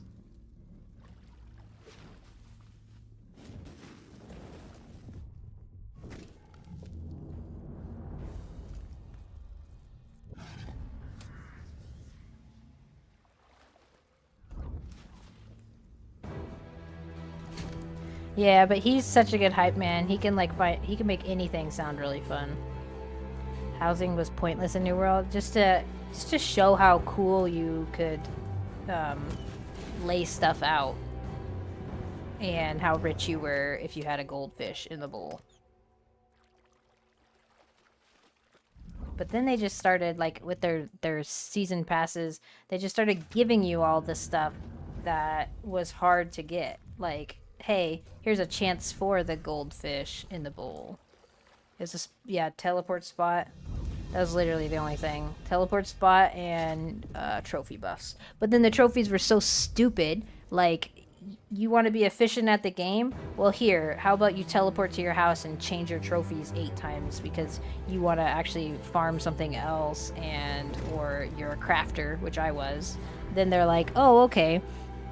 Oh, and the globe. Yeah, and then all 3 houses, not and then they're like, "Oh, actually, you want to actually be efficient? Here, we'll make ultimate trophies, but you still have to fucking run a million PvP missions to get your faction tokens, and then also spend a fuck ton of gold just to combine your trophies that are not tradable anymore, even though they were tradable before you combined them. Now that you have that convenience of combining them, you can't let your friends borrow them.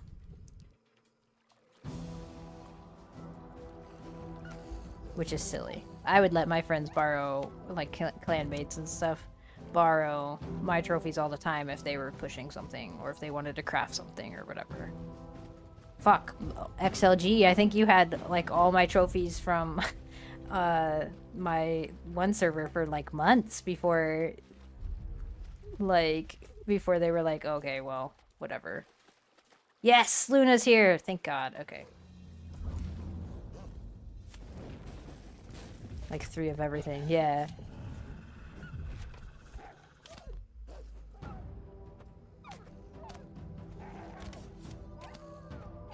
Yeah, but it wouldn't show you that it's bugged out. That was the worst part on some of those bugs where you don't even it says 595 out of 600 and you're like, "All right, cool." You craft the item, it's like, "Anyways, it's 575." You're like, "What? What the fuck is that?" Like, yeah, I don't know. Just bugs, you know. Fucking she's like throwing a rave over there.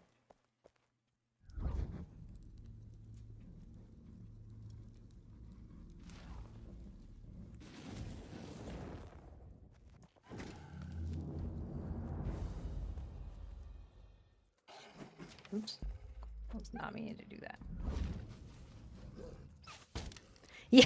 My gosh. This man, XLG, he stopped playing New World for a little while because... Oh, 1 second. Because he got this bug where you were in a trial and he died in the trial, and so he was immobilized. And every time he died, he was immobilized, which was fine. You would just have to have someone revive you. You couldn't respawn, and it's whatever. But he went on a chest run. You know, those lovely chest runs we were just talking about. He went on a chest run in Mirkgard, and in that chest run, he accidentally fell off of something that caused him to fall into lava. And he couldn't respawn out of the lava. And they, you know, he contacted support, and he's like, "Hey, I'm in lava. Can you just move my character? Like, it's fine. I'll figure out how to fix the respawn bug, which you guys know about." And they were like, "No, we can't move your character." He's like, "What do you mean? Like, you guys are the GMs. Just move my fucking character from the lava." And we spent like was it Athreus? I don't even remember who I got to come with me, but we sat there and we took 2 people because we were healing and we were trying to fucking get him out of there. Yeah, we needed 2 healers. So it was me and someone else. I like begged for people to help me. Like, and we eventually got him moved enough that we could revive him and get him out of there. And then we also figured out how to get the stupid other bug where he had to like go back into another instance from the side and scale a mountain, and then I think you jump off and die or something, and then it finally resets you. I don't remember exactly how you got rid of the that other bug, but that was like us figuring out how to do that, because he was just sitting there like, well, I can't play my character. It's dead. It's dead in lava. It's stuck. You know, they wouldn't help him. They couldn't move his character, which is silly. I played a game like Ragnarok Online, I've mentioned multiple times. Played that game, and I got 30 minutes. I can run back to that first one. And they could like their GMs can literally teleport you to them, and they just didn't know how to like they couldn't do that. Um, but we weren't even asking them to fix that bug. Fuck, I don't remember. I don't think I came this way.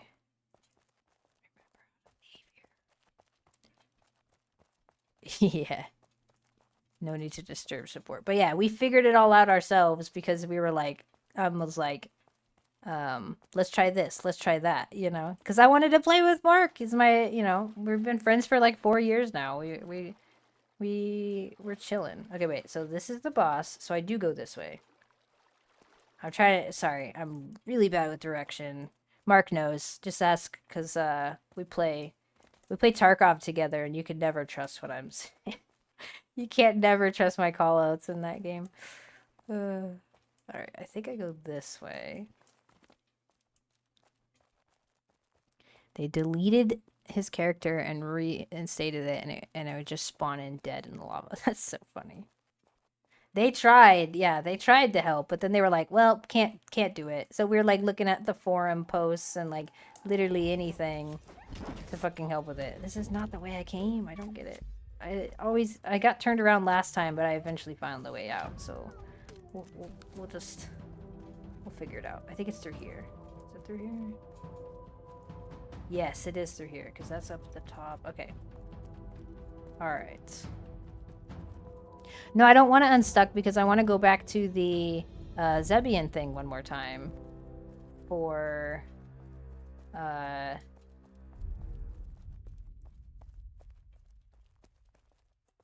just kidding. I did not go through there. I want to try and get Hive Tinder once more. It's over this way. That's what it is. Since I'm over here, because when I unstuck, I am all the way back over at my base anyways. It's okay, I found the exit. I am lost in a game. Mep, always.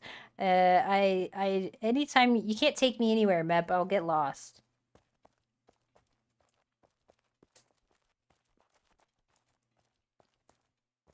But look at that, I found it. I figured it out. Next time I go back in there, I will get lost again. But we did get another Twinkling Collar Stone, which means I can make another Pacify shoulder eventually. Once I get a couple more furry collar stones, I think, or carved. I think it's carved. Six. Yeah, I need a little bit more because I had 20 and now I have 6. So I might need a little more. Let's see. Thanks, Mark. And then the customer service people are just minimum wagers. Yeah, that's true. They don't. Oh my god, that would have been bad. Okay, I need to look where I'm going. Where even am I? Oh, I'm going the wrong way completely. Don't mind me. Okay. Let me just go find the road.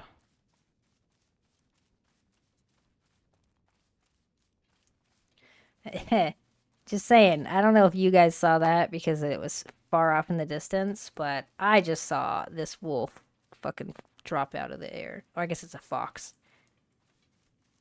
Talk to a real estate agent about her ideal house. As fewest number of walls as possible.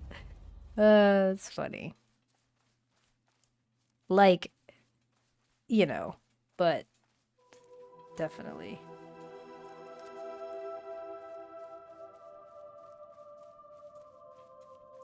Honestly, don't know how I just ran so far in the opposite direction. Whatever. Yeah, I'm gonna put this back on.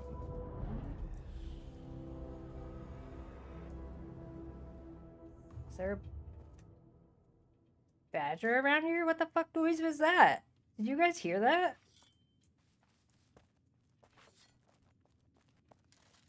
At the end of that music, it had like a little...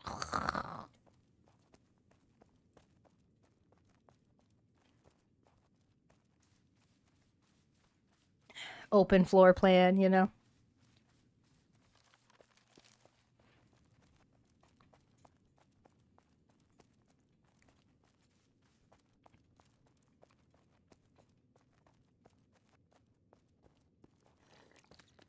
Okay. If we could get Hive Tinder, that would be amazing, but it's not really going to matter because I still have to farm a bunch more Zebians before I can craft it anyways. But if we got Hive Tinder, we could at least just go fucking farm the Zebians that are right above my base, which would be very helpful. Instead of having to run all the way over here to farm it. But I doubt it's going to be spawned because this game loves me. It's actually like crazy, and it's like you're farming this. Stay a while and listen. I'll thank you for the follow, Fried. As soon as I don't need something, like we went down to Karis because in the streamer event, before I realized that all the towers were actually named and what those names actually represented as far as spawns were, I just knew that this one tower in Karis, in Trimmin, spawned Hive Tinder. So we went to that tower in the early access. We ran down from Ancient.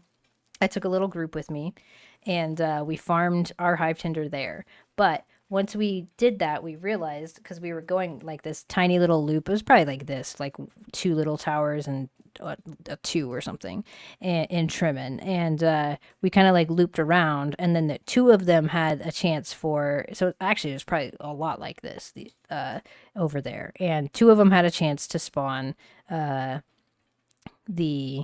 Hive Tinder, and then we saw him up on the ceiling. That's why I was saying that's where I killed him last time. But we got out of there with like 4 or 5 of the sigil, and it was super helpful because then we never had to go back. But then when I realized that all the towers have like names and stuff, I realized, oh, he's much closer. We didn't have to run all the way over to Karis. I could have gotten him so much closer than what I had gotten him at.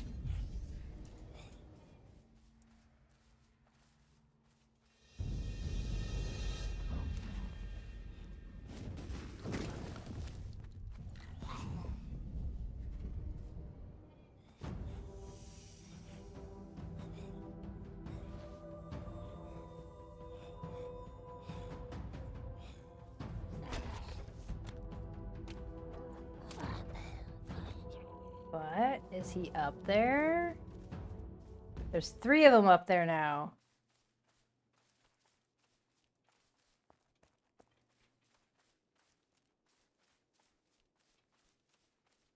But, look at that. Hive Tinder. Although that's actually interesting because I was looking for the dude with the like wolf pelt on the back of him. So maybe he was spawned at that other one and I didn't see him. But he's here, so it doesn't matter. I'm gonna get these fucking pants one way or the other.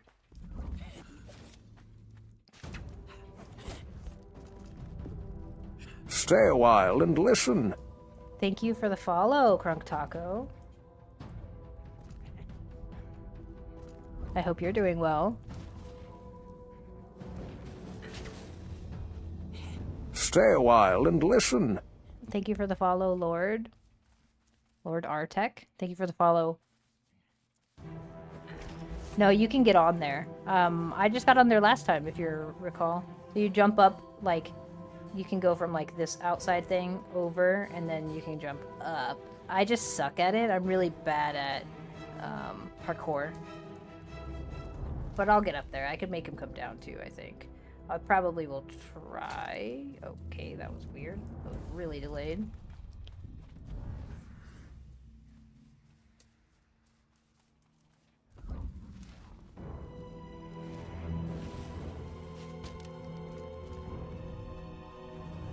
Since he's like up there with 2 other mobs, it's gonna be really hard to get him. But we'll try. I should be able to maybe pacify it from the side. But we'll see. I don't know if that's even gonna hit. I think it's gonna hit the underneath. Oh, it still pulled him though. Cool. 2, 1.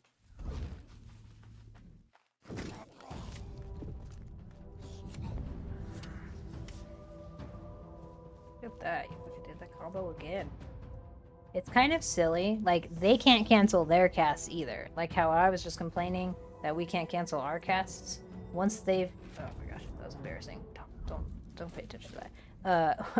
Once they cast something, it's casting the whole fucking thing. So, you better be blocking or you're getting 3 hits.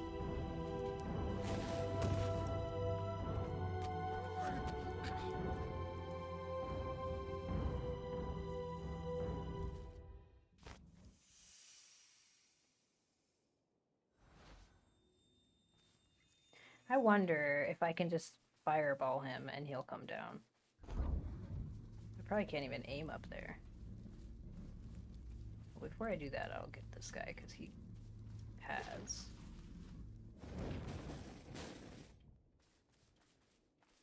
Wow.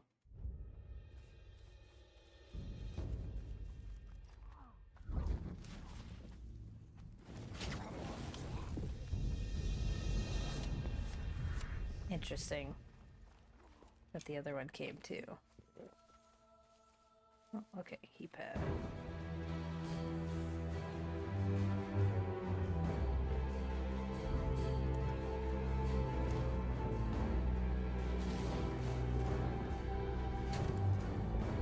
Oh my gosh. Okay. I don't know why I did that, but okay.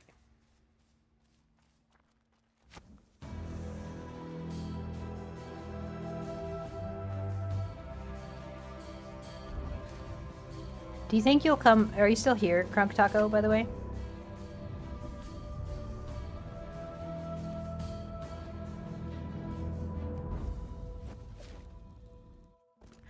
Do you think you'll come back when there's a update and stuff? Because you kind of played a little bit and then you stopped playing again? What have you been playing, by the way? Okay, cool. Crunk was also in our clan. I met him with the streamer event.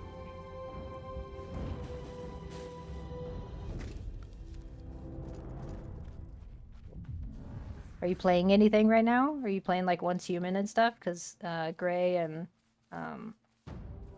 Athreus and all them are playing Once Human.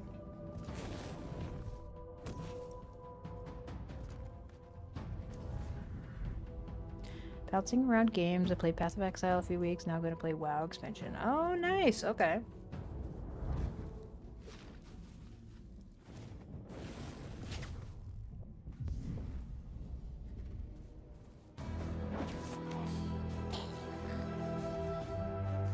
Let's see. Can I pacify that? Do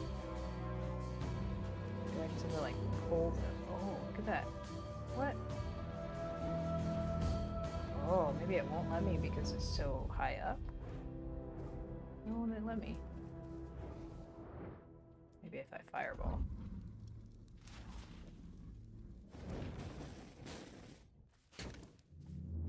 That worked. Interesting.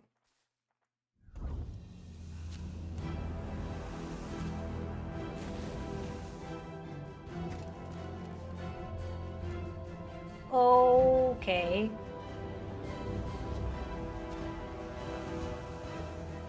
Well, that's one way to get them down.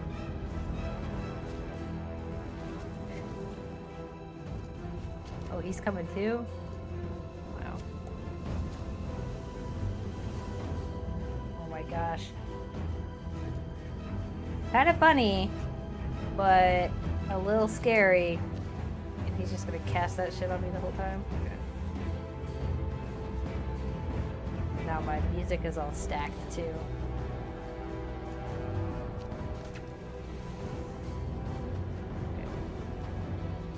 Well, that's not gonna get annoying fast.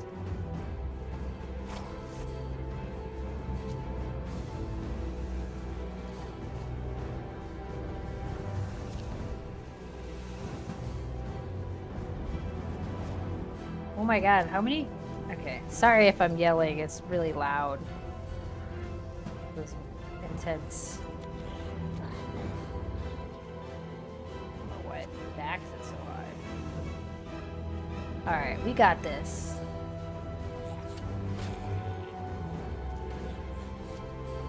Oh my god, we maybe got this. Ocean? No? Okay. We're fine. Just need that guy to chill. Hive Tender is like, nah.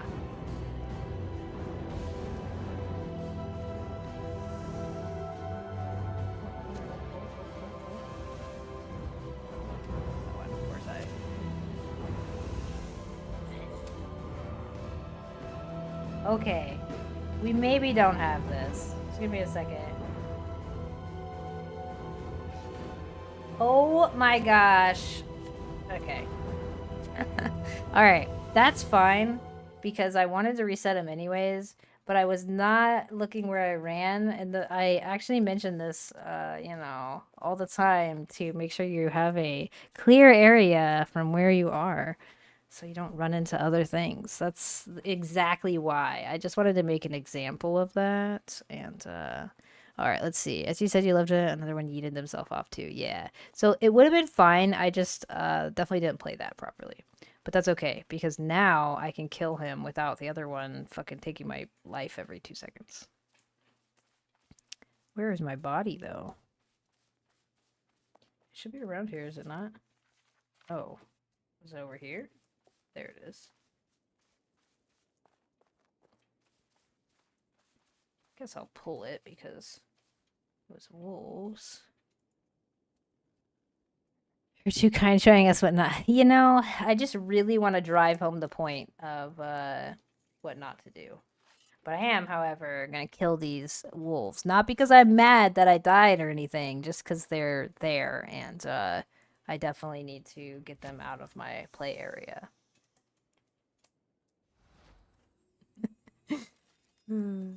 Oh, I had the wrong gloves on too, but it was funny watching them yeet themselves off, though. That was pretty funny. Alright, time to kill these.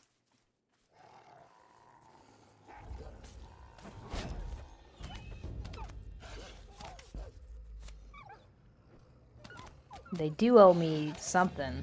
They owe me food, actually. But I'll take animal hides. In absence of that. Rough animal hide. I'm just gonna drop this shit and this shit because hide is more important. Okay. Now, hopefully he doesn't walk all the way back up there, to be honest. No, it looks like he's outside. Unless those guys respawn. Yeah, I have been a little while here. Maybe they... Is this a tanner down here? It is. Okay, cool. So he's the one that yeeted himself off.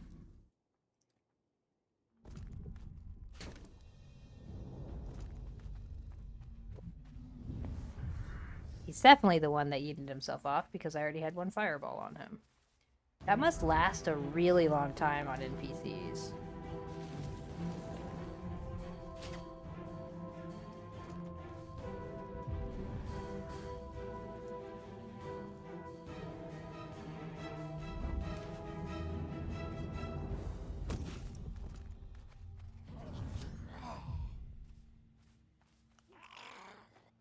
Yeah, Mark plays a lot of fun-looking games.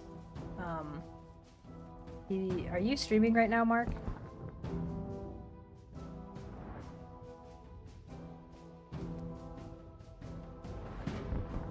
I don't know if you can hear me.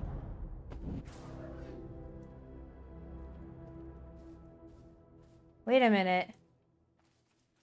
Did he change to a Zebian lookout? If I just got fucking baited because I died and had to come back over here, I'm actually gonna be really disappointed. He's a lookout now. This game. That's actually really disappointing. That he's a lookout. That's so silly. Okay. I didn't even go that far. The cultist was still there and it reset him. That's actually kind of lame. I'm not gonna lie. Maybe he couldn't path back. Maybe, I don't know. We'll see. I'll come up here. Nope. He's just a lookout now. Because it's a lookout, or it's the hive tender. Damn, that's so dumb. Alright. That's unfortunate. I'll double check outside. Maybe he's over there somewhere. But it was only 3 things, and 2 of them jumped off at me, and the other one was the hive tender. I think it just, I got far enough away because I died that it reset it.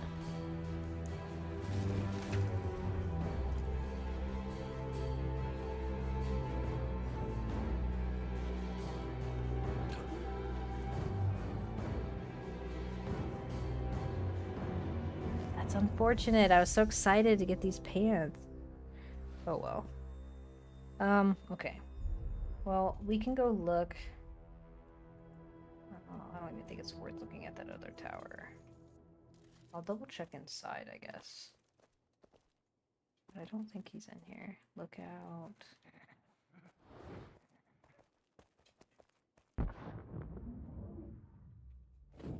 I like how I'm looking around my screen like that matters. Pretty sure he's not in here. No, because those are the stats. That's so unfortunate. Oh well. We know where he's at. He definitely spawns there. So we'll get it next time for sure.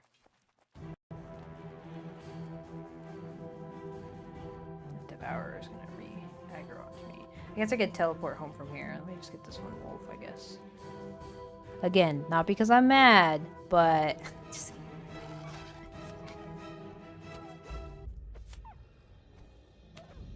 But I do actually need a lot of leather because I want to make another plate set and I need like more generic leather. Alright.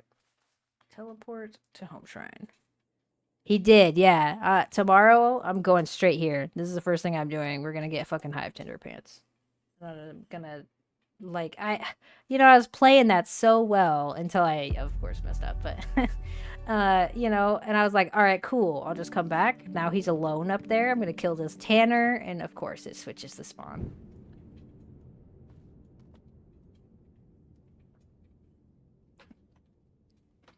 That's okay though. I couldn't make it anyways. I have to go farm more of those guys because I only have 3 worn out sigils and 1 cracked sigil. Pretty sure it's 10 worn out sigils to make that item.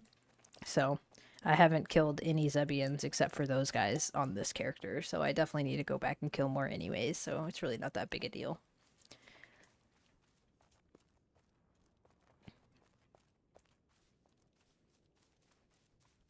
But it would have been nice to have the sigil because then I could have just killed the ones up here. Which maybe I'll go look at these up here. I wonder what drops up here because, might get lucky. What if I can get that really cool looking helmet? By the way, I'm putting this one on because I don't like how the other one works. Then I would still be happy. It's not worth using it, but it's still fine.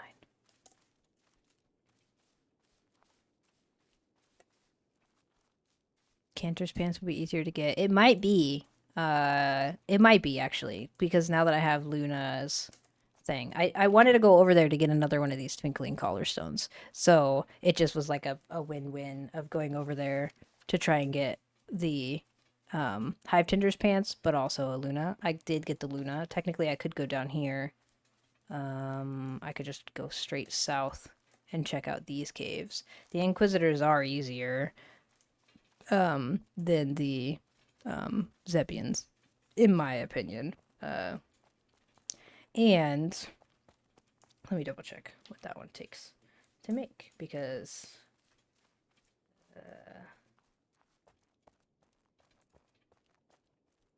Cantor's pants, it takes 15 cracked locket, so I need to go farm 15 more cracked locket, but I do need to farm cracked locket anyways because I wanted to make another fireball bracer. So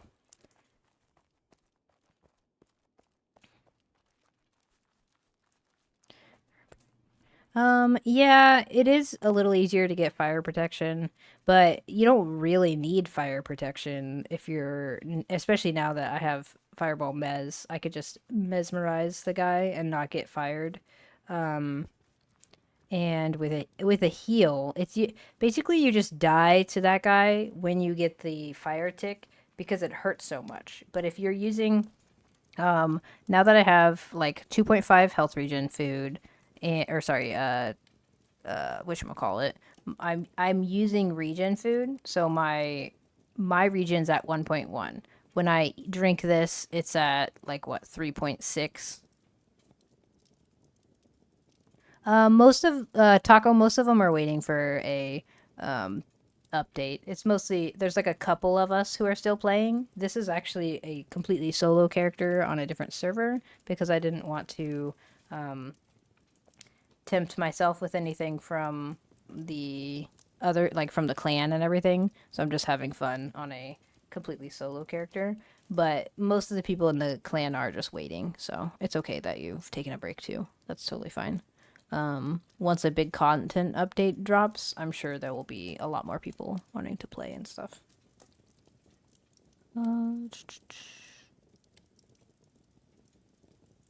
Why buy one when you can get two for twice the price? Yeah. And that's true. I mean, I don't know. I could go down there because I did want to farm. Well, I think I kind of skipped it though. I was gonna say I did want to go down there because I needed it for, what's that called? For alchemy. And then I kind of just skipped it and I started making the other thing. So, or using the next level of it anyways. So I don't know if I actually need to go there or not, but it's okay. I could do Cantors because I also need to get cracked lockets for another set of demon hunters bracers because I want to get two of everything so that, damn, I killed a lot of wolves. Just throw it in one of these chests. Just kidding, it's full of water. Oh my gosh, I'm running out of chest room. I'm gonna have to actually organize this stuff sometime. Okay. But not right now. That's how I am with everything. Oh man, this is so dirty. I should probably clean this. But I'm not gonna do it right now. Okay. Rough animal hide. But there are a lot of people playing like Once Human and stuff. Taco. That's Future Kim's problem. You're right. It is. It's 100% Future Kim's problem. Occasionally I go through and sort through things. Pots coming out of the wall. Some posts coming out of the wall and stack chests on them. I could.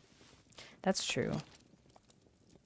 I could do a lot of things with this build. I've just been really lazy. I got like enough of the stone and clay to build this little multi-level foundation thing and a couple walls, and I was like, all right, I'm good. I have all the stuff that I need right here. I don't need to like eventually I'll make it look pretty, but like with a one plot build, I feel like this is okay. I have everything I need. The only thing I haven't crafted is the higher tier charcoal kiln, and that's just because of where I'm at. Tango. We should be friends. But I feel like I could make it look really pretty and do like a little tailoring room and all that stuff, but it's like, or I could just have fun and not organize while I'm playing. So that's kind of what I settled on, was to just chill.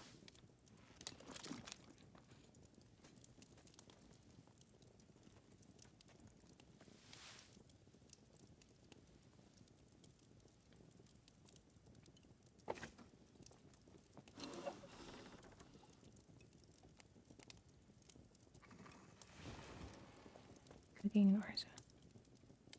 Nice. Yeah, I would organize a little bit, but not too much. That was mostly Mep. Mep is like the biggest organizer. He build and then he would organize stuff and because, well, he would ask. I started helping organize, but by then it was like everyone was kind of already dropping off for a little bit. So it didn't seem that helpful, but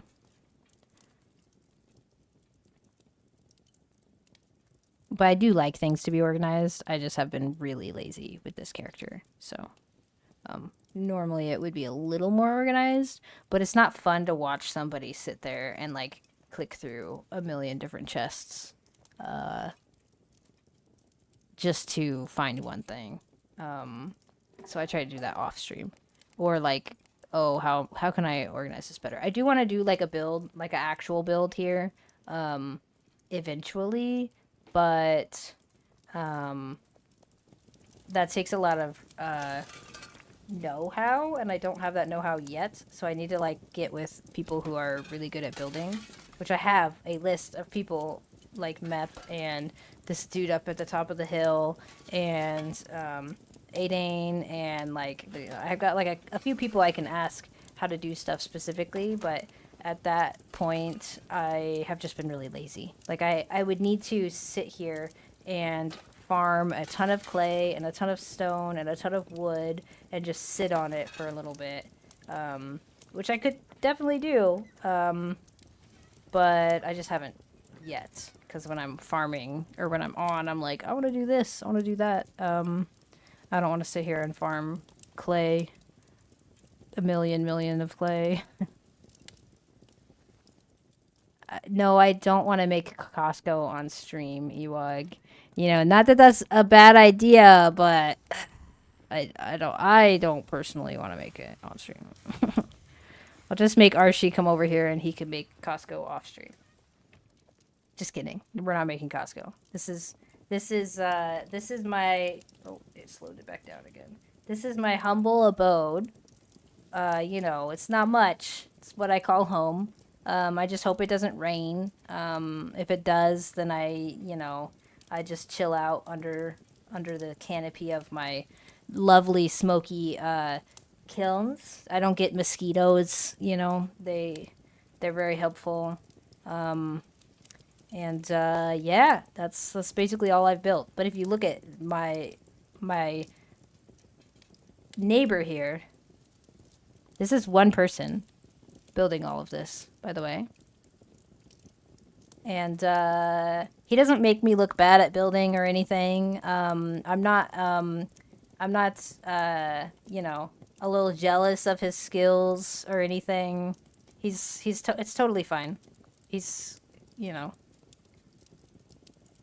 No, it's actually amazing. He comes through and he like clear cuts our wood over here.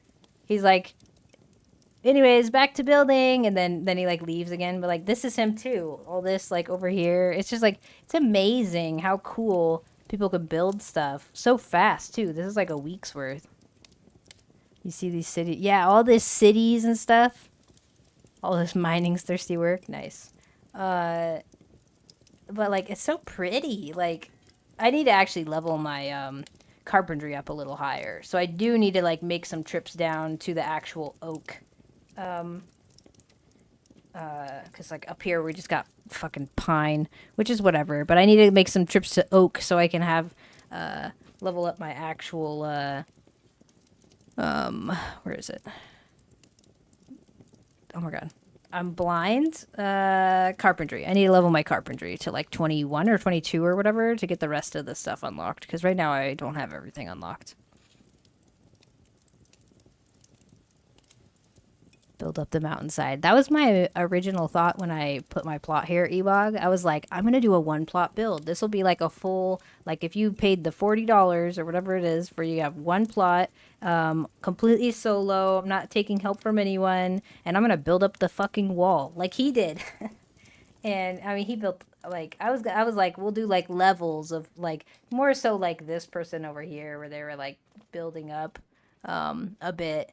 And on like each level and stuff, but it's like, and then I got like my platform down and I was like, damn, that's a lot of stone and clay. Well, anyways, I'm not gonna come back to that, and I changed it up a little bit, but like, oof, I don't know.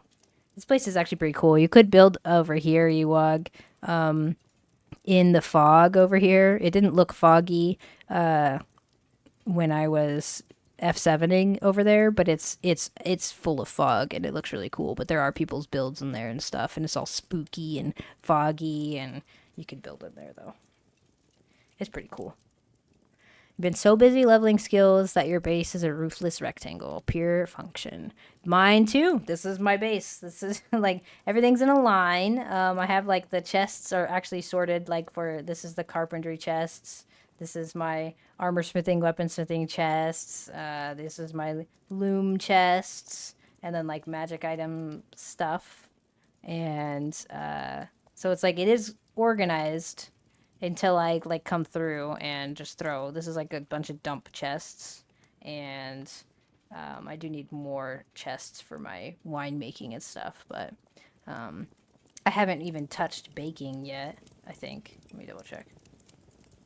Yeah, baking's still 1, but I'm gonna cheese that though. I'm gonna do what I did on my other character where I just go mine a bunch of iron and flax, and then you can just craft this. Where is it?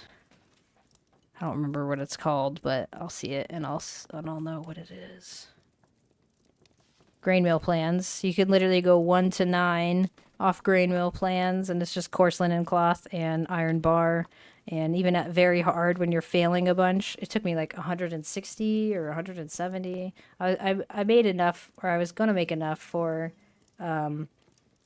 200 crafts of this, and that got me to 9 easy on baking, and didn't have to do anything except mine and farm flax, which felt way better than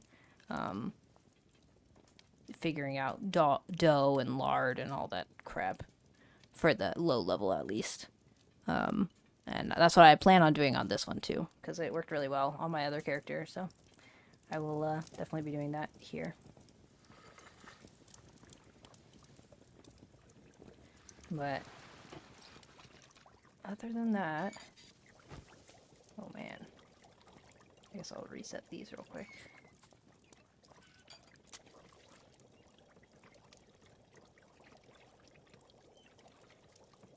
And I'm going to grab a little charcoal. Uh-oh. Oh, yeah, I'll just do these. And I need some charcoal. Uh-oh, did I just use all my charcoal? No, there. Okay. Just redo these. I am going to be hopping off soon. I have to go get my kids from school. So I will be raiding somebody in just a minute. I'll redo this.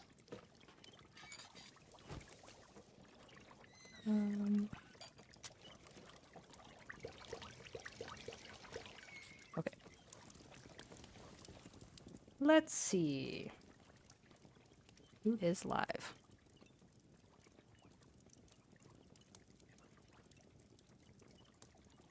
How do I even look at this?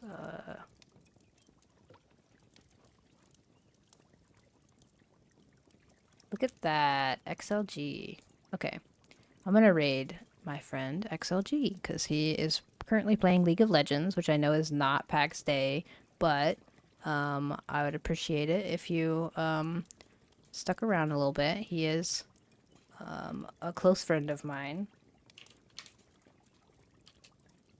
Oh, it helps if I type on the right keyboard. I've known him for over 4 years now, and we've played a lot of games together, so definitely a really cool dude, and he is trying to get to what is that called? Affiliate as well. So I appreciate you guys all coming out. I will be back tomorrow morning at I hope that he's gonna be online. I didn't even actually look. He's only been on for 7 minutes, so oh yeah, he is. Okay.